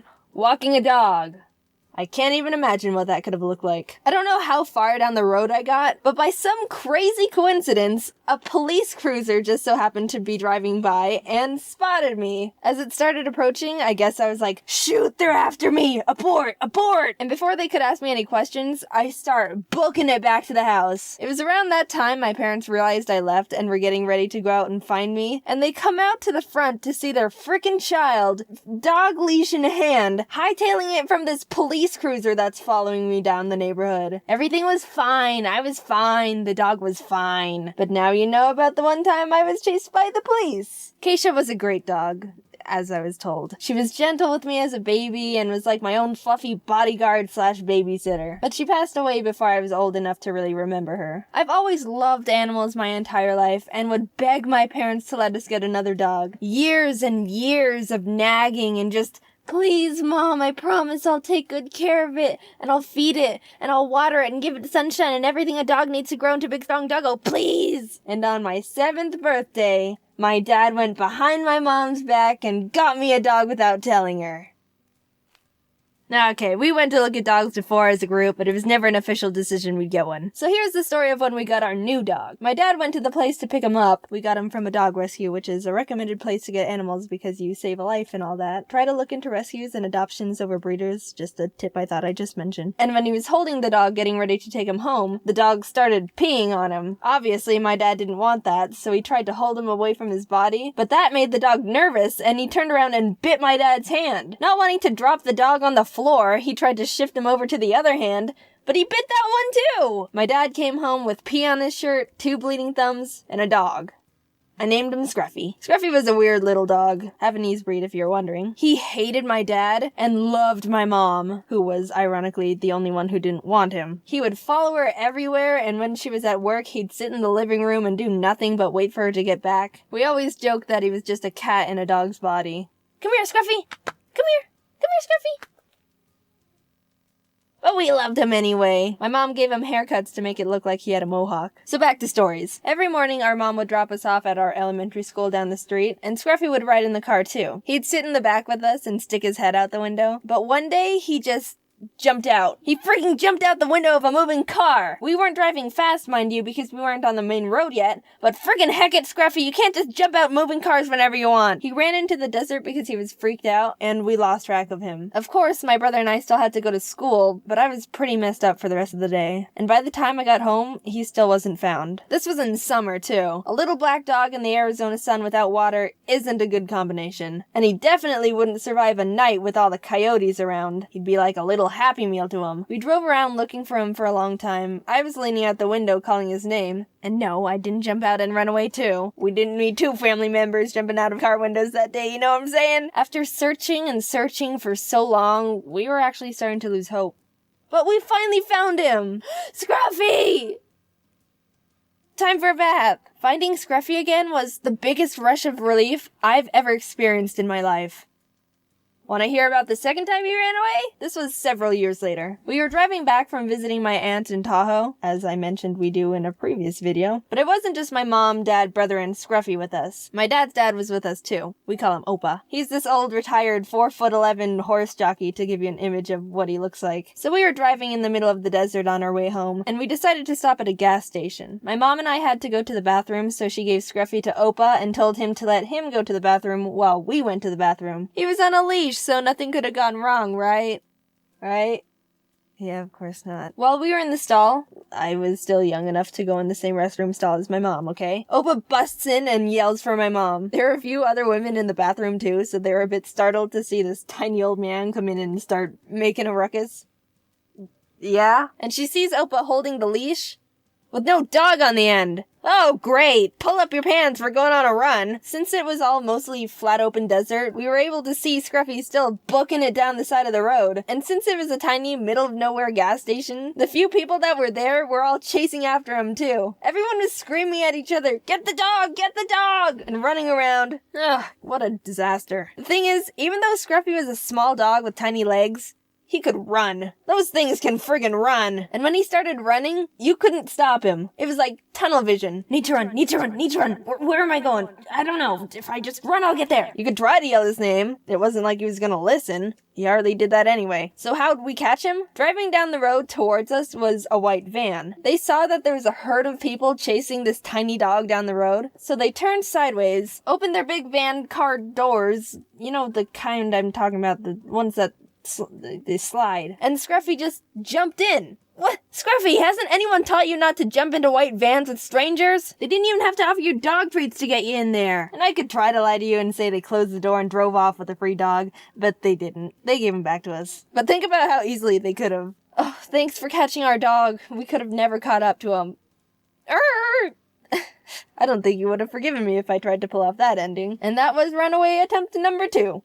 He loved us, I promise. Scruffy was a great dog, too. And even though it might not seem like it because I only talked about him trying to run away from us, he was glad to be part of our family, and we all loved him. If you have an animal, make sure you give him a good pat on the head and tell him you love him. Even if it's a snake. Yeah, snakes want love, too. It's sad to hear when animals die. Scruffy dying was the first time I ever had to experience death, and I was really heartbroken when he wasn't with us anymore. But just knowing we gave him a good life and he was a happy little dog helped me feel better. Make sure you give your animal the best life you can while they're still around. All animals deserve to be loved and cared for properly. They aren't your possession, they're a friend and a family member. Give them the right care, the right food, the right toys, the right amount of attention, everything. And make sure you do research beforehand to know exactly what it takes to make sure they're happy and healthy. Too many people impulse buy animals, and the poor thing doesn't end up being treated for correctly. Research and then love. That's the steps. Rest in peace, Gabe. Keep on borkin', little pal. For people who have been around for a while, you might be seeing the title and thinking, Jaiden, aren't you allergic to cats? And to that, I'd say, Yes. Kind of. I'm actually not sure anymore. And for the people who know anything about me, you might see the title and think, Jaiden, cats are literally the #1 natural predator to birds. And to that, I also say, yes, that one's 100% proven fact. So let me back up a bit and explain how we got here, because all the cards in the world were stacked against the idea of me getting a cat. Growing up, I was irrefutably and absolutely allergic to cats. My best friend had like 3 of the things, and every time I would hang out or sleep over at her house, I would be a sneezy, watery-eyed, snotty mess. Can I have some water? Given the fact my brother was also allergic to cats, it was set that we were a dog family. My whole life I went around not giving cats a second thought. I never had anything actually against them, but since I was forced to stay 20 feet away from them or suffer the consequences, I just couldn't get to know them. Plus, as a kid, dogs were always more appealing. They're more likely to be bigger fans of playing and running around, be more approachable with their genetically bred unconditional love, and can overall be more forgiving. Cut to like 2 catless decades for me later, and I'm meeting Jacob for the first time at his place. As we're hanging out in his living room, his cat Fraser comes over and greets me. Fraser is extremely social and vain, so he's always expecting nothing less than a never-ending stream of attention from the people. Even though he's very cute and distinguished, I deployed my typical foolproof plan of don't touch the cat. Fraser realizes he's not getting any attention out of me and sits down nearby on the couch, but a bit later, Jacob's other cat ends up making an appearance. This one's Taylor. She's normally really shy and hides, but does really like women, which I am. Taylor ended up crawling onto me and making herself really comfy in my womanly lap. Jacob, knowing I'm allergic, offered to take her away, but this was actually the first time a cat has ever done something like this to me. I've always been a bit of a cat magnet, if you want to call it that, because I act like they don't exist, which they interpret as me not pushing their boundaries and creating a comfortable environment for them to come up to me on their own terms. But never have I felt like a cat has chosen me like this before. I told Jacob I'm happy to let her stay comfortable on me, and I'll just reap the consequences of my sewing later on. This was my first extremely positive experience with the cat, and I honestly felt really happy and special and wanted to enjoy it. A few hours later, I'm saying my goodbyes, and during the drive back home, I realized I was completely fine. No sneezing, no itchy eyes, straight up nothing. I was so confused and curious. Thus, the start of my little cat experiment began. Every time I went over to Jacob's place, I would let the cats be as social as they wanted with me. If Taylor wanted to sit by me, I'd let her. If Fraser wanted attention, I would pet him. At one point, while we were watching a movie, Taylor literally decided to lay down on my neck, filling every one of my breaths with cat dander and hair. And you know what happened? No reaction. Not even a little drip of mucus. Sometime, I'd grown out of my cat allergy and never noticed. Apparently, every 7 years, people's allergies have the chance to change. Maybe being surrounded by my friends' cats all throughout my childhood could have helped my body get more familiar with them. Either way, I've now unlocked the skill to survive cats. Oh, guys, it was incredible. Now that I'd been freed from my shackles, I immediately started taking time to get to know cats more. Instantly, they felt so much more cute and cool and approachable, and I was really starting to like them more, especially since every time I would hang out at Jacob's place, Taylor would walk over and be around me and purr, and it was amazing to be loved by a cat. So I really like cats now. And after some time, I decided I wanted one too. Jacob and I decided to peruse a local cat rescues website just to see what cats were available. I don't want to get one right away. There's a lot I have going on, but it doesn't hurt to— oh my god, that one! I want that one so bad. It's so cute. What's its name? Tostada? Tostada, my beloved. We have to send in an application. We have to. Hi, my name's Jaiden. I love this cat. Please let me adopt it. Please. What? You guys know me. I'm weak-willed and impulsive. My first mistake was liking cats to begin with. The rescue reached out a few days later for a cat screening interview to make sure we would be a good fit to be cat parents. After being approved, they told us we could pick any cat we wanted that was in their care. Of course, I asked about Tostada, but we were given the unfortunate news that she had already been adopted.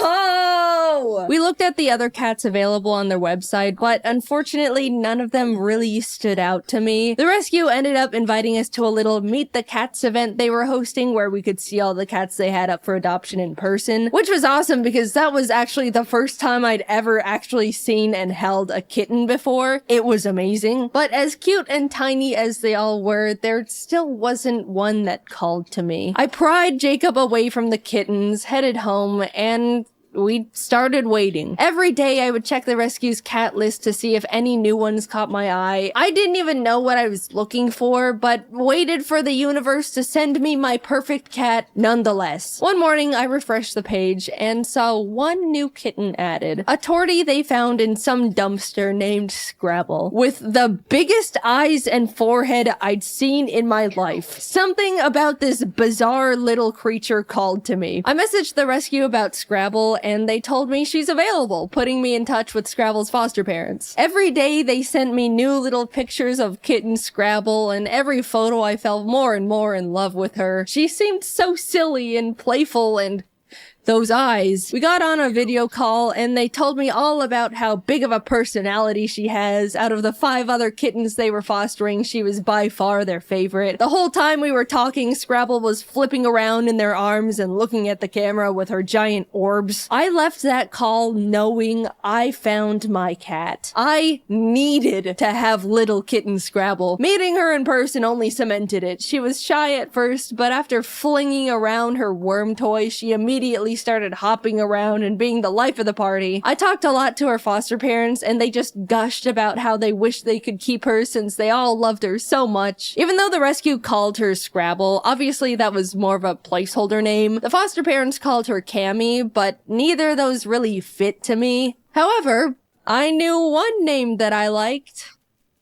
Tostada. Yeah, I stole another kitten's name and pasted it on mine. So what? Big deal. Tostada is a great name. My Tostada is way more of a tostada than the other Tostada anyway. Look at her. I would have left with little Tostada in my arms that moment if I could. But unfortunately, Jacob and I were going out of town for 3 million weeks and had to wait to take her home until after we came back. She was all I could think about the entire time. I was shoving Tostada photos in everyone's face every chance I got. The foster parents were sending Tostada updates every day. I was overflowing with yearning for this cat. She was growing and learning about the world without me. Take me home to my child. Literally, the moment Jacob and I landed, we drove straight from the airport to the foster home to pick her up. I could not wait. We arrived home with +1 Tostada. I couldn't believe it. I have a mammal now. And sorry, other mammal owners, but it's the best mammal in the whole wide universe. Jacob and I spent the entire day playing with her, letting her get used to her new surroundings. She was so cute and so tiny. Here's a video of her eating wet food with a big ol' chomp. As someone who's owned birds for 7 years at that point, it felt so strange to have a pet that was significantly less fragile.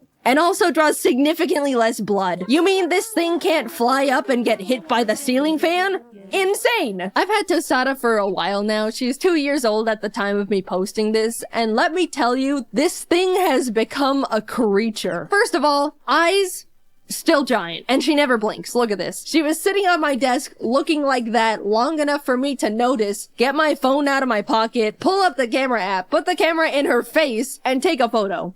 And here's like 4 more. She is also not that smart. I'm sure you could deduce that by how she looks, but this thing has a single brain cell and it's just another version of herself up there with a joystick. Jacob and I are fully convinced she can only form a few thoughts a day and only in single word nouns. Evidently, Tostada is also very scared of everything, always has been. Loud noises, quiet noises, no noises, movement of any kind. Even Jacob, a person she's been around all her little life post dumpster. There's been times where he'll be at his desk, moves his chair just a smidge, and she's darting out of the room. One time we were trying to explain to some friends how skittish she genuinely can be, and demonstrated it by grabbing a toy literally in front of her, raising it up a bit, lightly dropping it on the floor, still in front of her, and she bolted. You know how cats are genetically built to be good at balancing? Well, Tostada can't even do that. She trips and falls and misplaces her feet all the time. On multiple occasions, she has tried to walk across my L-shaped desk and just missed and fell down. That's like the one thing that makes a cat, and nope, doesn't hit the mark there either. She's gotten better, but as a kitten, Tostada couldn't even jump. After I built her first cat tower, I watched as she attempted to jump up to the second level, not quite make it, and had to slam her arms down on the thing to hoist herself up like she was mountain climbing. But oh, is she the sweetest little thing. When I got a cat, I was expecting it to want its own space, come around when it wants, you know, general cat things. But this creature follows me from room to room with those high beams of hers. She sits on my lap while I'm at my computer, lays on my giant Pokemon plushes, mostly just looks up at me from the floor and just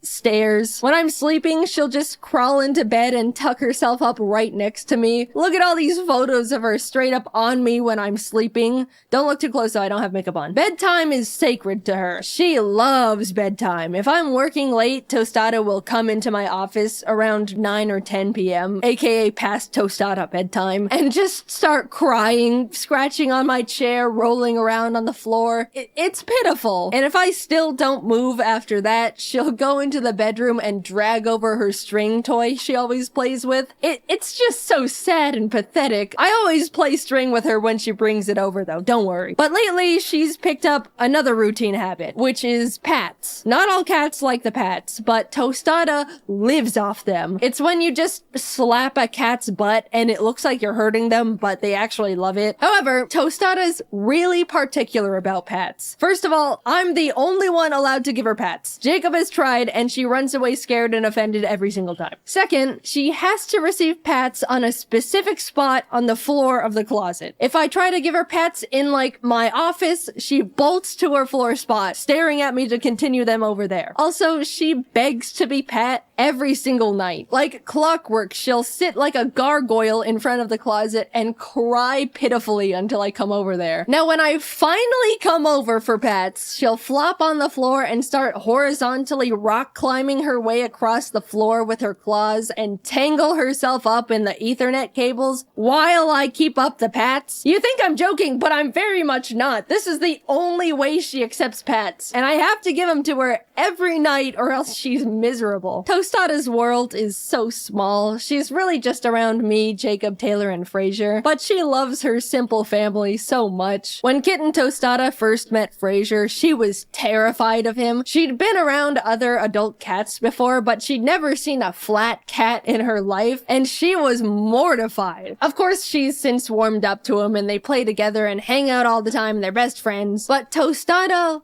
loves Taylor. Always has. She looks up to Taylor like a little baby sister admiring her cool, awesome older sibling. Unfortunately, Taylor hates it. They literally have a SpongeBob Squidward type of sibling relationship, and Tostada is so oblivious to it. Taylor has annoyingly swatted at Tostada so many times just for existing around her that Tostada now thinks it's a fun little game they play and will start chasing and swatting back at Taylor happily, not understanding cat social cues. Of course, never in a way that's too far, but just enough to get on Taylor's nerves even more. Between the three of them, they all have such different little personalities and relationships to each other. It's made our lives so much more entertaining. And to anyone concerned about the birds, don't worry. I've got Ari and Tofu very separated from the cats. They're safe in their own blocked off room connected by a double door system that ensures no possible interaction between bird and cat. If anyone is thinking about getting cats and birds as pets, it is possible, but just make sure the two are very separate, especially if you have smaller birds like conures or budgies. I'm sure there's people out there that have trained their cats to be fine around a pet bird, but to me, all it takes is one accident or attack for you to just not have a bird anymore. Plus, having the two of them takes a huge amount of time and commitment. I've said it before and I'll say it forever. I love my birds to death, but they do not make good pets for the very large majority of people. In terms of allergies, I do think I was originally still a little bit allergic to Tostada, ironically. When I first got her, I was sneezy and sniffling. Nothing allergy pills couldn't fix, and it never was as bad as my original cat allergy. But I think I've been growing out of that one too, because nowadays I don't have any reaction to her at all. Bodies are a mystery. I am building my immunity to everything.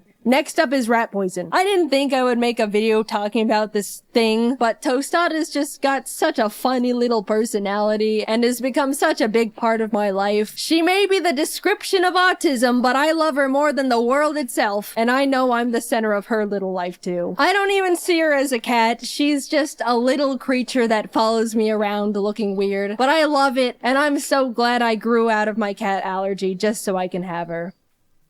It really has been so different owning a cat, mainly because I know Tostada won't just bite me at any given chance, unlike some avian creatures. Thanks for watching the video. Heads up, I'm going to be announcing new merch again soon, so be on the lookout for that. The last drop went so well, and I'm really glad that so many of you guys enjoyed it. I'm so excited to finally be getting back into making fun merch, and it really helps me out a lot. Alright, sorry, thanks. Anyway, I'll talk to you later. Bye-bye.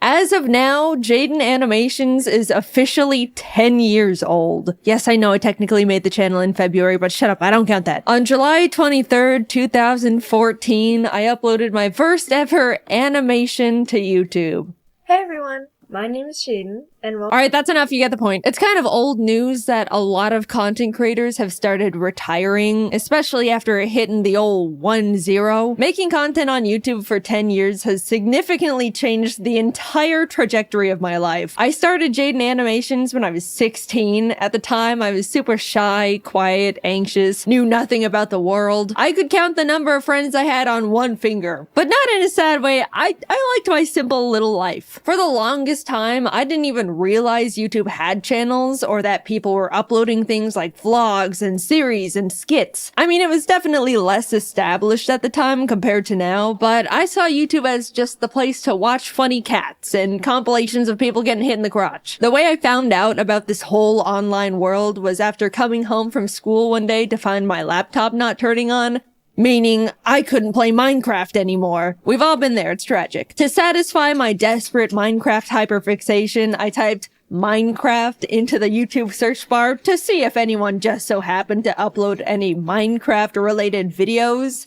And oh, were there people uploading Minecraft-related videos. My world expanded exponentially at that very moment. YouTube channels, subscribers, people uploading content for an audience that looks forward to their videos. The first channel I ever subscribed to was a Minecraft YouTuber who...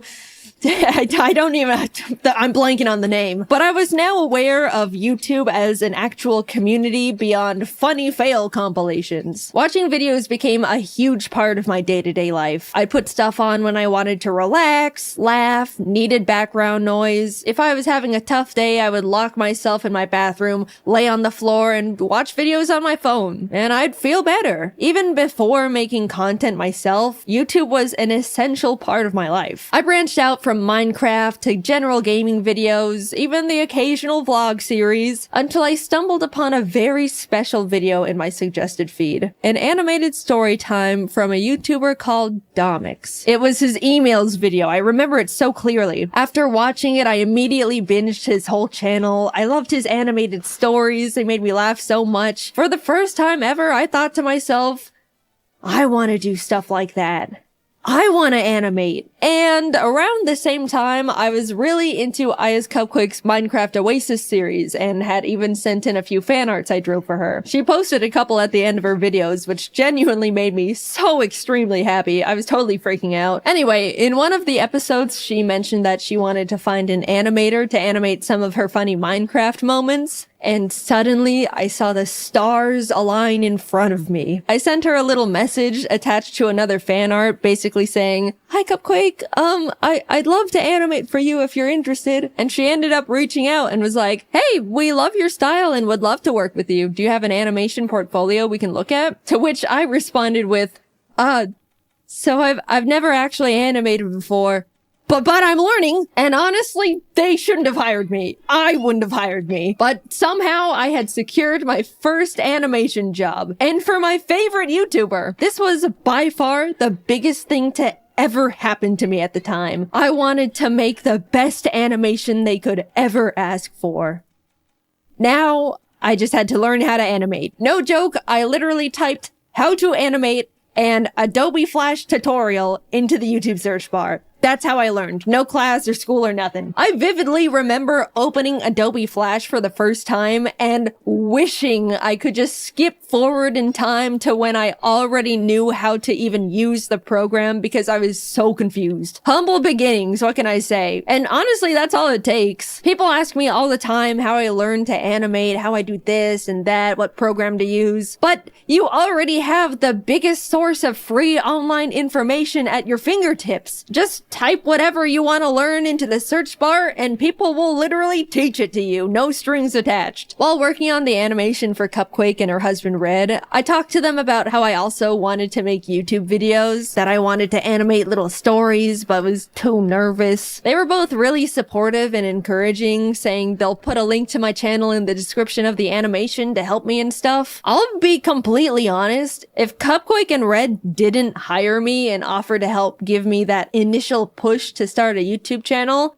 I wouldn't have made Jaiden Animations. Like I mentioned, I was quiet and soft-spoken. I didn't even get picked on because nobody knew anything about me to bully me with. They had nothing. In what world would a tiny little 16-year-old dust mite of a girl feel confident enough to start an animation YouTube channel where she talks about her life? Especially for what would be a single-digit amount of people for who knows how long. I'll tell ya, she does it in a world where she feels encouraged and inspired by the people she looked up to. There's so many timelines where none of this ever happened. So much had to come together just for me to start. And against all odds, it did. I finished the animation, they posted it, and I spent pretty much the entire month reading every single comment. Everyone loved it. It was doing really well. I remember messaging Cupquake a giant soppy thank you paragraph when the video hit 1 million views. By the way, the entire animation was made on only 3 layers because any more would make my brain confused. I genuinely cannot believe they hired me. At the same time, I posted my very first video as Jaiden Animations, introducing myself and announcing that I'm gonna try out making animation videos. It's funny looking back at because if you don't know all the context, you'll watch my first video and be like, who is this dumbass talking to? She just started the channel. There's no audience yet. The shout out Cupquake gave me in the description gave me the boost I needed to shake the second thoughts. I gained 2,000 or 3,000 subscribers right out the gate, and ever since then, I wanted to keep making more content, and I was really excited about it. I made more animations for Cupquake for a couple years alongside posting my own stupid little videos until eventually parting ways with them to focus entirely on Jaiden Animations. Working with them was amazing, and those animations did overwhelmingly well at the time. Like, I look back and am still shocked. I apparently peaked with that damn 2014 FNAF animation. Come on, Nuzlocke. Surpass it, please. Free me from these shackles. By this time, I was in college now, and even though I wasn't able to post very much at all, things were doing really well. I remember sitting on the top of my dorm bunk, secretly celebrating hitting 100,000 subscribers, a milestone I was beyond thrilled about, and honestly was my biggest goal at the time. Somehow, my roommate ended up finding out about it and immediately told every single person on our floor, which embarrassed the hell out of me. But at the same time, I was sheepishly proud of myself that people thought what I was doing was cool. Along with new experiences, for the first time ever, I was making online friends and becoming part of a growing little animation community. Cypher Den, Tony V Toons, Lightsen. I even stumbled onto James randomly after being recommended his ASMR video. I specifically remember going through his channel and thinking, I can't believe this guy doesn't have more subscribers. He's so funny. And welp, would you look at that. After finishing my first year in college, I ended up talking to my parents about taking a gap year to see where all this YouTube stuff could go. They were, of course, hesitant at first. Making videos on YouTube for money?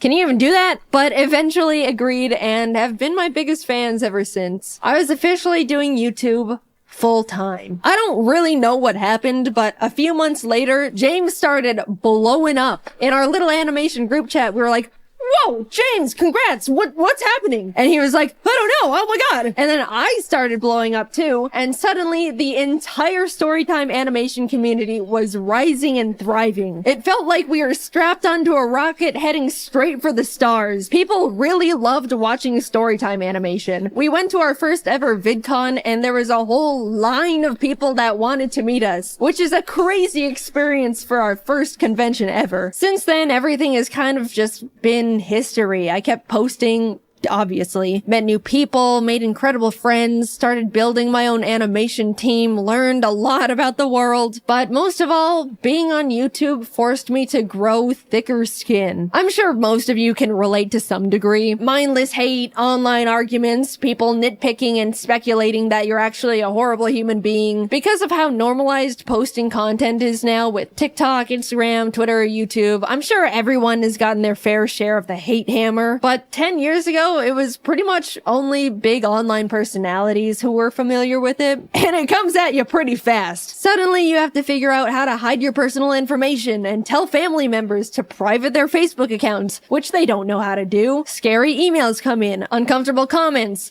lots of uncomfortable comments. I got doxxed one time because someone speculated I was a narcissistic liar because I claimed to be shy and introverted, but would get loud sometimes when reading scripts. Also, fun fact, I never planned on being public with my full name, but the reason it got leaked is because my old high school published an online article about my channel and dropped the full government without my permission. I'm still pissed about that one. And I know, this is genuinely what you just have to expect when you make content online. It's awful, but it's the truth. I didn't want to quit, so I adapted to the horrible things, awful videos made about me for attention. There's nothing a passerby hate comment can say that could surprise me anymore. If anything, they're all the same and it's just annoying at this point. Not saying I'm happy that I went through all of it and it should have happened. People can be genuinely awful. But I'd like to say I've come out of it all a version of myself that wouldn't have existed otherwise. Not because of all the shitty things, but in spite of them. I've learned how to stand up for myself, grew my confidence, learned how to separate myself from my work and not take comments personally. All things you learn out in the world over time as you grow up. But cranked to 100 and during the most insecure years of a person's life. It was hard, but hey, I'm still here, aren't I? I look back and see my mistakes, bad takes, stupid ideas, regret here and there. It's overwhelmingly stressful to grow up and learn and change while in the public's eye. Even more now than ever. But all things considered, I believe I was always trying my best in the position I was in. Was constantly trying to be the best person I could be. And I won't ever be upset at myself for that. Also, I do want to say a big thing that's followed me throughout almost my whole career at this point is the fact that yeah, I've talked about mental health and things I've struggled with at the time, like anxiety, depression, rock bottom confidence, etc., etc. I've definitely spilled my guts out on the floor in front of the internet a couple times in my day, and there's no part of me that regrets it at all. A lot of people have told me that they felt more understood or learned things about themselves through those videos, but as a now adult that's had the time to grow and adapt and overcome these things, man, you guys kind of still think I'm a little bit pathetic. I see comments all the time when I'm in my friends' videos or being involved in a big event, and so many people go, wow, I can't believe how far Jaiden's come from being this puny little scared teenager. I'm so proud of Jaiden really stepping out of her comfort zone here. She is just so brave for showing her face after dealing with such low confidence. That one's always funny because it can definitely come off like I should still be self-conscious, which I'm not, by the way. I get what those comments are saying, I really do. But guys, not everything I do has to be brave. I'm just doing fun things with friends on camera. We don't need the 24/7 Jaiden cheer squad busting out the trophies and medallions every single time. And we also don't need the Jaiden defense squad scrapping with anyone that says anything non-positive about me. It's the internet. People have the right to not like me for whatever reason. I promise, it's okay. I'm an adult. I'm doing fine. I appreciate the concern. At this point, it just comes across like I'm very pathetic pathetic and puny and can't do anything. Now, somehow, a decade has passed. I'm not the tiny, small 16-year-old who's afraid of everything and can't talk out loud for more than 15 minutes without straining her throat. That's true, by the way. I spent 15 minutes recording audio for my first video and my throat was dead afterwards. It was pathetic. Now I can record for an hour, which still hurts my throat. You can probably hear it, but that's a 400% improvement right there. I'm 26, created hundreds of hours worth of content, have the most wonderful team in the world behind me, am surrounded by amazing friends, live with the most important person in my life, with the most important little creatures in my life. I've gotten to meet content creators I've looked up to, got to tour and travel the world with talented friends, talk on panels to hundreds of people who wanted to hear what I had to say, been able to tell the people that inspired me how big of a role they've played in my career, and even got to stand next to them as an equal. I'm happy. Sure, it's always been and still is difficult dealing with the stress of being in a big spotlight. I went through some bad stuff, navigated rocky mental health, trusted people that hurt me, had to pretend not to be affected by things that were genuinely hurtful just to not empower people that wanted to see me break, all while in the eye of the public where one wrong step could crumble everything I've ever created. But I'm really happy with the place I'm at, the person I've become, and the environment I've built around me. So, what's that leave me with now? A full decade, man. Damn. 10 years of the most difficult, enjoyable, terrifying, exciting, stressful, grateful, soul-crushing, unforgettably special moments of my life. How lucky and grateful I am to have the privilege to say I've gotten to experience so many impossible things, to have so many dreams created and come true, to see myself persist through such a difficult position to be in. After taking a lot of time reminiscing and thinking about what could come next, the direction I want to take to follow what could keep making me happy, I've come to accept that YouTube isn't gonna be part of it. I'm happy with what I've accomplished. I had my rise and grind years. I experienced real and true passion. That's all I could really ask for here. There's not much else I want to do beyond it at this point. But before you freak out, I'm not quitting right this moment. I still absolutely love making content and still have the desire to keep making videos. But my YouTube years are numbered now. I fantasize about logging off as Jaiden Animations and becoming a normal person again. I want to move to a random ass town in a random ass place, have a little house with my creatures, have a normal job with normal hours and normal problems, live a life where people don't know who I am before I introduce myself. Not saying I don't like being recognized. You can come up to me, I promise, I don't mind. But eventually I just want to feel like a person again. Normal is rapidly changing nowadays, but I don't want this chronically online lifestyle forever. How nice it would feel to one day not have to triple check every single thing I say in fear of people's pitchforks, or fear for my safety when people maliciously leak my private information, or even be constantly surrounded by strangers' opinions on me and every version of myself I've ever been, every moment of my life. I hold it all together pretty well, I'd say. I mean, it's my job to. And none of these negatives have and ever will outweigh the positive aspects of this incredible opportunity that you guys have allowed me to have. I don't want to come across like I'm complaining. I very much understand this is just unfortunately part of it all, and I'm very privileged and very grateful. But I can't do it forever. And I don't want to. I want to feel like I have the time and mental energy to pursue new hobbies, experiment with other things that can make me happy. Making content for YouTube never leaves my head. It's the case for every single content creator on the platform. There's no clocking out, there's no weekends, there's no breaks. You can't just leave an office and not think about it. You're constantly brainstorming ideas, managing everything, schedules, employees. Sure, you can work and live anywhere you want, go on vacation at any point, build your own schedule, but it's always there. Like a black hole in your mind. It's just so exhausting. I haven't felt like I can sit back and enjoy something in 10 years because I simply do not have the time if it isn't for a video. Yeah, that's just how self-employment works, but don't forget about all the other fun stuff I've already mentioned on top of it all. I don't know what I want to do career-wise after retiring from YouTube, but I romanticize the idea of just getting to rediscover myself. Maybe I want to learn how to make custom plushes and open my own little shop, take art commissions, be a teacher, maybe an art director. It's gotten to the point where I think about that little life every day, and I'm actively aiming and walking towards it with every decision I make. Oh, let me tell you, I genuinely cannot wait to live it one day.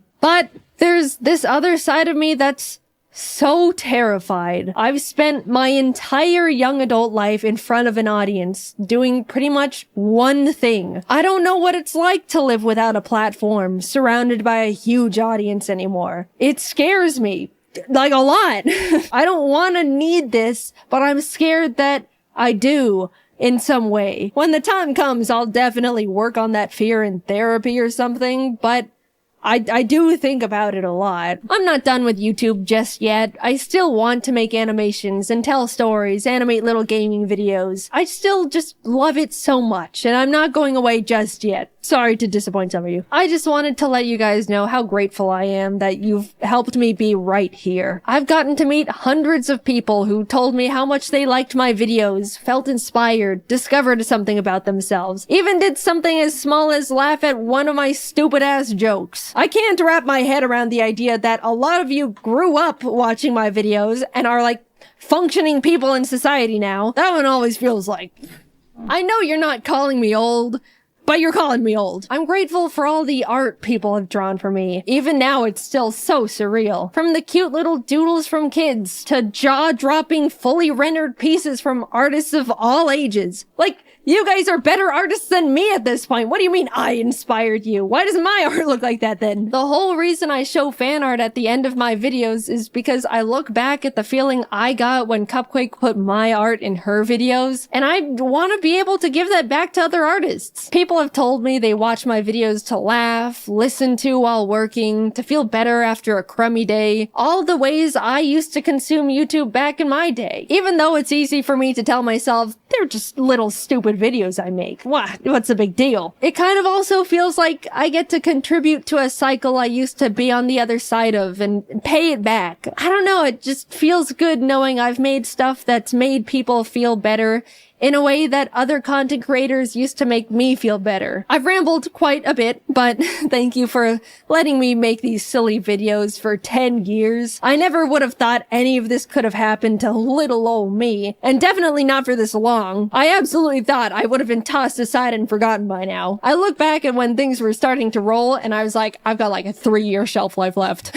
I'm forever grateful for you, my friends, my family, my team. I don't know what my life would have looked like if I didn't type Minecraft into the YouTube search bar when I was 14. Who knows how much more time we have with each other, but just know it has been and still is an honor to be here. And until then, I'll be doing my best to keep doing what I've been doing for 10 years and just make these silly little animations. You know, the timing is a little awkward to have just won a giant Mr. Beast YouTuber challenge that put a lot of eyes on my channel, only for the first thing for me to put out since winning is me talking about how I'm really tired and want to retire one day.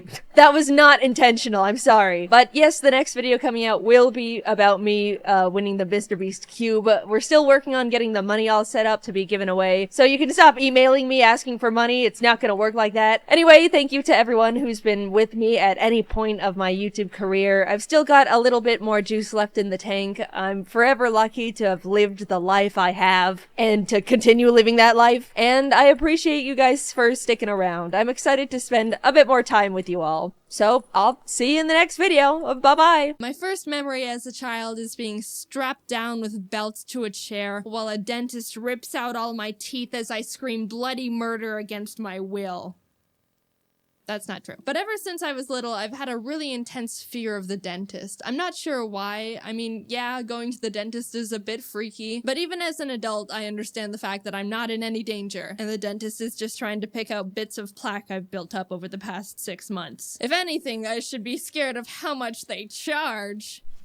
Even though I know this, my body still shakes uncontrollably when they do anything more than floss my teeth, which is still kind of scary because they're always so aggressive about it. Every memory I have of going to the dentist while I was a kid is filled with me just bawling my eyes out during the entire process, and then getting a little toy from their toy machine because I was, quote, so good. I mean, you're not fooling anyone. Even I knew that was just a load of bull.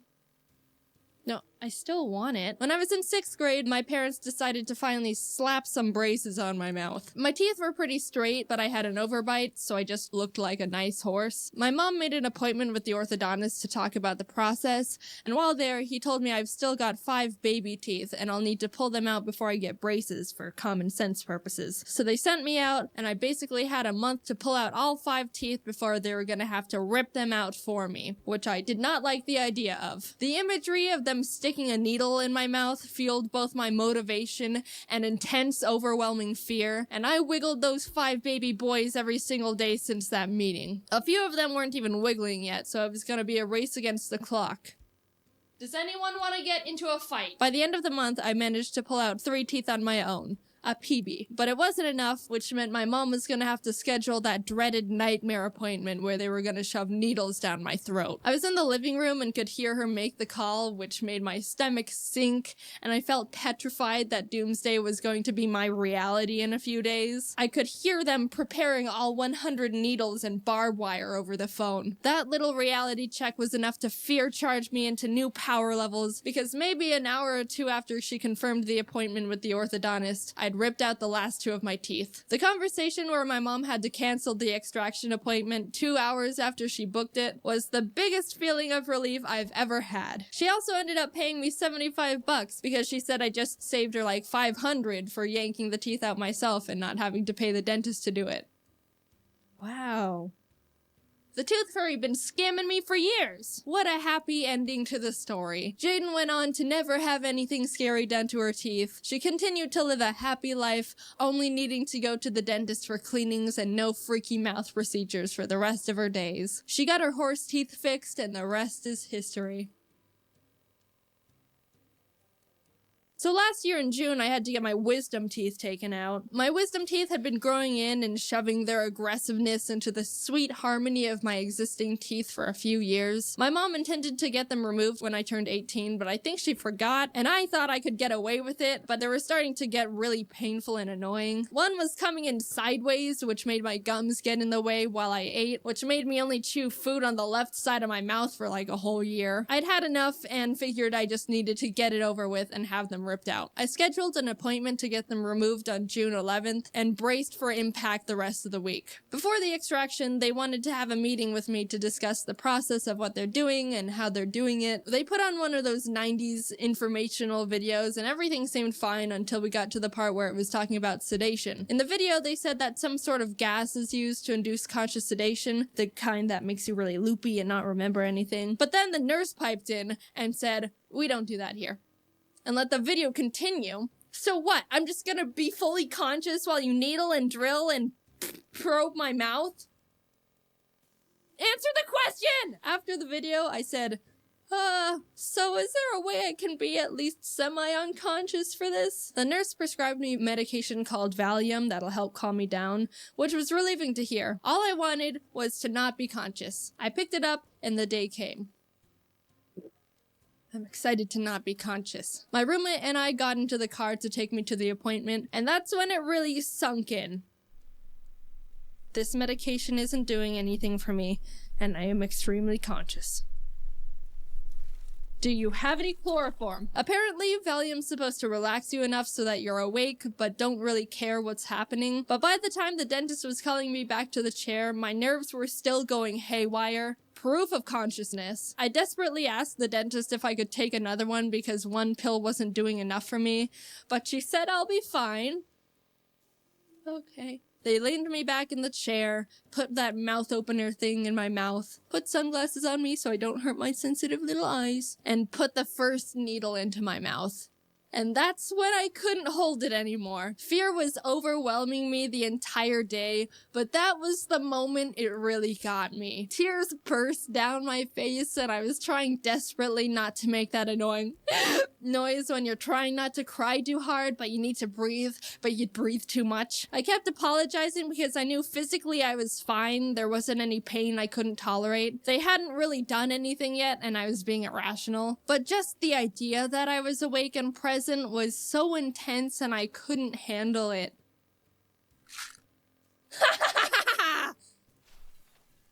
I didn't do that, but I wanted to. I was able to compose myself after a few minutes, and they kept going, but the sounds of them sawing my tooth in half and yanking it out of my gums, and God knows what else, probably just playing tic-tac-toe with needles in there for the heck of it, was horrifying. I'm not scared of much, and I'm relatively reasonable for the most part, so it was really surprising and eye-opening to feel genuine, uncontrollable fear. Like, my head told me things were okay, but my body was freaking out, and then my head was like, dude, chill. And then my body was like... All in all, everything went well, and I was able to go home after they finished up a few hours later. Since I wasn't drugged up and just super numb, I didn't have much recovery to deal with other than swelling, and I kinda just chilled for the rest of the day watching YouTube videos. The dentist even told me I can eat normal food and wasn't restricted to just soup as long as I was careful. I ordered a smoothie bowl to my house, and when I opened the door to take it from the guy, I didn't realize until afterwards I had blood dripping out of my mouth, so luckily he didn't call the police. I was trying with 100% focus to not bite my tongue because I couldn't feel it at all in my mouth and was at high risk for just biting a chunk of it off without knowing. The smoothie bowl had sliced strawberries on top, and you don't realize how much sliced strawberries resemble the texture and sound of biting into a tongue until you don't know where your tongue is in your mouth and also can't feel anything. Was that my tongue? If I had to get my wisdom teeth out again, I highly doubt I'd be this freaked out about it. The hardest part was just not knowing what was going to happen and not being able to brace for it. But afterwards, it was like, that wasn't too bad. But also thank the holy merciful gods that I don't need to do that again.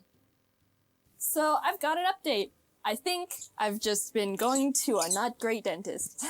I originally went to them for a retainer and they were like, this is the place that did my wisdom teeth, by the way. So I went to them for a new retainer and they were like, oh, we can straighten your teeth a bit first with Invisalign. And I was like, well, alright, sure. My teeth are already pretty straight because of the braces, but I was like, sure, whatever. They said it'll be done in 6 months. 6 months pass, and none of my teeth align right when I bite down anymore, and it's extremely uncomfortable. Then they were like, let's file your teeth down to line up again. And 10 minutes of teeth shaving later, they were like, it's not working, let's get more Invisalign. And I was like, and when I mentioned being unsure about things now, they were like, it's normal for Invisalign to last for 2 years. And I was like, 2 years? This is the first time I'm hearing anything about 2 years. Also, I didn't even have braces for 2 years when my teeth were actually janked. So yeah, I'm not going there anymore. Follow your dreams, kids.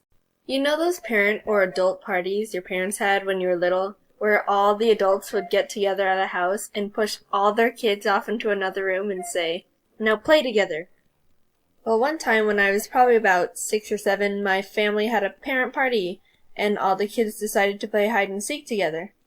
So I ran into the bathroom and hid behind the shower curtain, and looking back at this, I realized how horrible of a hiding spot that is, because that's basically the only spot you can hide in the bathroom, and I probably would have been found easily in a matter of minutes. But anyway, I was sitting there in the bathtub when someone walked into the bathroom. And I thought it was a seeker, so I stayed really quiet. But then I heard the door shut and the sound of someone opening the toilet lid.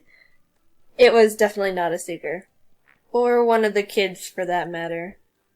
Turns out, I had to sit in the bathtub completely motionless, listening to some guy pee for a good amount of time. And the whole time I was so scared he would look behind the shower curtain and find me just sitting in the bathtub, thinking I was trying to watch people pee or something. So eventually he left and I could get out of the bathroom, and after that I was done. I was done playing hide and seek for a very long time after that. And no, he didn't wash his hands.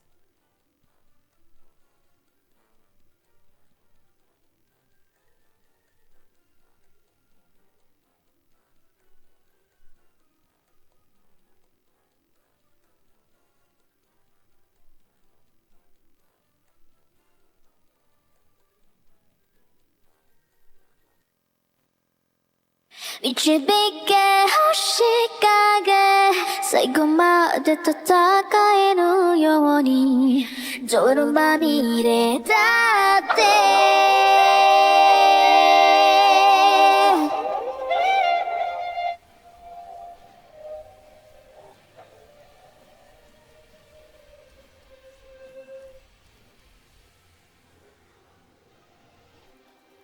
逃げ続けて嘘でロリ切ろうとして走り回ってやっと溢れ出した遅い旅にギリギリ逆らってとがめなんて押してしまえば君が追うのか変わらずに No my name No my name 導け星影最後まで戦えるように泥まみれだって決して諦めないよピアテオにはそばにいるから二人で立ち向かおう僕らきっと Rise above 転んだとしてもやめないと決めた君がいるからそう二人で立ち向かおう僕らきっと Rise above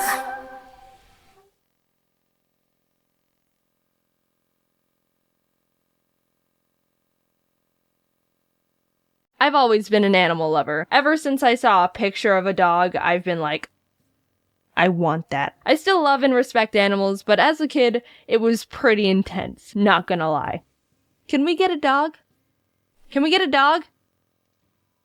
Can we get a dog? My parents had to sit through years of that until my dad finally couldn't handle it anymore and got me one for my 7th birthday against my mom's will. Before that, they tried everything to make me stop, besides getting me a dog. And by everything, I mean a bunch of fish. Maybe if we shape these fish into a dog, she won't notice. They'd come home with 2 fish from the pet store that would last for about a week, die, and then get replaced. Repeat until dog appears. How many fish must die before I get what I want? Since we got fish from the pet store and not an actual breeder, that was probably a big contributing factor on why they died so quickly. But as a 5-year-old, I also just forgot to feed them a lot, so there's gotta be some fish blood on my hands for that. We went through probably 20 fish in the span of a couple months, but eventually we got these 2 goldfish that didn't die. A true miracle. They were pretty resilient little dudes. One was Goldie, and the other was probably named Fishy. Probably some of the most creatively flawless names I've ever known. But after a while, Goldie turned white, so I renamed it Rainbow because I thought it was cool he could change colors. I learned 13 years later from my marine biology teacher that Goldie/Rainbow was probably diseased, which makes the color change less exciting. We eventually gave them away to my mom's friend and they died. But that's all besides the point. My parents got me an army of fish and a dog I named Scruffy, but that was it. I wasn't able to crack them any further than that. And believe me, I tried. My parents had to become stone-faced, emotionless soldiers to keep my non-stop beseeching for more creatures at bay. After they got me a dog, I was pretty satisfied for about a year and a half until I decided I wanted a mouse. Something about their cute little faces and how they crawl with their cute little feet and their freaking ears made me obsess over having one, and my parents got to hear all about it. I asked my parents for a mouse for years, promising how I'd take care of it and blah blah blah, the whole thing. My mom pretty much hates rodents because she thinks their tails are weird, so there was no budging on that one. She tried to get me to stop by saying, "Alright, you can get a mouse, but we'd have to get rid of Scruffy." Which is obviously a bad bang for your buck. No, what? No way, nuh-uh. I'd never get rid of Scruffy, he's my pal for life. But not gonna lie, after hearing that response over 10 times, I started kinda considering it. I wasn't ever actually gonna do it. I was just getting desperate, alright? When I was 10, I wrote on my Christmas wish list that I wanted a mouse because I thought for some reason I'd foiled their plans and found a loophole. Ha! You can't override the power of the holy Christmas spirit. Christmas morning rolled around and I ran into the living room where all the presents were to not only find no mouse, but a computer mouse. Nice salt in the wound there, Mom. I got my hopes up way too high. My disappointment was immeasurable and my Christmas was ruined. I did get a computer though, so that was cool. After my parents endured 5 years of me asking for a mouse, I read this book series called Maximum Ride, which was about these teenagers who had bird wings and were on the run to not get captured by the scientists who wanted to keep experimenting on them. It was my favorite book series as a kid, and it made me really like birds, which resulted in the next animal obsession. I swear to God, if I hear one more mention of a mouse again, I'm gonna— Mom, can we get a yellow-naped Amazon parrot? Yes, I started loving birds back when I was in 6th grade. Everyone say a big thanks to James Patterson for creating this bird-obsessed monster. At the time, I wanted one of the big boy birds. A yellow-naped Amazon parrot, to be exact. I would spend hours just watching all the YouTube videos I could find of them and sending them to my parents like, Look how great they are! You totally want one now, don't you, after watching one play in a box and sing Old MacDonald? This was a whole new type of fixation. I mapped out on the ground where the cage could go with tape, googled where Amazon parrot breeders were near me. I made multiple PowerPoint presentations for my parents on why they should let me get a parrot. It was intense, and the pressure was on. My mom was even like, so how about that mouse? But no, Mom, that ship has sailed. Now I want a 15-inch parrot that lives for 80 years. They started telling me, you can get a bird when you move out. And from then on, it was my goal to get out of my parents' house as soon as I could. Obviously, I never got a yellow-naped Amazon parrot, but I never really got out of my bird phase because I've got this thickums right here. I was pretty self-aware that asking for a parrot was a long shot, so even though I still wanted a bird, I dialed back my animal requests, and when I was 14, I started really liking flying squirrels. They were my favorite animal for a while, and that's when I realized people can have them as pets. Sugar gliders. Mom, can we— Sugar glider, add that one to the list. I don't think I actually bothered my parents too much about getting flying squirrels as much as the mouse and parrot, but I know they knew I wanted one. And I knew they were gonna say no. So I guess I just kept that one a bit more internal. During the summer, we would visit my family in Canada, and my cousin Peyton was really obsessed with ferrets at the time. So we would spend literally entire days on the computers together, researching ferrets and flying squirrels, and Amazon parrots, because they were still my #1 obsession, let's not forget. We wrote down general facts we learned in Word documents, planned out how to care for them, added up how much money they cost, including cages, food, bedding, etc., etc. We were the same amount of obsessed. It was a lot of fun, actually. We bonded a lot during those times, and she's still one of my best friends. She also never got a ferret, so sad times there. Peyton also got a rat named Lola, and that made me really want a rat. Which, of course, meant Mom! Lola was so sweet and smart, and I always wanted to play with her. But that's also true with almost anyone's pets. If I come over to your house and you have any type of pet, I will be personally offended if you don't let me play with it for at least 3 hours. So I did have a small point where I was asking if my parents would let me have a rat, and my mom was like, nope, and I'd be all, but what about the time you were gonna let me get a mouse because I was asking for a parrot? And she would say, nope, that ship has sailed. Touché, mother. During 10th grade, I was also starting to really like raccoons. I thought they were sneaky and cool, and I googled if people had them as pets as a random, not serious thought. But surprise, surprise, some people do have raccoon pets. Just kidding, they rip up couches and dig holes in walls, and I'm not that devoted to raccoons. But I still dreamed about having a raccoon buddy someday. Finally, I graduated from high school and moved into a dorm in college that didn't allow pets, which was torture for me. I waited all this time to move out, and I'm still not able to bring a horde of mice, rats, birds, sugar gliders, and maybe a raccoon into the rooms. But YouTube started kicking off shortly after, and I moved back in with my parents to pursue that. Flash forward a bit, and I was finally able to get Ari. After 10 years of wanting a bird, I'd finally done it. And what a gander he is. Was he worth the wait? No, he's a dumb bird. You're good. You're a good bird. I'm not currently looking to get any more animals right now, even though I really want them. I have Ari, and he's already enough of a handful, so I can't commit to anything else right now. I am gonna get a dog eventually, that's a promise. And I do really like reptiles, so I've done my fair share of research on skinks, but that's only a 30% chance to actually happen. I haven't really grown out of my animal phase. I've just become a mix of that and my parents, still hopelessly entranced by creatures, but also being the one who has to tell myself no because I have other stupid responsibilities. Hopefully when I have kids, they won't be as animal obsessed as I am, because I don't think I have the strength my parents had to be able to say no to any animals they ask for. Thank God my parents were responsible and never got me animals just because I asked for them. Otherwise, I'd be living in a zoo. Now, I know you guys, and this is absolutely gonna trigger a bombardment of tweets to me with pictures of the pets you have, and all I can say to that is, bring it on. It took a while, but the Ari bags and a lot of other new things are now being sold on the shop, so you might be interested in some of that. I'm sorry it took a while to get finished, but I hope you like the stuff. That's all I want to say for now. Yeah, bye. I think we all know the gist of what a speedrun is.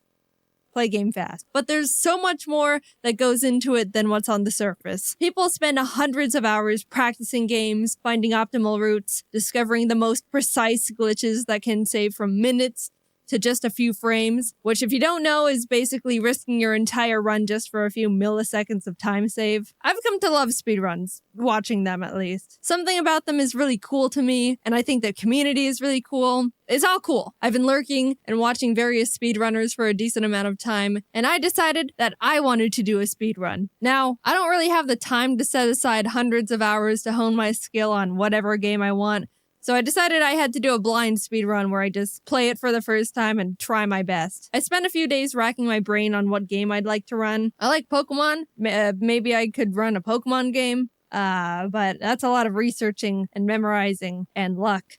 I could try a Mario game. It's a popular category, but I don't know if it's for me. Then it hit me. The perfect game. Of course. Why hadn't I thought of it sooner? I ran to speedrun.com to check if anyone has run it yet. No one. None. I'm gonna be the first person in the world to speedrun Cooking Mama 2 Dinner with Friends.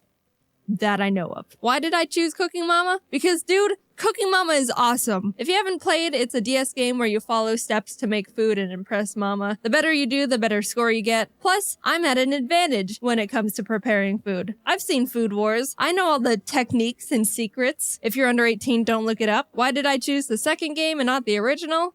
That's the one I bought. Duh. I used to play Cooking Mama all the time as a kid with my friend Kate. I always thought Mama's English was really funny. Great! You gave it your best effort! I still love it. We even had this system where if we kept failing at a recipe, we'd have to change chairs because that one had bad luck. Obviously. I don't have that luxury this time because I have to stay by the computer, so I'll have to come up with a better strategy. Also, extra movements lose time. I need to be efficient here. Anyway, I wanted to have some sort of challenge, so I decided to add some rules to my run. 1, I have to fully complete the main game mode Cook with Mama. 2, I have to receive a gold medal on every single recipe. That means I can't make a mistake.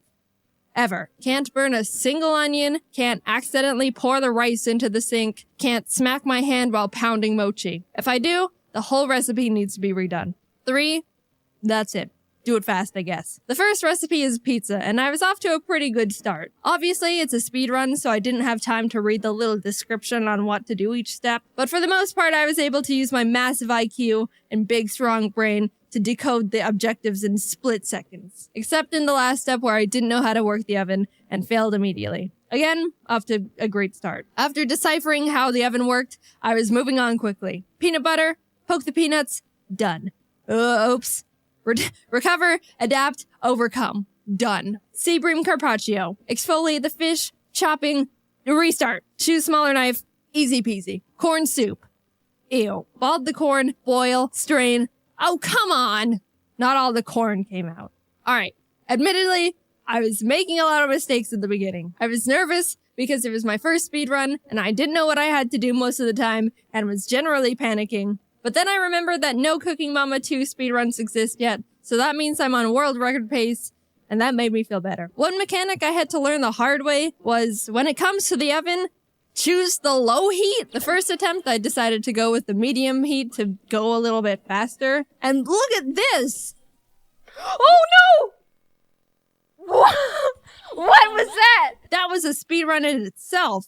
Burn the apple pie as quick as possible. You know how there's separate categories in speedruns? Mario Odyssey has the one where you take Mario's shirt off as fast as possible called nipple percent. I want one for Cooking Mama 2 called burn apple pie percent, where you just burn the apple pie as quickly as possible. Anyway, I redid the pie and was moving on. Bonk, ill rice bowl. We're about an hour in at this point. I had my friends in a Discord call so they can help me take notes so I didn't have to rewatch all the footage again for the script. And they decided to look up how many recipes there actually were in the game. I didn't know because I wanted to go in completely blind. And you know what they discovered? There are a total of 80 recipes in this game. An hour in, I was on recipe 8. Which would be impressive in real life, but not here. So either we were gonna pull a Cooking Mama all-nighter, or I had to start picking up the pace. Sorry, Shrimp. This is gonna get violent. It wasn't perfect, and I was still making some mistakes, but I started getting into the zone. It helped that I was starting to get familiar with the mechanics and actually know what the game wanted me to do for most of the steps now. Waffles, chili dog, meatloaf, lobster. I was one-shotting all of them. I even put 2 mama flags on the lobster, which was a bit risky, but you know me, I live for the danger. I almost forgot to put the lobster on. Let me pause and tell you a story of my childhood. I already mentioned my love for Cooking Mama as a kid. Even 12 years ago, I set myself the goal of getting gold in all the recipes. But one haunting memory I have of this game was my struggle against the Mama Rice Cracker. All the steps are relatively simple, but at the end you have to stamp all 18 crackers with a Mama stamp. That's what makes the Mama Rice Cracker the Mama Rice Cracker. But as a kid, my DS was old and I dropped it a few times, which messed up the calibration on my screen in a way I couldn't fix. So that meant at the very end of the recipe, it was extremely hard for me to stamp the stamp in the exact spot that Mama wanted. I spent weeks, I'm not joking, trying to get the gold on the Mama Rice Cracker. It was the last one I needed and I couldn't do it. I just couldn't. I'm pretty sure I was eventually able to pass, but let's just say I didn't for the sake of drama. Either way, I was having PTSD. I was going through all these steps, washing the rice, putting the rice in the little hole, mochi pounding the rice scoop, and then it appeared. The screen that caused the most pain a video game could to a 10-year-old. I was slowly making my way down the line. Everything was going well. Then all of a sudden, on the 10th cracker, I accidentally tapped the screen when I was lining up my pen, causing me to not brand the cracker enough. I'm not one to believe in spiritualism or star signs or Destiny's Child, whatever that stuff is. But that moment in particular made me question if it was all real and my only fate is to eternally fail the last step of the Mama Rice Cracker recipe until I inevitably die an unaccomplished old man that makes ugly rice crackers.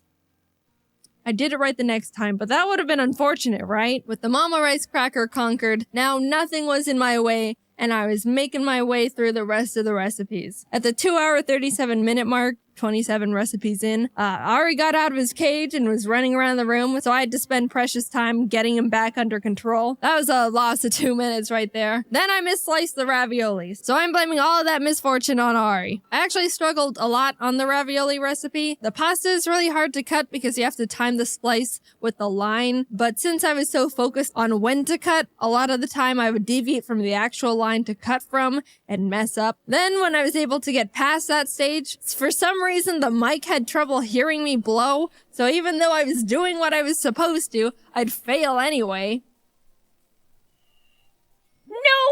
Did you hear it? Overall, I had to redo the ravioli recipe 6 times, and I spent 11 minutes on it.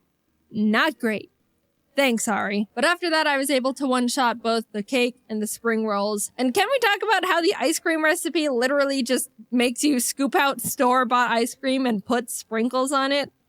That's been my favorite recipe so far. Skipping forward a bit, let's talk about the mango pudding. This was ravioli part 2. The first step I had trouble with was memorizing the order of the ingredients. It was a 6-part Simon Says memory game, and my big smooth brain can only handle one number at a time before the concept of object permanence leaves my body. I inevitably got a lucky pattern that was easy to remember, and after a few more steps, in the end, I had to draw a line at a specific speed that would remove the pudding cleanly. Too slow and it wouldn't come out. Too fast and it just...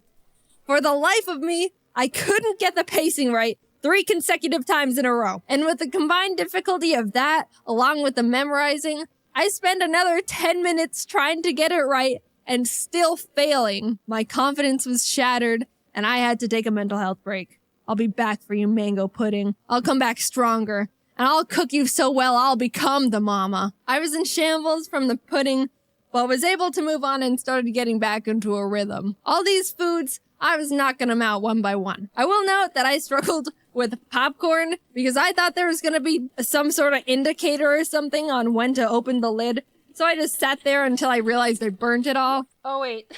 So I was like, oh, okay, I'll open it when I hear the popping sounds. And then I opened it with like 5 popcorns. But it's okay, I was able to figure it out. Overall, the rest of the run went on without any major problems. I was able to finish up the rest of the recipes, and at the 6-hour, 38-minute mark, I only had 2 recipes left. The bento box, and of course, the mango pudding. Time is ticking, we're in the end game now. Also, my Discord friends were ready to never talk to me again. I thought I could just get the bento box over with quickly because it's like, you just put food in box, right? Well, actually, I didn't realize I had to include food from all the categories Mama gave me or something. So I failed it like 3 times and was on the brink of insanity trying to figure out what Mama wanted from me. The food is in the box, Mama. What's what a bento box is? Food in box. What else do you need? Blood? A blood sacrifice? It didn't say anywhere in the instructions that I should have put more variety in there. Not that I was reading the instructions anyway. I still, right now, don't know what Mama wanted, but at least I finally got the gold after 4 minutes. That meant I only had 1 last recipe. 79 were completed. The mango pudding was the only thing standing between me and the first Cooking Mama 2 Dinner with Friends world record. I clicked it nervously, but I climbed my mountain. I trained with Mama, and I've come back a new chef. Peeling, slicing, blending, I was quicker than ever. There it was. The memorizing. I was doing well until... No! I restarted. I was sweaty and shaking. My brain was shutting down. My eyes had only been seeing Cooking Mama for the past 6 hours and 45 minutes. Every breath was Cooking Mama. Every neuron in my skull was Cooking Mama. Every atom in the universe at that moment was Cooking Mama. But my next attempt, oh my god, oh Jesus, is this the one? I nervously went through the rest of the recipe until I arrived at the last step. It's been about 3 hours and 15 minutes since I practiced removing the pudding from the mold, and to be honest, I don't remember the removal strats. First one, second one, let's go! I got all the puddings out flawlessly. I waited until the results to confirm it. Boom! 100 points on the mango pudding. Stop the timer. I did it. At long last, all 80 recipes in Cooking Mama 2 gold. In 6 hours, 47 minutes, and 27 seconds. There might be some room for improvement there. Overall, I had a really fun time with the speedrun. It's not even close to a good run, and the time can easily be halved, but I still pride myself in knowing I was the first one to complete and document the Cooking Mama 2 all gold %, and also burnt apple pie %. If there's any speedrunners out there wanting to try and take my crown, I'll share some speed strats I thought of during the run. If you complete the steps too quickly, you get a bonus, and at the end of the recipe, if you get 5 bonuses, you receive a gift that you can't reject or skip, which loses a lot of time. You're smothering me, Mama. So if you can get no bonuses within the entire game, you'd be saving a lot of time. Another tip is, if you're gonna mess up the recipe, don't mess up the last step. Because if you do, you have to wait through Mama giving you your score and clapping for you and being like, yeah, it's almost perfect. And the whole time you're like, yes, Mama, I know it's not perfect. I dropped an egg. And then she gives you like 3 presents in a row because you got too many bonuses. And you're just screeching at her to shut up the whole time. I didn't discover any glitches that would save time, unfortunately. I don't know what a Cooking Mama glitch would look like, but it doesn't sound pleasant. But it doesn't matter, because as of this moment right here, I'm the one with the Cooking Mama 2 Dinner with Friends world record. Guess I finally did something with my life after all. Anyway, thanks for watching my first attempt at a speedrun. I think, in hindsight, I should have chosen a game that could have been done in a few less hours, because I feel like I aged 20 years after this. But you live and learn. I wanted to submit my run to speedrun.com, but since no one has run the game yet, I need to submit a request to add Cooking Mama 2 Dinner with Friends. But I only made my account last night, and to make a request, I need to have had my account for 7 days. So I'll submit it in 7 days. But it's not gonna be interesting. I didn't record my audio with it. It's just 6 hours of Cooking Mama gameplay. Also, we're working to drop some new merch in the shop really soon. I don't know if it's on the site yet, but it's coming. And we've got some real fun stuff in the works. Alright, that's it. See you later. Okay, before I even say anything, let's lay out some ground rules. This is probably gonna be the most open I'll ever get about my personal life. I know I've shared tidbits of myself and life through little stories, but when it comes to personal stuff, I'm very private. Especially within the past few years. I'm gonna be talking in very general surface level terms because specific personal details are for me to know, and in the nicest way possible, none of your business. Basically, this is something I want to talk about, share, and bring a spotlight to. But at the same time, you get the Cliff Notes version. So no trying to assume or guess anything beyond what I'm sharing within this video. At the end of the day, we're all just strangers refusing to listen to the stranger danger rule. Alright, formalities aside, let's get into it. I've come to realize that I'm aro-ace, which stands for aromantic asexual. And I know what you're thinking. That's not gay. What the hell is that? And you know what? That is completely fair, because I didn't know what that was either. Aromantic and asexual are two different things, and I'm gonna break them down to you separately, starting with aromantic, because no one really knows what that one is.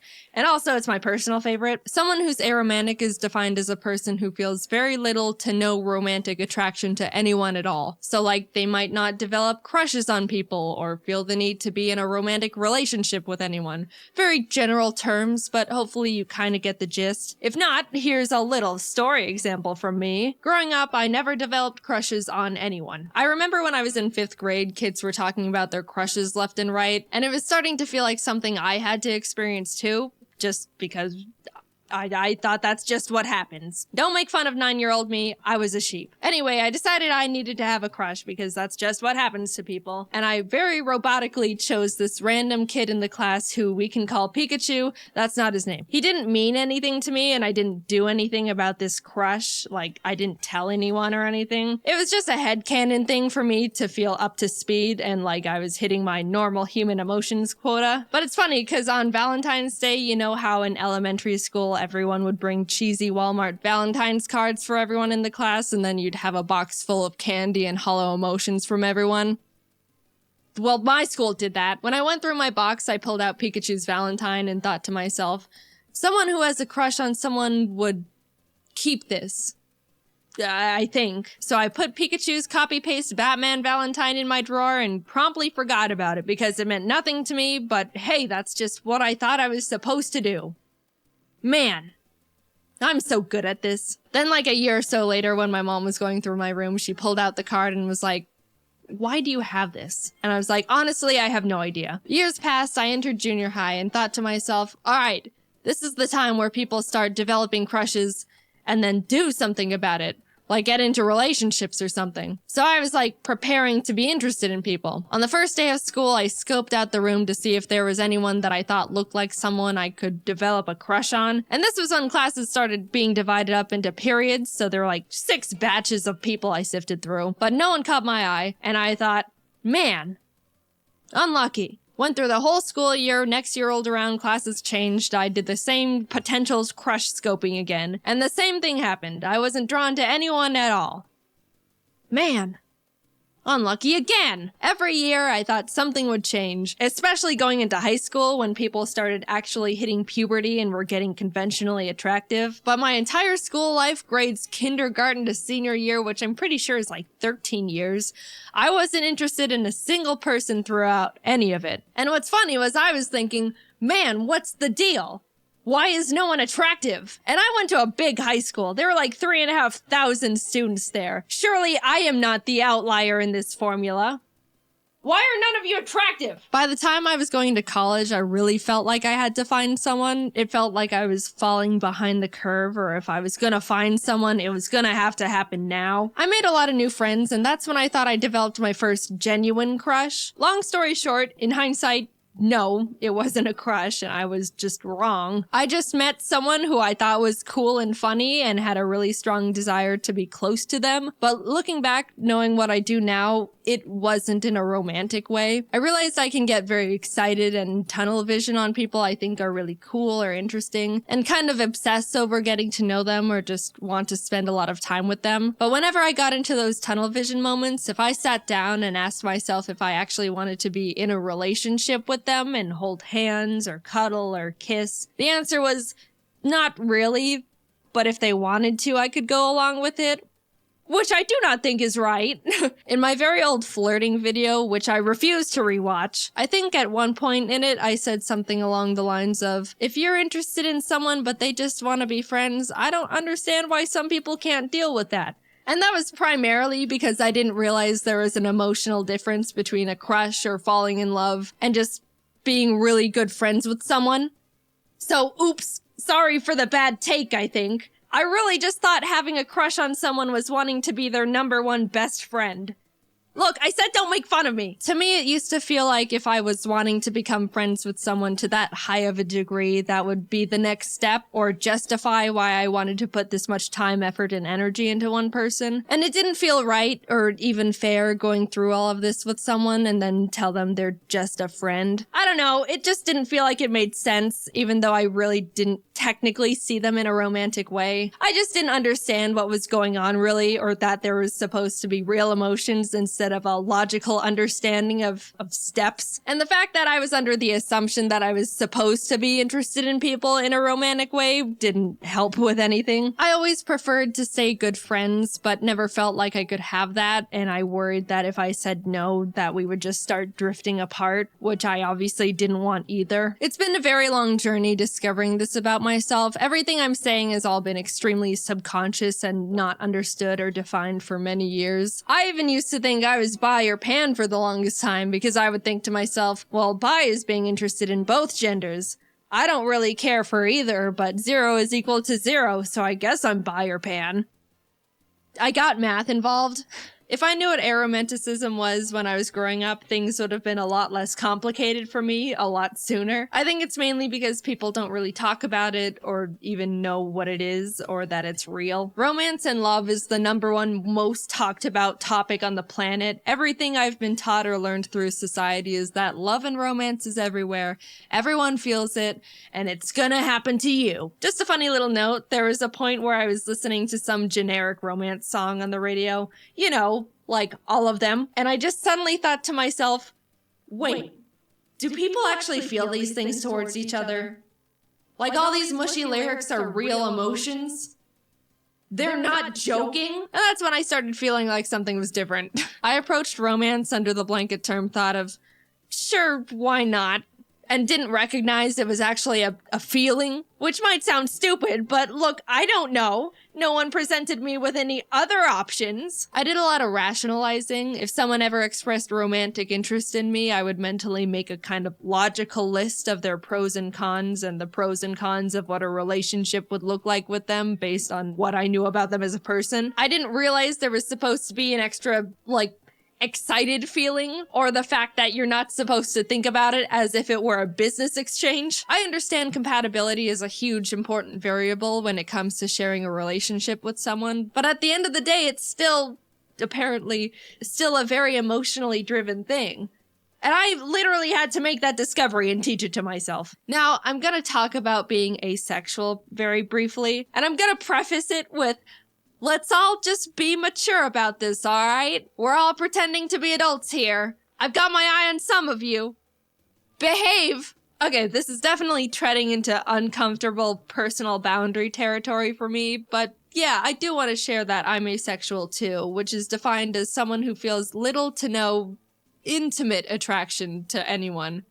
Look, I know we said we're all adults, but I'm still gonna dance around the vocabulary, alright? Yes, there's a difference between romantic and intimate attraction. Little side note, I will say you can experience romantic attraction to someone but no intimate attraction, or you can experience intimate attraction but no romantic attraction. You can be one and not the other. It's not necessarily a package deal. Most people feel both, and I do not feel either. Anyway, I have never been magnetically attracted to the look or shape of a single person in my entire life, and did not realize it was a real thing until very recently. I'm able to identify when someone looks conventionally attractive, like by textbook definition, but I never realized people are genuinely drawn to people they think are attractive. I didn't know that people could just see someone and be like, wow, they're gorgeous. I would love to get to know that person, or maybe go on a date with them, or whatever else you people do. I didn't think it was real. I thought people were exaggerating or something. I don't know. And I also couldn't believe that some people feel that with multiple people.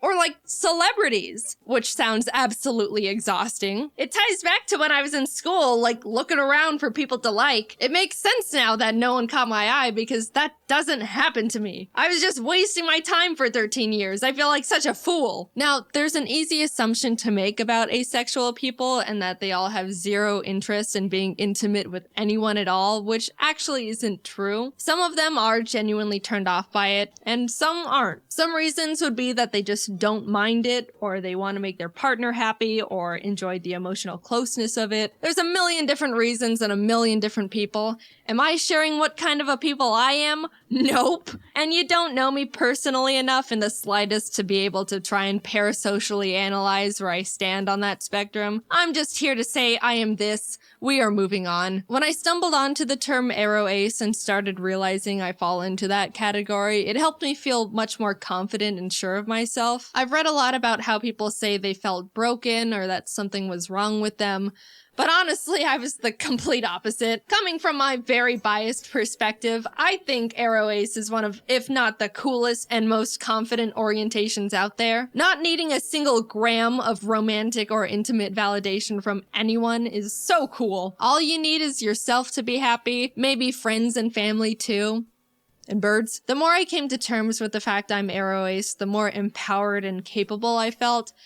But at the same time, I was also starting to feel more alone and isolated. As cool and amazing and unique and awesome as I think it is, it can be really hard for other people to relate to or even understand. Everyone else and their orientations are able to bond and relate to the love and romance aspects, and we're over here like, we don't do that. I don't even know if I'm explaining it very well. It kind of does go against everything everyone's ever been taught about anything. Romance is taught to be a basic assumed emotion, which I do think is a bit misleading. A common argument used against the aro ace orientation is that romance and intimacy is what makes someone human. But I mean, I don't know, lots of birds mate for life, which is a better ratio than people, and all animals get frisky. You know, that's just how they became not extinct. It's not an exclusive to humans thing. If I were to guess, I would assume the thing that makes someone human is basic empathy. Like, I'm not an emotionalist monster. I can still love people. I love my family and my pets,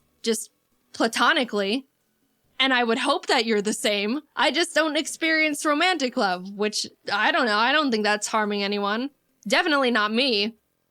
I'm having the time of my life. I don't think you need to be in a relationship to be happy. And if you don't want to be just on your own, I think there's many types of people in relationships that push the boundaries of what a conventional relationship looks like. Telling someone that they need to be in a romantic relationship to be happy and fulfilled is weird. And then when that person says they're not happy, they're told relationships take a lot of work and that's just how it goes. And that's also weird. I don't know. I also think it's weird that once someone reaches a certain age, people inherently start thinking it's sad they're not in a romantic relationship or assume they're lonely and sad. No one thinks a child is sad and lonely just because they're not in a long-term relationship. I don't know. I don't get it. And I also think I'm rambling. At the end of the day, it's all very complicated to talk about these things, especially because I don't know the feelings I'm supposed to be feeling, let alone talk about. I just know for me, the terms aromantic and asexual are able to articulate things I was subconsciously feeling and thinking before I even realized I was feeling and thinking them. I don't plan on talking about this very much, if at all, ever again. I just want to play my silly little video games, maybe tell a story here or there. But I wanted to bring the orientations to the surface and try to get more representation out there because I thought if I could help more people become more aware of this, then that would be awesome. I was confused as hell for a while and could have used something like this. It's a real thing. You don't have to feel any sort of romance or whatever to be considered a real person. Personally, I think it's really cool and badass. And don't be afraid to look more into aromanticism or asexualism if any of what I said in this video resonated with you to any degree. Like I said, this is all very surface level stuff. They're both much larger spectrums than you'd think, and maybe you fall under some umbrella category with them. I don't know. Or not. Either way, this has all been my personal experience with this stuff. Is there more for me to figure out within it? Yeah, I'm pretty sure there is. It can get pretty complicated and confusing. Haha, awesome. Will I be sharing any of that with you? Nope, no way. This is all you get. Hope you can understand even just a little of what I talked about. And if not, that's totally fine. I just hope you can be nice. Thanks for listening. I never really intended on making this video because I haven't really felt a strong urge to, like, I don't like using this phrase for myself, but come out. But I did end up wanting to make the video to make people more aware of this stuff because I think it's important and someone has to. There's not really that many people doing it right now. Anyway, yeah, just moving forward, I guess. See you later. It's that time of year again. Ari turns 3 this year, which means he'll be dead in approximately 27 years if all goes according to plan. The clock's ticking, Ari. When are you gonna get a job? But for now, we can just focus on giving him a good birthday. Since he's still just a wee lad, he hasn't accomplished much yet. And the world is full of amazing treasures to be experienced, like making friends, or, I don't know, going to a park. Oh, wow. Oh, yeah, Ari, look at you go. Wow, look at you! There you go. Now, wasn't that fun? Getting back to the making friends part, believe it or not, Ari's actually made another bird friend. He's not as socially inept as I thought, since he hates everything but bells and spaghetti. My buddies Jordan and Kelsey also have a bird named Baby Jim, so when the two of them met, they became instant best friends. They snuggle and get each other's pin feathers and poop on my computer together. They're practically inseparable, and it's frickin' adorable. Except for the double poop. That part is not as good. Since it's Ari's special day, I thought we could make a nice dinner for them to celebrate together. I invited Jordan, Kelsey, and Joel too, but Joel, you're uninvited because I forgot Ari doesn't like you. Careful. Ah! We got a bunch of party stuff, so Jordan, you're working on the spaghetti, so maybe Kelsey and I can, we can decorate the table. Alright. You got confetti. Want to sprinkle some on the table? Well, I want to open it gently. I don't want it to just... Kelsey! No, he said... I think I got confetti in my eyes, guys.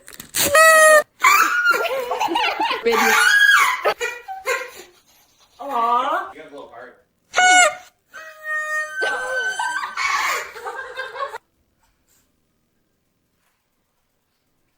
Jordan, what's your spaghetti secret? Garlic bread. I got a lot of candles. They only came in packs of 24. Oh, it's the fanciest thing Ari's ever gonna be a part of. Oh, it's so cute! Ari. Get on the table. Oh no! You got confetti in your spaghetti. Wanna see it?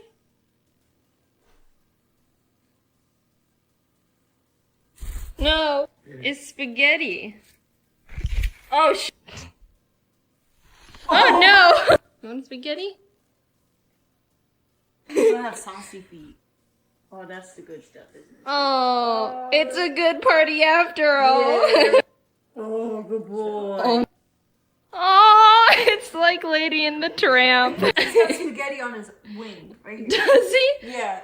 I want to see what happens when the meat in there. Oh, Ari just took the whole thing. Maybe it's time for cake. It's a bird cake. Want to know how I got the candle in? Oh, nope. Can we pretend to eat it? Will he eat it? Do you want to try and eat it? It's like a UFO. Hey. I'm not getting styrofoam. It's good. Get a piece. Oh my god. See, now you like it. Oh, see, it's good. Look at Ari, he's got his piece too. We could just pretend that they're eating right next to each other. There you go. What if we take the plate away? Maybe he doesn't like gay. Oh, there we go. Go get it. Get it, baby Jim. Get it, baby Jim. Why is there a staple? Ari, why do you have a staple? Want the toy? Why are you on the floor? Come here. Where are you going? He's gone. Bye, Ari. Last year, we supported a local bird rescue with helping fund their renovations, which they were really thankful for. I followed up with Anika, who works there, and she said with the donations, they were able to revamp the electrical work and AC to be more stable, and are in the process of building more aviaries and a shed for extra storage. I was blown away with how much we were able to help, and I want to do something like that again this year. This time, I want to help out the Bird Gardens of Naples. They're a non-profit Florida-based organization that takes care of birds that need a home and prioritize education on general bird knowledge and care. They put a lot of time and effort into caring for the birds they have, and all the donations they receive get put back into the birds through vet bills, flight cages, toys, renovations. I asked them to set up a GoFundMe for this occasion, and if you donate at least $10 to it, you'll be entered into a raffle to win a special Ari's birthday shirt or an Ari plush. I'm giving away 20 shirts and 10 plushes, and they all come with a signed card. I've also donated $1,000 to the rescue as well. If you can't donate or want to do more, there's links on their website to volunteer, adopt or sponsor a bird, or just tour the sanctuary. I hope Ari enjoyed his birthday, even though he's a little brat poopy bite toddler. He's my buddy, and I love him very much. Hopefully we can celebrate by doing good things for the birds and eating spaghetti. Hey guys, so I'm gonna start doing some Q&A videos so we can all learn about who I am and we can all be connected and friends and stuff. Anyway, okay, so the first question is, how old are you and what made you do animations? So, I've gotten so many questions. Are you in college? Are you in high school? How old are you? I'm 17, I'm in my last year of high school, so I'm going into college next year, but yeah. As for animation-wise, I really have no idea how I got into animation. I've always been drawing ever since I was little, and I just all of a sudden wanted to do animation, so I looked it up, I didn't take any classes, and I taught myself, and I'm not a professional at all. I'm pretty sure I'm doing everything wrong, so I don't think you guys want to learn from me. You should probably learn from a professional like I didn't do. When did you start animating? Now, this is a funny story. I'm sure you've all seen that terrible mother animation that I made for Cupquake, right? Yep, that was my first animation that I ever made in my entire life. Like I said, I'm not a professional at all. I just jumped straight into it. I did my best. I had no idea what I was doing, but it turned out pretty well. And I'm so glad that so many of you had such positive feedback and you loved it and you want more. And that's really what helps me grow as an animator. So thank you. Next question. Do you have anything big planned, like a long video or something? For this channel, no. But, as you guys know, I work for Cupquake, and the animation that we are working on right now is amazing. It's turning out so well, and I think you guys are gonna love it, maybe even more than Terrible Mother and Dino Killer, the other ones that we have out. It's different. It's a lot different from the Minecraft shorts, but it's my favorite out of all of them so far. It's probably not going to be out for a couple months because it's different. I'm trying not to give you guys any hints, but you're going to be wanting to watch it 5 days a week. Trust me. Quickly, it's life or death. You have to pick between having hands for feet or feet for hands. Do it at that. Considering that I need my hands to be doing animation and drawing, I'll probably have feet for hands. No, I'm just kidding. Definitely hands for feet, no questions asked. But seriously, I've tried drawing with my feet before, and it is hard. Props to people with no hands, and they have to draw with their feet. Next up, are you ever going to vlog on your YouTube channel? Now, I'm taking this as, what do you look like? And I knew I was going to get this question eventually, but right now I'm only focusing on getting animations out because that's what I think is really important. I guess I can tell you a little bit on what I look like. My dad is white or Caucasian, and my mom is Japanese, and they both grew up in Canada, so I'm like white, Japanese, Canadian, but I also live in the US, so that's a little bit on my background. But who knows, maybe in the future I'll show you guys what I look like, but for now, no. Why do you make videos for Cupquake? Okay, this is something that a lot of you guys probably are wondering. I used to be just a fan of Cupquake. I just watched their videos, I was just a subscriber, that was it. But one day I decided to send in a fan art and they posted it on their channel and I saw it and I was like, oh my gosh, they liked my art, I should send more. And they started kind of talking a little bit about it and they also mentioned the fact that they were looking into animating some moments in their videos. And I was like, oh my gosh, I don't know how to animate, but I was thinking about learning how to animate. So I sent them a message. I said, hey, I kind of know the basics of animation, and they kind of already knew me by my art. So they're like, okay, what's your email? What's your Skype? Let's get in contact. Let's make this happen. And one thing led to another, and out came Terrible Mother, and you guys loved it so much, we just had to make more, and that's how this whole animation thing started. So that's why I'm telling you guys, you have to get yourself out there, because my whole career basically just started by sending in a fan art, which is a prime example why you don't know what possibilities are out there. You just need to pop your bubble and form the path that you want to take.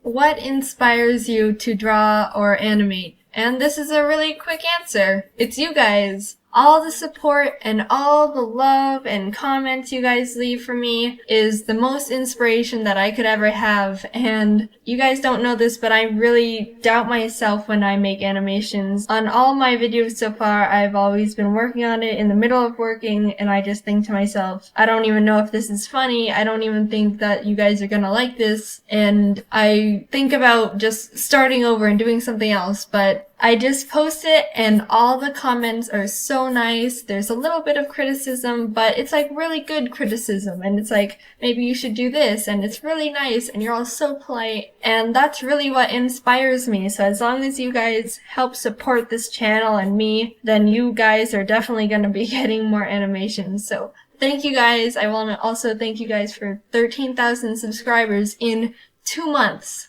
I have no words. That's beautiful. Thank you guys so much. Well, that's all the questions I'm going to answer for this video. Make sure to like the video and subscribe if you haven't. Also, if you want to be updated on the channel, know when I'm taking questions for more Q&A videos, or even getting a day in advance notification on when I'm posting an animation, follow me on Twitter at JaidenAnimations, and check out my DeviantArt where I post some of my drawings. Anyway, thanks for all the support and all the love, and I'll see you again later. Bye! You already know I like art, but there's other things to me, you know? Aside from art, I like other things too. Like art. In instrument form. When I was 5 years old, my mom put me in piano lessons. And even though I didn't understand what piano really was at the time, it just became a part of me as I grew up, and I still enjoy it to this day. If you didn't know I play piano, then you must be very new here. Do your research. I literally posted a piano video like, what is it, 6 videos ago? Nah, just pulling your leg. It's fine if you didn't know. I'm glad you're here. Welcome. But I mean, it was only 6 videos ago.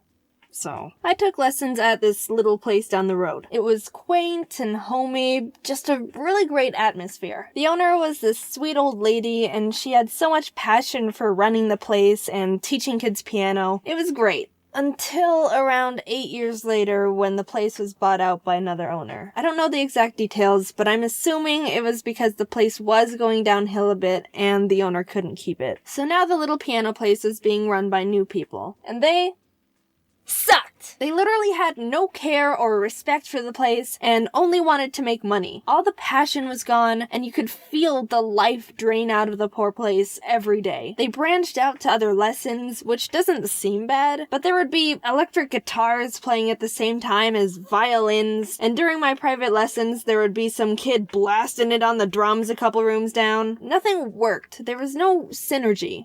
But no, it got worse. The new owners renovated the place to add dance lessons. So not only are there frickin' drum solos playing at the same time as one-on-one piano lessons, but now there's an extra layer of background noise, of bad hip-hop music. I remember trying to play a Mozart piece I was assigned, and halfway in we were interrupted by... A lot of people were complaining, but the owners didn't listen. Or care. More variety means more profit, so off with you, peasants. We decided to leave when they added karate classes, so that's how I stopped lessons. To be honest, I already knew the basics of piano, and they were kinda just throwing songs at me to learn, and when I got it down, I just move on to the next and totally forget about the previous one. You know, like when you study for a test just to pass, and then walk out of class the same day like, nice, now I can forget everything. So I was kind of getting bored of the whole routine anyway. For 2 years, I stopped playing piano. I thought I could only play what teachers told me to, and wasn't interested in the majority of what they were giving me. I was tired of the typical classic songs and stuff. Not trying to say classical or any of that style of music is bad. I was just sick of learning them and was overall disinterested. Keep in mind, I was doing it for 8 years. In the summer of my junior year of high school, I remember hearing a Pokémon song and thought, you know, this would be really pretty on the piano. I wonder if people have made it into sheet music. And thus, I was introduced to a whole new world of piano music. Jaiden, you aren't a real pianist unless you only play Beethoven and Chopin and Mozart. Anything else is a disgrace to the piano. What are you doing? Do you mind if I use this scalpel to just try and make a big incision in your head? What? Why? You seem a bit close-minded. I started downloading a bunch of video game sheet music I was attached to, and I was re-inspired to pick up piano again. Yay, happy ending! Don't give up on your dreams, kids! Sparkles, fireworks! But what you don't know, unless you know me personally, or have been stalking me for the past 14 years of my life, is that I've actually had my fair share of playing a lot of other instruments too. I was a bit of an instrument dolphin, diving into one instrument, dropping it, and diving into a new one. Repeat cycle. The United States education system is dumb. I think we all already knew that. Also, shout out to Arizona for being one of the best states in the US for education. Haha! So I don't know about you, but my elementary school forced 3rd graders to take a Suzuki class where you learn how to play the violin. No one liked it except the 3 or 4 kids whose parents already forced them to learn violin before that. The only thing I looked forward to in that class was trying to get the special violin case with the black interior instead of the normal blue. I realize now that was just the school having absolutely no money and buying whatever they could find to have enough violins for the amount of students. But it was special to me, alright? Nothing else to say about my violin experience. I literally don't remember anything else but just wanting to be the first to the only black violin case. Don't turn that into a racial thing. Looking at you, Wall Street Journal. In 4th grade, they let us choose if we wanted to stick with the violin or switch to a viola, cello, or bass. I chose the cello.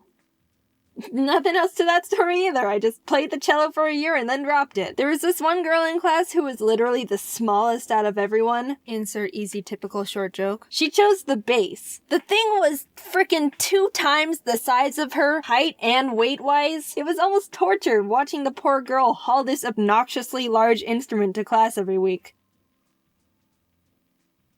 So that's how the Egyptians built the pyramids. The school also forced us to learn the recorder. That was a nightmare. All I remember about those days were...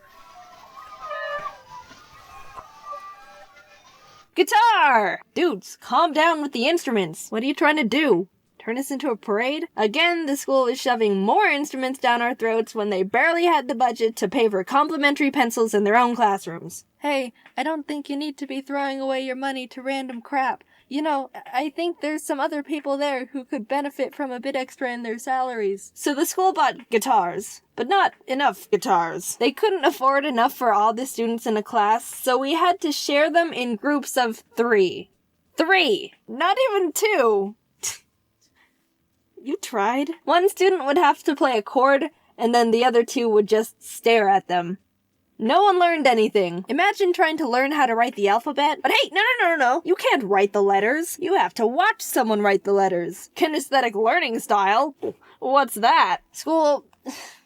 What are you doing? Are you actually trying to be low on that education list? You know you're supposed to try for first, right? It's not a high score kind of thing. You're not supposed to go for 50. Finally, of course, there was the typical band option in 5th and 6th grade. The instrument I chose was the flute. The main reason was because when the band teacher came in to show us all the instruments we got to choose from, he let us try and play them without any experience. And when he was explaining the flute, he was like, okay, now the flute is one of the hardest to pick up. It's a bit more complicated than it looks. You've got to figure out the exact special way to align your lips to make the sound because it's very particular.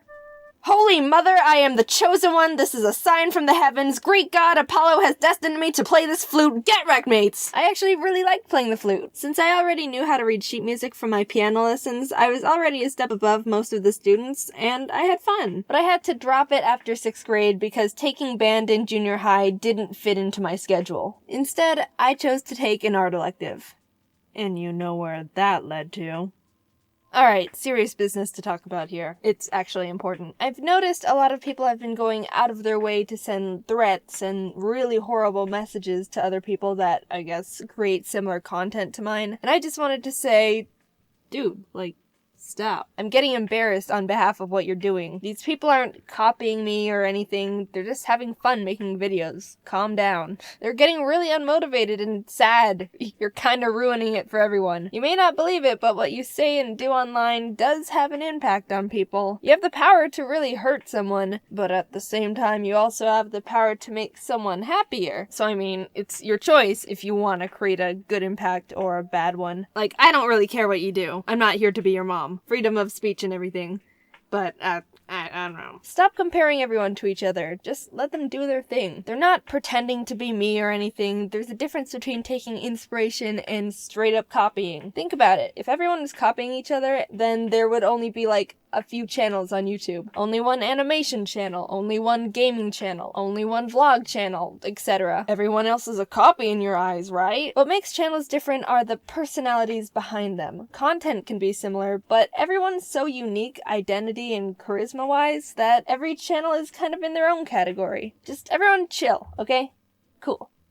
Have a good rest of your day. Raise your hand if you've ever sacrificed physical, mental, and or emotional health to overwork yourself into an extremely depressive state of mind that takes days to recover from in hopes to be happy with a result, knowing it's probably not gonna be worth it in the end.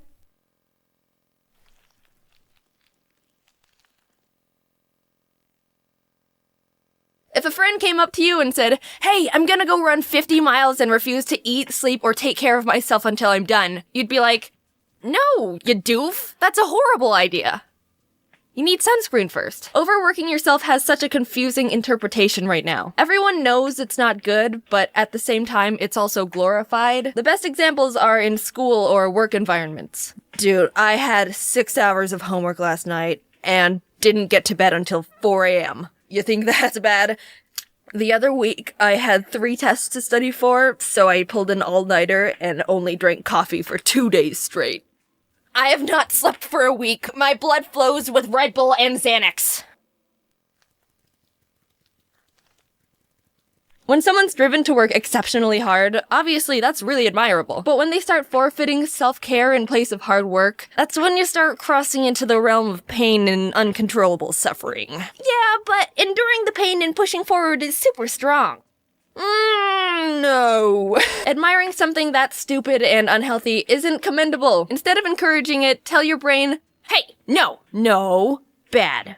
Not on the carpet." Your emotions start to chop and change more, your mental health starts to deteriorate, you snap more at things that aren't big deals, everything feels like you're playing sudden death mode in Smash Bros. Honey, I brought you some lemonade. Everyone is going to experience burning themselves out in some sort of way. That's part of life. If you don't, you're either perfect or the devil. And I don't trust either of those, so stay back. I've been slowly losing my sanity from overworking myself ever since I dropped out of college, which was 2 years ago. It's the type of thing that slowly creeps in, and you only start to notice it when your insides have already deteriorated by 30% and your insanity stat has reached level 10. Burnout is caused by 3 main variables: depersonalization, where you don't feel in control of yourself anymore, emotional exhaustion, and a lost sense of achievement. Wow, Jaiden, you're so smart! Ha! Yep, you know me. I'll research anything all day just to educate the people. After a long time of feeling like a very sad shell of a person, I started seeing a therapist. So the first day I came in, she just asked some basic questions to get to know me and my situation. And she got to the question, "What would you describe your average daily schedule to be?" And I was like, alright, that seems simple enough. So I wake up around 8:30, have a small snack, work out for like 30 minutes, and start working. So I work until lunch, and then I go back to work. Yeah. And I work until dinner, and then I work until I go to sleep. And when's that? 1 a.m.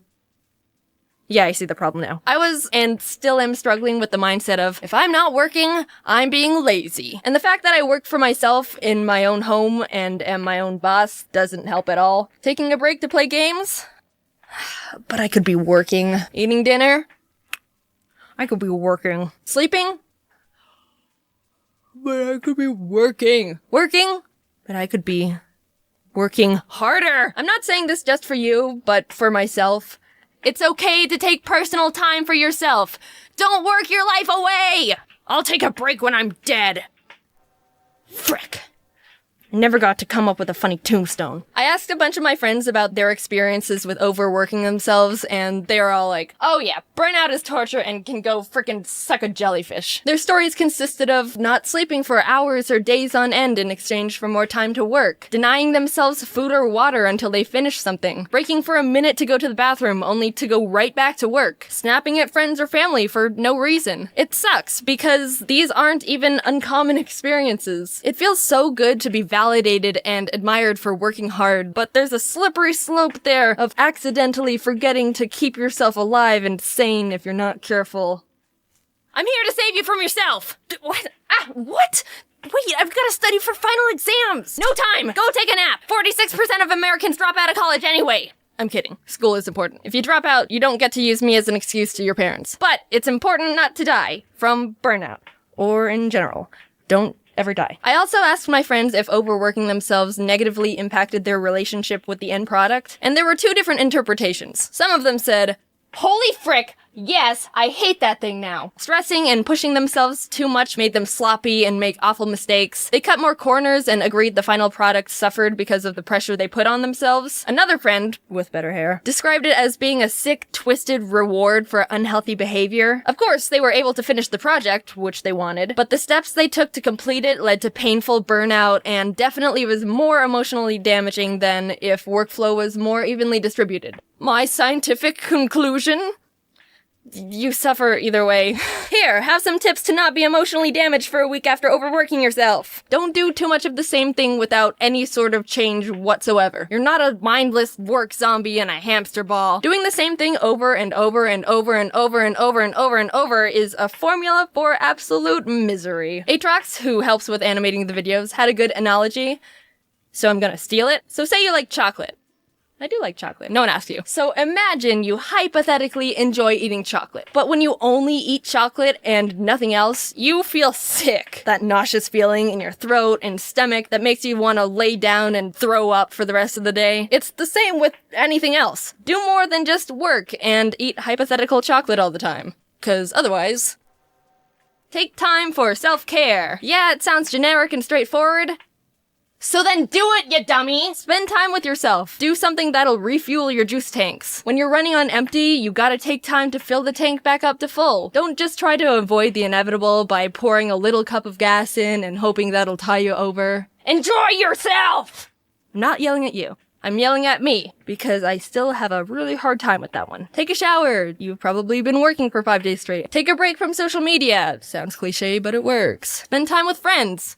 If you have any. Do some stretches or something that includes moving your body. Exercise equals dopamine, which means less depression. Yay! Stick to a healthy sleeping schedule. If you're a farmer, I am a farmer. No one asked you. You gotta tend to a variety of fields instead of hyper-focusing on the same one every day. Push yourself to always be trying something new or focus on improving. It's easy to get stuck in the same grind of consistency. Everyone's a unique, special snowflake, but eventually your brain is gonna start craving something different, and if it doesn't get anything new, it throws a tantrum. You get more excited about things you're going to learn and get better at. Spice everything up. If you're a lumberjack, I am a lumberjack. Will you cut that out? You can't keep swinging your axe continuously at trees all the time. It'll start getting too dull and become difficult to keep going. You gotta take time to stop and sharpen your tools. Keep things balanced. You can create your best ideas when you're not stressed and overworked, and sad, and tired, and feel like poop. Wait, I thought you were a farmer. No one asked. Hey ho, it's me again. Hope you liked the video, and as a pact to myself, I promise to not pull any all-nighters while making it. I'm not sure about any of the other members of the team. If they did, they're fired. Anyway, big update. I moved to LA. I always thought I would live in Arizona my whole life and die of a heat stroke, but so many opportunities opened up to me in LA, and I've got so many great friends there, and I'm so freaking excited. Moving was a pain, and that's what I've really been busy with, but I'm mostly settled now. LA still intimidates me because the people here can be a lot, but I'm doing my best.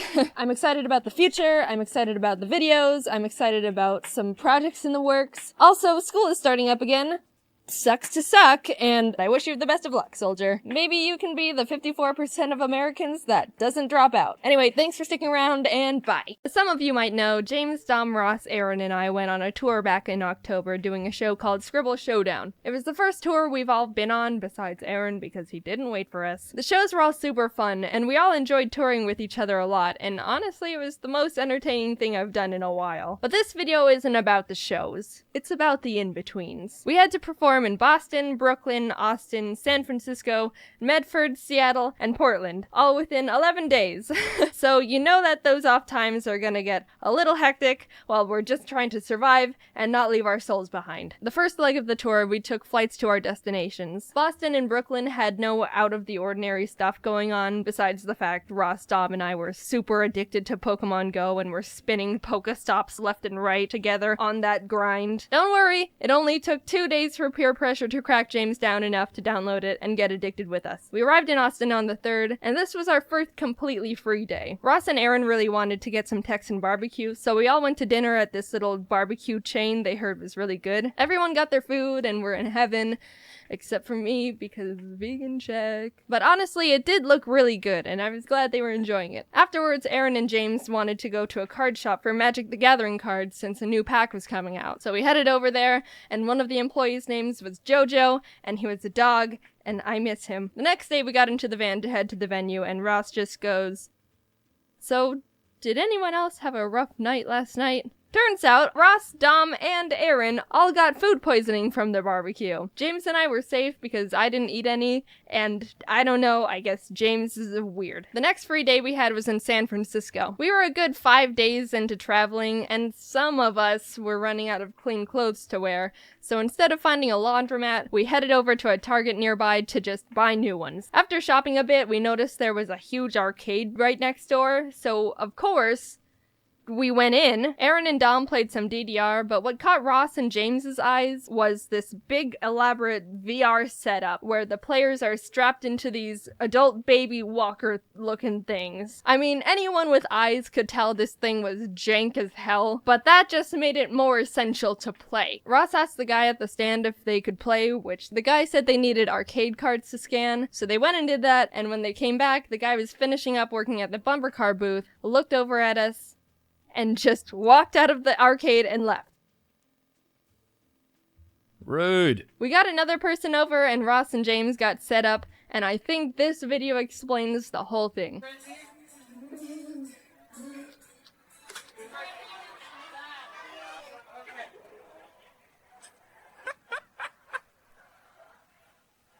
After the San Francisco show, we switched over to travel by tour bus, which we were all super excited for. There were 12 bunk beds, 2 lounge areas, a TV where we all played Smash on, and 1 bathroom. The only main rule was, you can't poop on the bus. I won't get into details, but technically, you can poop on the bus, but you essentially destroy it from the inside out.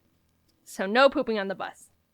This is the pinnacle of luxury. Given that information, we all got mild poop anxiety. As soon as you're told you can't poop within a certain window of time, it becomes your body's personal goal to aim for those hours, and those hours only. Luckily, James, Dom, Aaron, and I were okay, but it hit Ross hard. Maybe it was the fact he got the worst case of food poisoning out of all of us, but he couldn't poop if his life depended on it.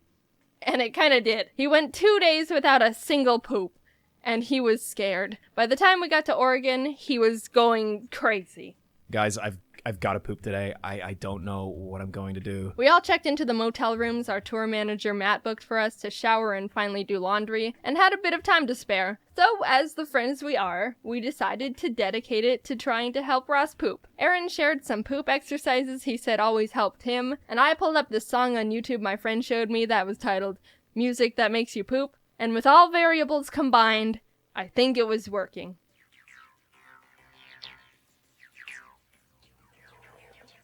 Ross is really trying to poop right now. You can't poop on the bus, dude. You gotta get it out before you get on the bus, because the septic tank can't handle the poop. Can only do urine, so you gotta poop before the bus takes off. Because if the bus takes off, you gotta wait for the next stop. So I don't want to wake up in the middle of the night and have to shit in the bag and throw it out the window. I don't want to be that guy. I don't want to litter. I want to be the big boy. I want to take a big.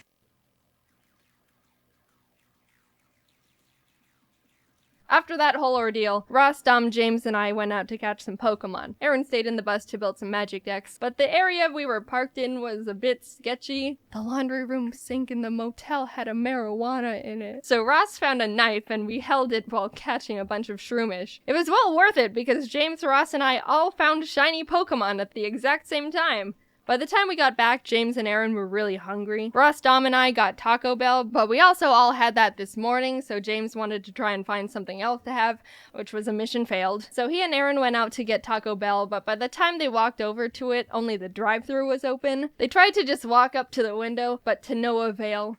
They didn't have enough characteristics to pass as a car, so they had to turn to the only option they had. Call an Uber to go through the drive-thru in.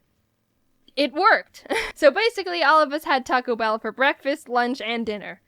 We were living like kings over here. In Seattle, we got to the theater, and Matt reserved another room for us to shower in at the hotel next to the venue. I wanted to wash my face, and Ross wanted to freshen up, so as we were walking out to go to the room, Matt grabbed us and said, "Look, when you walk in, don't talk to the concierge or anything. Don't even look at anyone. Just go straight to the elevator and head up to the room." So we're like, okay. We walked in and did exactly what Matt said. Didn't talk to anyone, didn't even breathe in anyone's direction. No oxygen was stolen. Just went over to the elevator, pressed the button, and then out of nowhere, the manager pops out of a mystery door right next to us that we didn't even know was a door and goes, "What room are you going to?" Dude, he was like an NPC in a video game that teleports in front of you to prevent you from going out of bounds. Ross and I were stunned and just went, 601? And the manager goes, "You're not the person who booked that room. I've known every guest in their respective rooms in this hotel since 1975. You're not allowed in there. No visitor policy." What kind of hotel has a no visitor policy? It's a hotel. Visitors is their business. So we went back to Matt and explained what happened. One of the managers at the theater went over to talk to the manager in the hotel because the hotel owns the venue. But the thing that was really annoying to us was that we were the ones who were performing at the venue, which directly affects the amount of rooms they sell. I should give them some slack though. To their credit, they did tell us they'd let one more of us go into the room if we paid a fee of $80. So, but the theater was really nice to us and the Seattle audience was great. Before each show, we had a VIP Q&A section, so when we finished that, we have like an hour before the actual show, and during that one in-between hour, there's a Mewtwo raid in Pokemon Go, which doesn't happen too often. So you already know that Dom, Ross, James, and I were frothing at the mouth. Oh my god, we gotta get that Mewtwo! After the Q&A, we all got up calmly, walked off stage, and when we were out of sight, literally bolted out the back door of the venue and ran down the street to a Mewtwo raid. By the time we finished it, there was a crowd of like 30 people also catching Mewtwo. Not people who watched our videos, just normal people who all just wanted a taste of the Neutron style. We all caught a Mewtwo and actually had time to get another before the show starts. So there was a march of 30 people just playing Pokemon Go, working together to get Mewtwo's, and it was the most beautiful thing I've ever been a part of. Also, James caught a shiny 3-star totally all by himself. Ross definitely didn't need to help him, and made us all jealous. The tour was so fun. I couldn't have chosen a better group of friends to travel and do a show with. The team that helped us was amazing, and the shows were so fun to perform. Every city had an amazing audience, especially the ones where I won, and it was a really surreal experience. I really want to thank you for helping me get to this point, and I still can't believe I get to do this crazy, awesome stuff for a living.